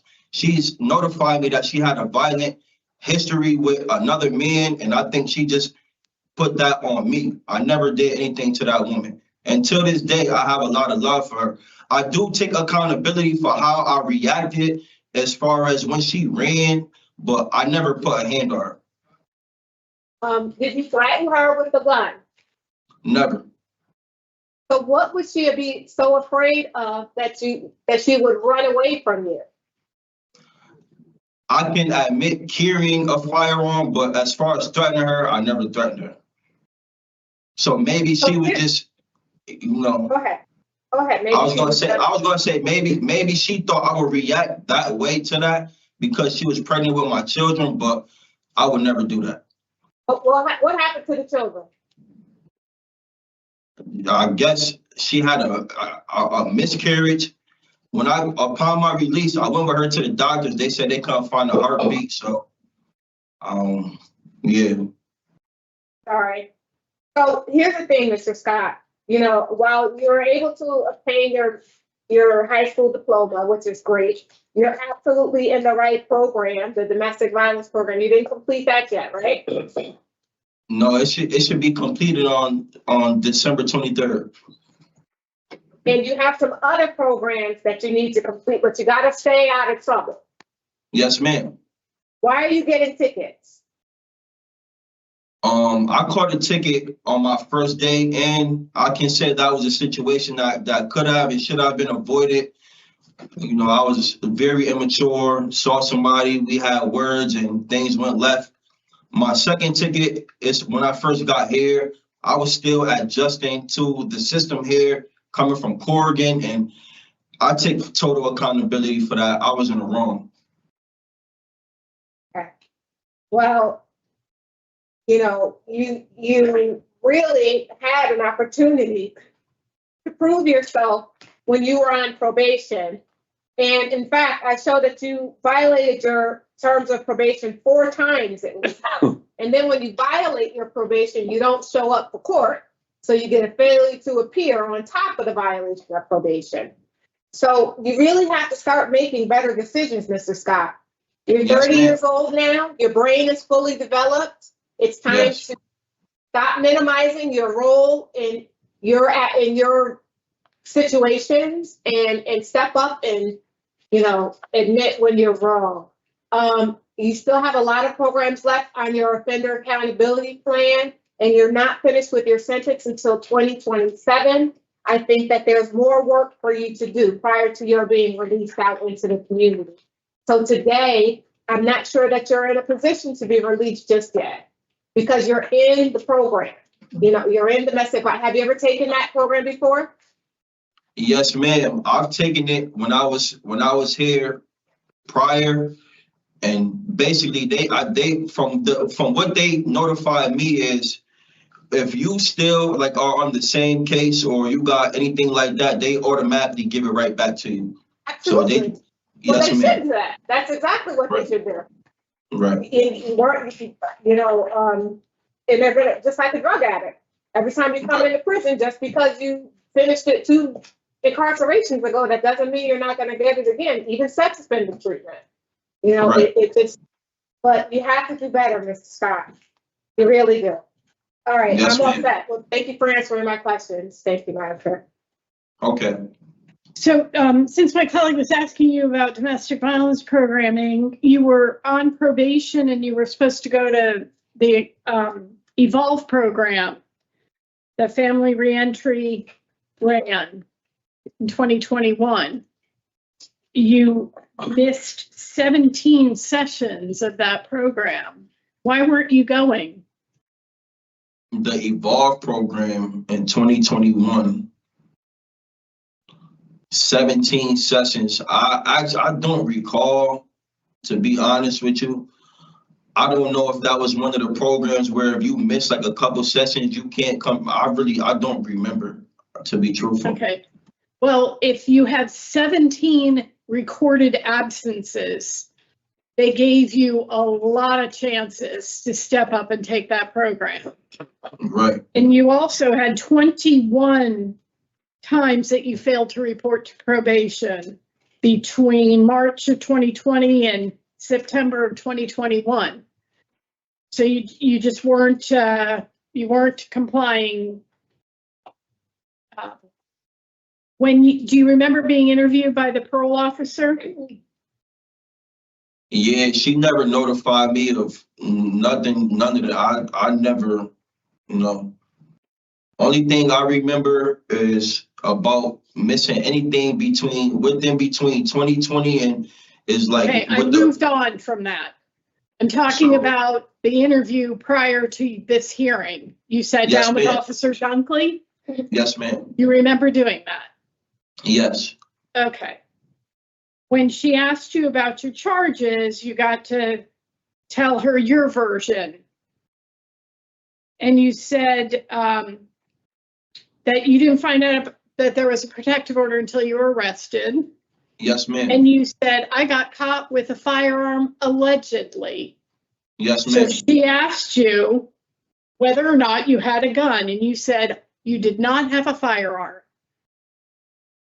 You see, the thing is, it's a very big situation that's going on. In my case, that what they did was the cop, he did a double jeopardy situation, and it was so much going on that they also charged me for saying that they found a firearm in the house. So I was trying to correct just the wrong, but I didn't want to get too into detail about it. But pretty much, like, I was charged with more than one firearm, and they only found one firearm. I don't know what you're talking about. They recovered the firearm on the floorboard of the driver's seat, and you were the only occupant in the car. And that's why you got criminal possession of a pistol or revolver. Yes, ma'am. So you, when you were found in that car situation, they found ecstasy and heroin. Do you use those drugs? No. Why'd you have them? I was living a wrong life at the time, and you're a drug dealer. At the time, I was just trying to make a couple of extra dollars. Is that what you refer to as being an entrepreneur? Being a drug dealer? No, ma'am. When I say being an entrepreneur, I mean as far as like the clothing line that I started for myself. I do landscaping and other businesses that I try to put myself into. You know, the clothing business, great. You know, sounds like a hobby to me. You have back child support and you've got 2 kids. So when you get out, you need to get a job that pays you a legitimate paycheck so that you can take care of your adult responsibilities. Yes, and then look at developing a business plan and launching something on the side. But you really, you know, it's really time to be the adult. You know, your language interests me because you say that your takeaway has been accountability, right? Learning accountability. Yes, ma'am. But your language doesn't match up. When you were asked about your history with schooling, you said you got into a fight and the kid's jaw broke. I'm assuming you broke this other person's jaw. Yes? You said when I was asked about schooling. Mm-hmm. And whether you've been expelled or anything. You said, yes, I got into a fight and the kid's jaw broke. Yes, ma'am. Okay. When you are actually taking responsibility and holding yourself accountable, your language would be that I broke another person's jaw in a fight. Do you hear the difference? Yes. You said, as far as committing crimes, I wouldn't say I was committing crimes, I was protecting myself. Here you sit.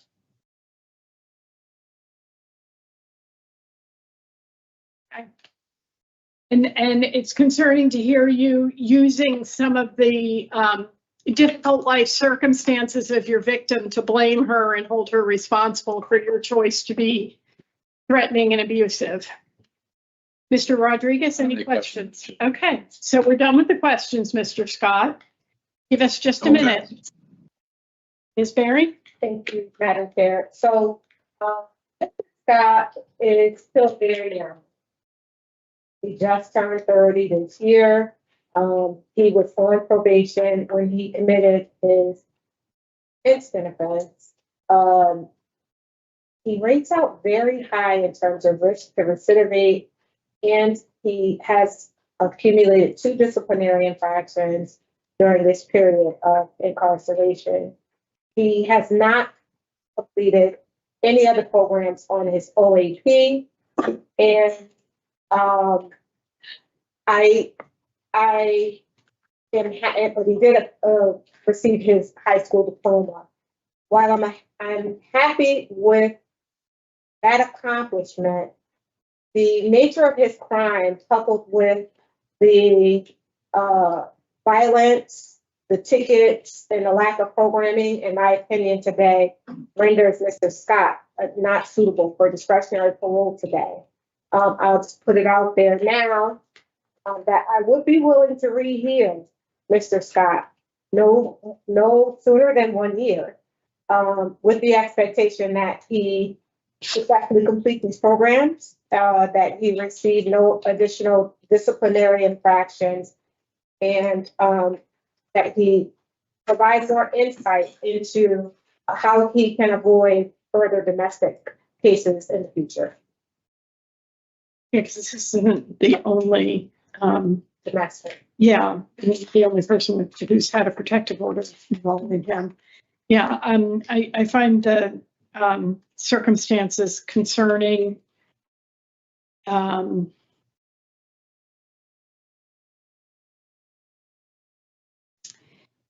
You know, even like the taking responsibility for the fighting DR, first he qualified it that he was new inside the prison, and then he said things went left.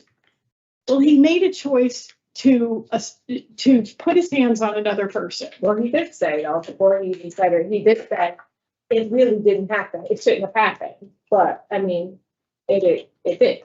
So I mean, he's making progress. They may be baby steps, but I would say immaturity at this point.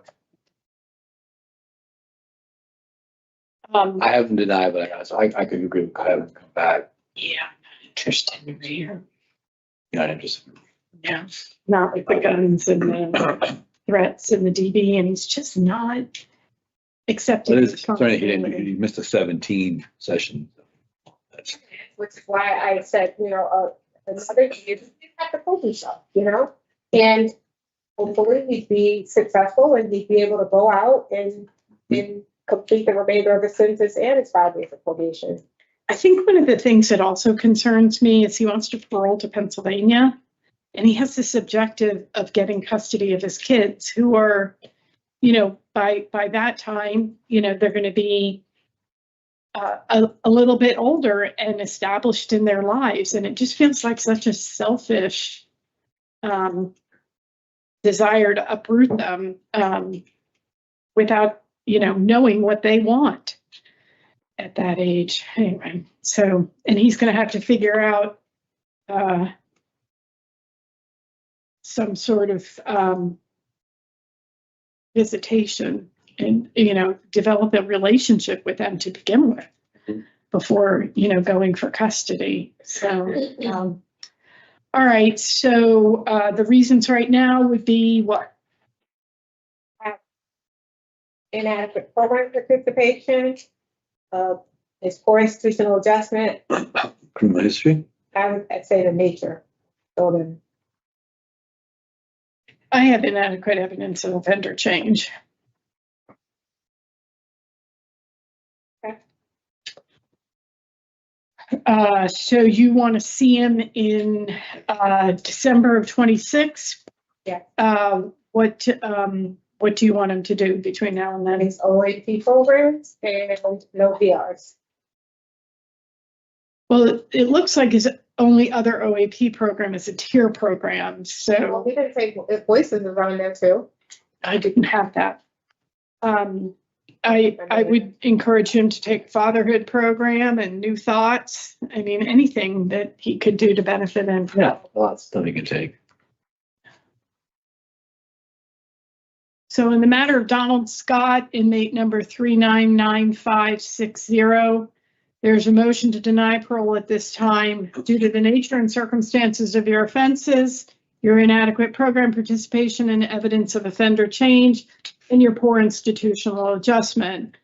There is a motion to rehear your case in December of 2026 with the recommendation that you complete programs on your OAP, not get any additional disciplinary reports, and take additional positive programming to benefit yourself, such as a fatherhood program and New Thoughts. You'll have to advocate to get into those programs.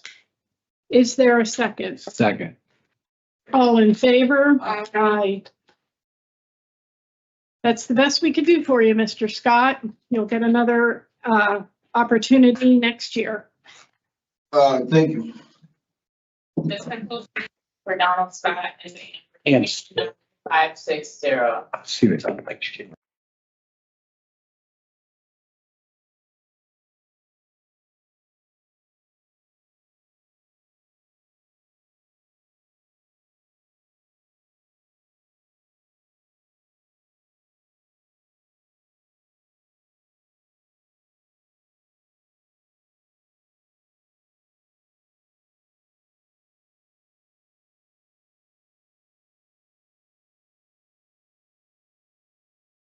Sir, can I have your name, please?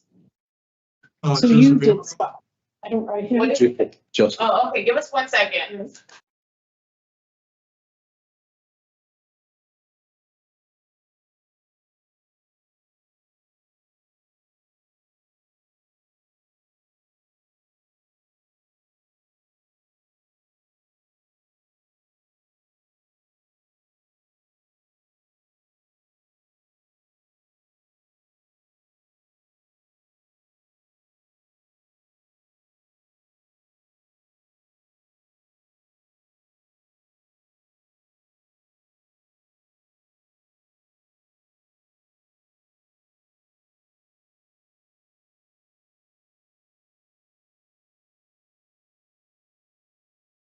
Good afternoon, my name is Parole Officer Dunkley. Today is Monday, December 8th, 2025, and this is the hearing of the Connecticut Board of Pardons and Parole.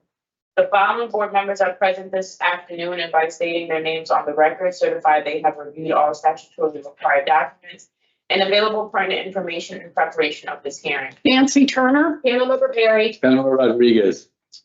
please state your name and inmate number for the record. Joseph Emerald, 420-746. This hearing is being conducted in consideration of the parole application for Joseph Amaral, inmate number 420-746. He is serving a total effective sentence of 3 years jail flat for violation of probation or conditional discharge with underlying charges of burglary third and criminal mischief first. 2 counts of burglary third, violation of probation with underlying charges of 2 counts of burglary third.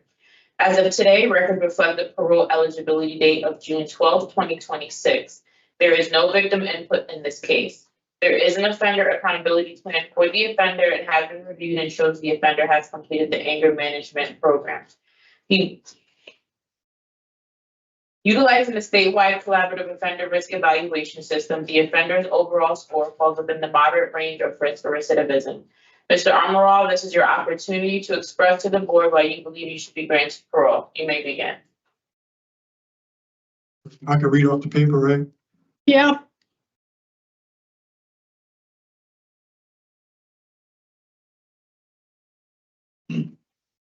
I have done some self-reflecting, realized a lot of my faults and weaknesses, and I have taken advantage of this incarceration to strengthen my mindset and decision-making, also my relationships and support system. I've noticed that I blame situations and circumstances for all my shortcomings. However, through painful evaluations, I have come to terms now knowing that I am no victim. Everything that I have done and everything that has been done to me has been from decisions I've made. Moving forward, I am going to make sure I make the right and best decisions for myself, my family, the community and everyone involved. I understand that for the victims of my past cases and my case now, that I understand the situations. I wouldn't have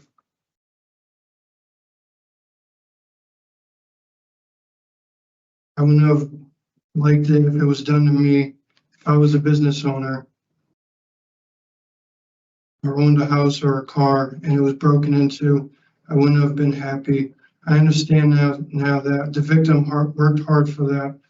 So now I'm working hard to be a better person for myself and anyone around me in society.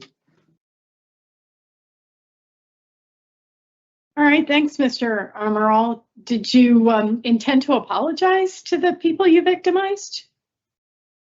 I mean, yes. Yeah. Well, go ahead. Sorry for everything I've done. I mean, I know now it wasn't right. At the times, I wasn't really thinking of the consequences, and I wasn't thinking of how I'm impacting these people. But now that I know that now, understanding that, being a little older, I understand I wouldn't have liked it if it was done to me. So.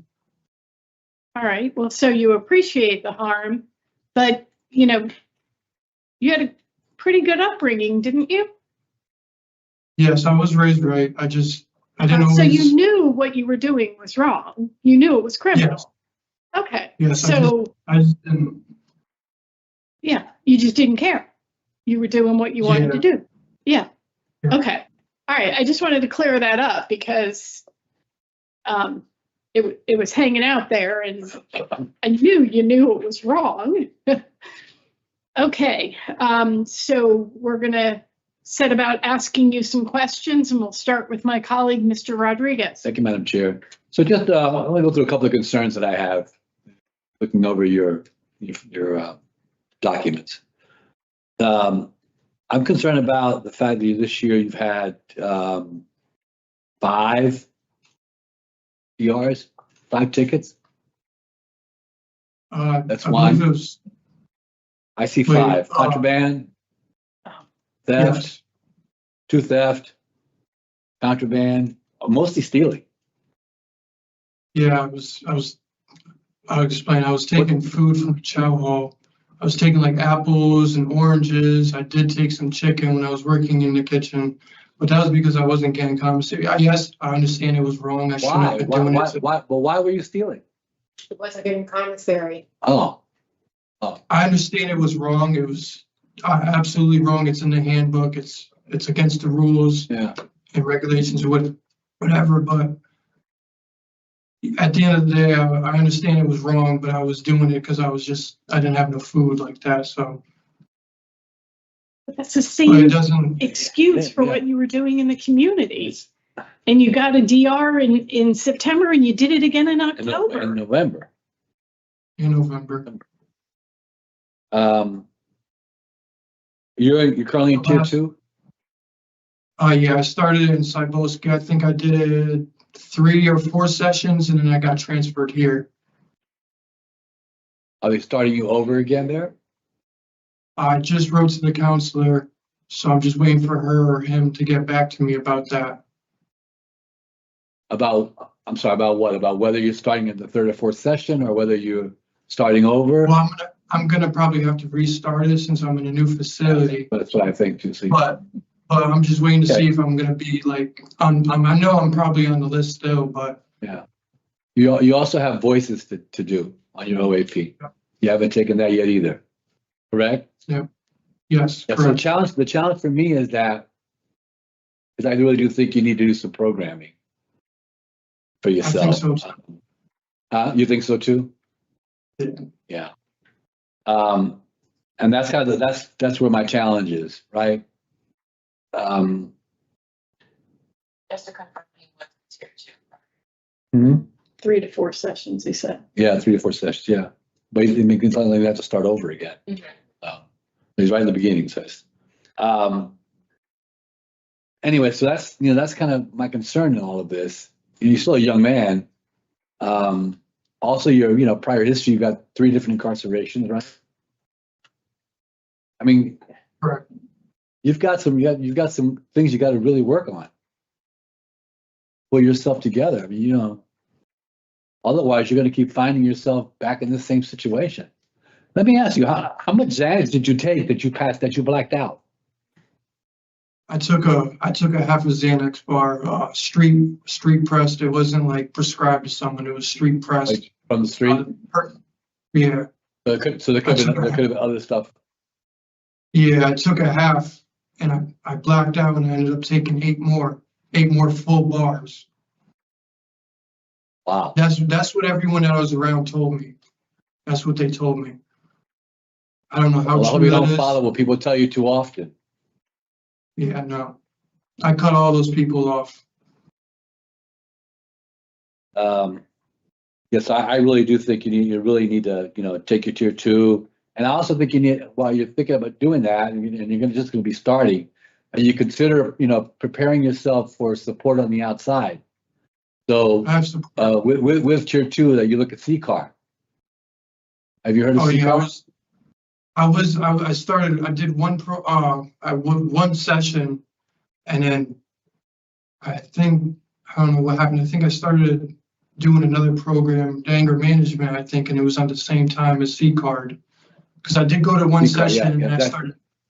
That's definitely an organization that you should connect with when you start taking your tier 2 program. Reach out to them. You have a tablet? Yeah. That's my understanding that there's a yellow icon on the tablet that represents them, and that you can connect with them through that. Okay. But I think that's important for you to kind of get that set up. Anyway, that's my concern. I'm not sure what, without the programming, how far we can go with how much growth you've really had. So I don't really have a whole lot of questions for you today. But thank you for answering the question that I did have. Madam Chair. Councilmember Berry? I am sorry to see you again, Mr. Amaral. I was on your panel back in September of 2019. And we granted you that time, and you'd had no programs. I'm not going to make that mistake again. All right. I think you heard where I'm at. I mean, yeah. I'm in denial because he just hasn't done the program that he really needs to do. And I would even add some more programming probably on his end, if he can, to try to get himself together. I don't have him coming back either, but I'm happy to hear what my colleagues have to say.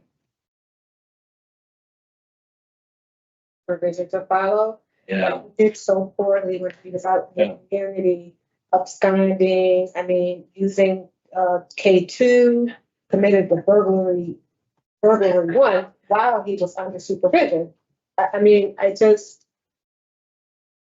don't know anybody would take. I just don't understand. If the supervision is not a deterrent as well as a resource, right? Why provide it? Mm-hmm. I didn't have a burglary one. Well, no, I looked at his record. He had a parole violation, because he committed a second example. He was arrested. They must acknowledge it, but. And I think that concern, besides being on probation, not working and using drugs and stealing in order to get the drugs, we have somebody who's come inside and he's basically doing the same thing. He's stealing food, facing consequences, and still doing it, and not coming up with an alternative for himself. So that leads me to feeling like there's just not the change that we need to be seeing. Yeah.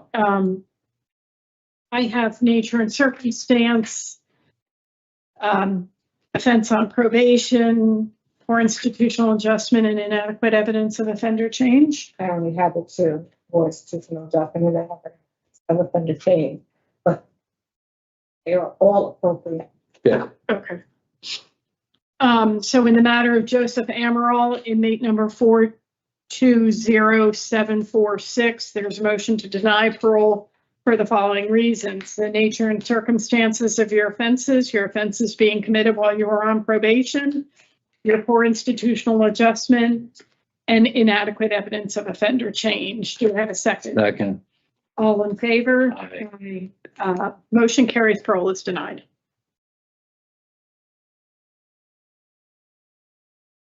This concludes the hearing for Joseph Amaral, inmate number 420746. You're all set, sir. Thank you.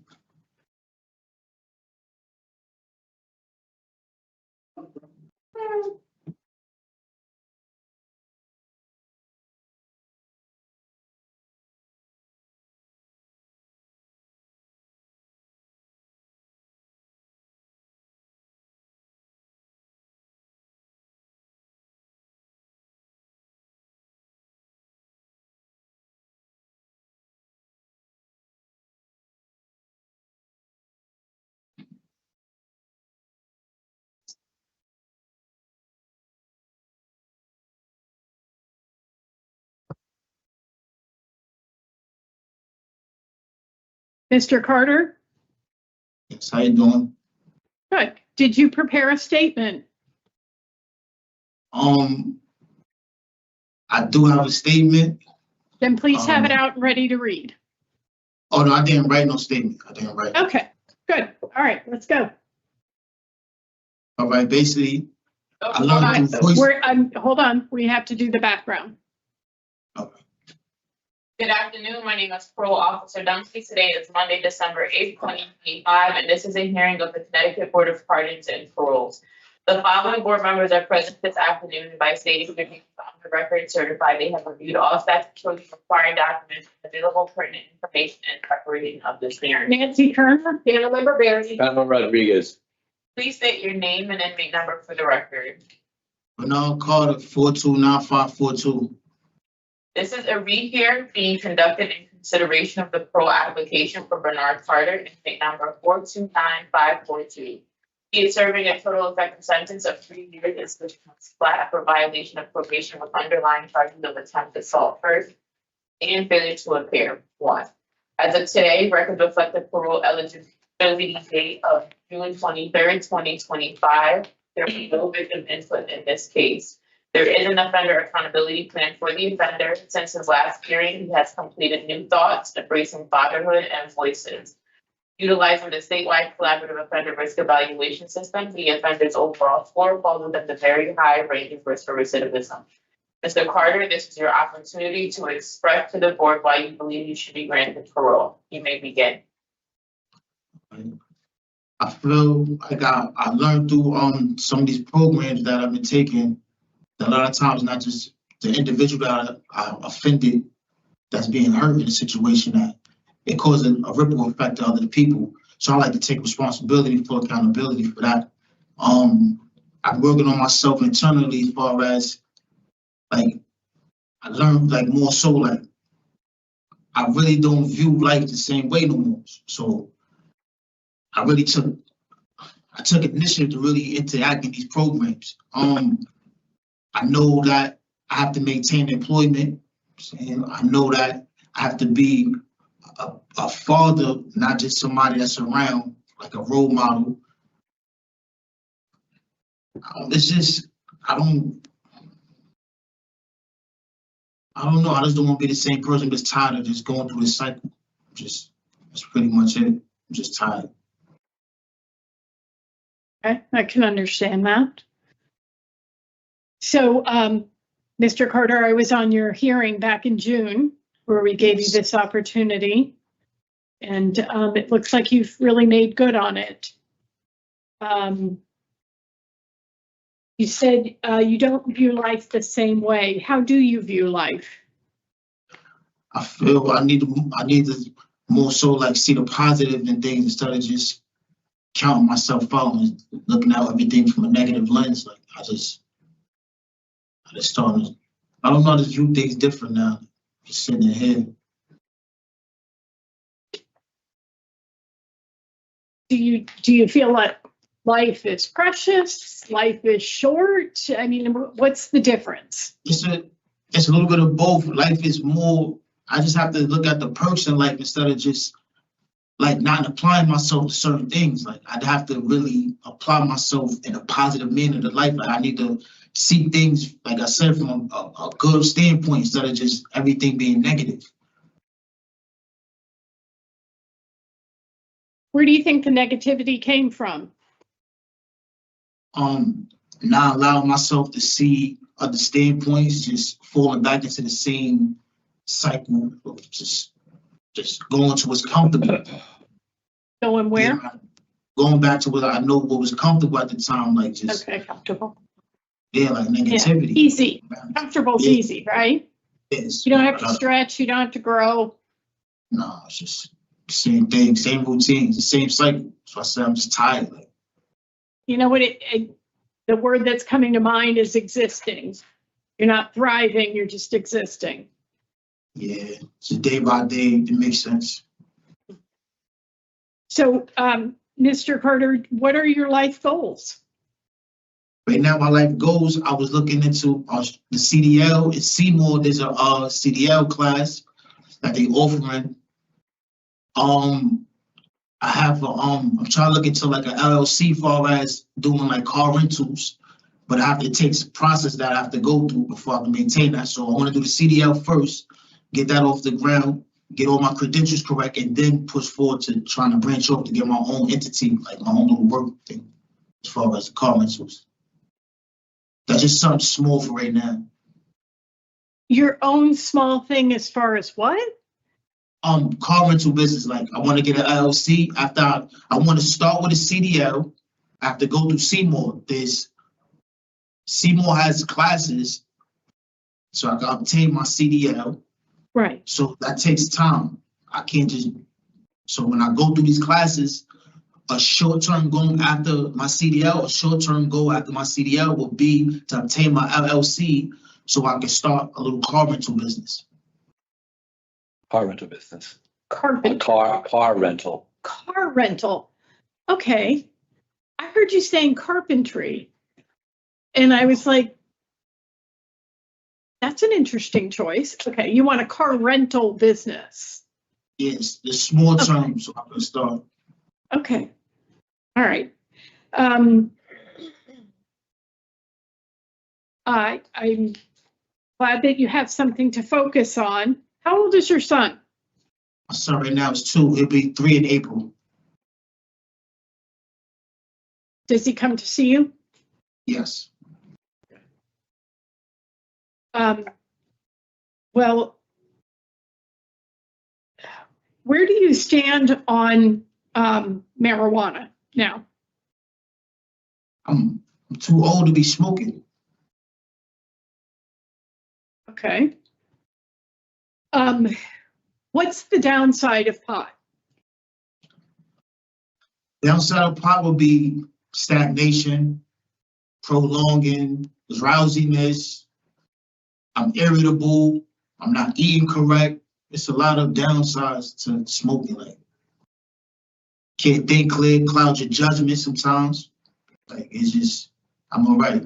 I feel like I'm healthy right now, so it's like it's a fresh start, pretty much. I would add, makes you lazy, kills your drive. Yeah, and it damages your lungs. It's a big one. And your brain cells. Yeah.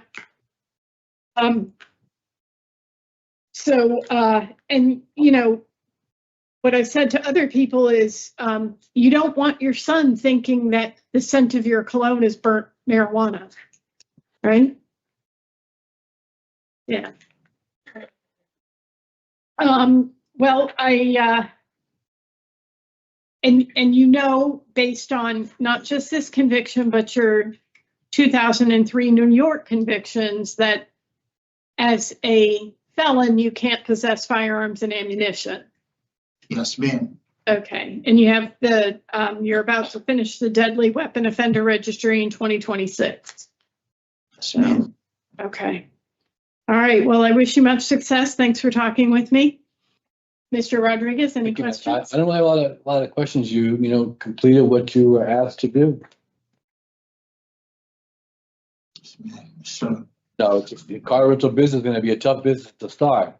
Yes, it's hard. So focus on your CDL if you can, if that works for you, and, maybe make something happen with that.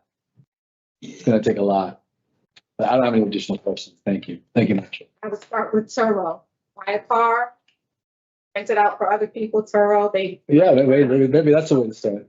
and, start that way. These people know that you're renting the car. Make sure it's legitimate. Yeah, really. It's gonna be legit. It's gonna be legit. Yes. And, you got excellent evaluations for the program participation and for your work there at the facility. So honestly, I was very concerned about your legal convictions, but you were 17 and 19. You're almost 40 years old now.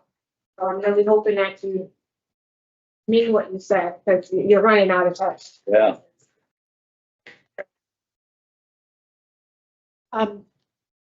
Officer Dunkley, I just want to double check because I looked at you when you were sharing the background for Mr. Carter. I do have that his underlying included the criminal possession of a pistol revolver. It's here on his rap sheet. The VOP, does it say he has, did he say? Well, the violation of probation falls under both the attempted assault first and the criminal possession. The attempted assault first is the only one that has probation to follow. The criminal possession does not. Okay. All right. Well, that clears that up. All right. So what conditions do we have? It sounds like we're supportive of granting Mr. Carter early release to discretionary parole. It's going to amount to about a year. What conditions did you have in mind? I just had a half just in case it's needed. I had no alcohol with the question. I didn't have no alcohol too. Okay. Anything to add? I have anything to add. It's fine. In the matter of Bernard Carter, in number 429542, there is a motion to grant parole on or after the date of December 8th, 2025, with the conditions that you not consume any alcohol and that you are afforded a halfway house if you need it. It's okay. Oh, you can still see us. Is there a second? Second. All in favor? Aye. Congratulations, Mr. Carter. Thank you. appreciate it. Good luck to you, sir. Do good. All right. This concludes the hearing for Bernard Carter, inmate number 42952. This also concludes the hearing on December 8th for Carl Robinson at 2:32 p.m. You're all set, Mr. Carter. All right. Enjoy your day. You too, thank you.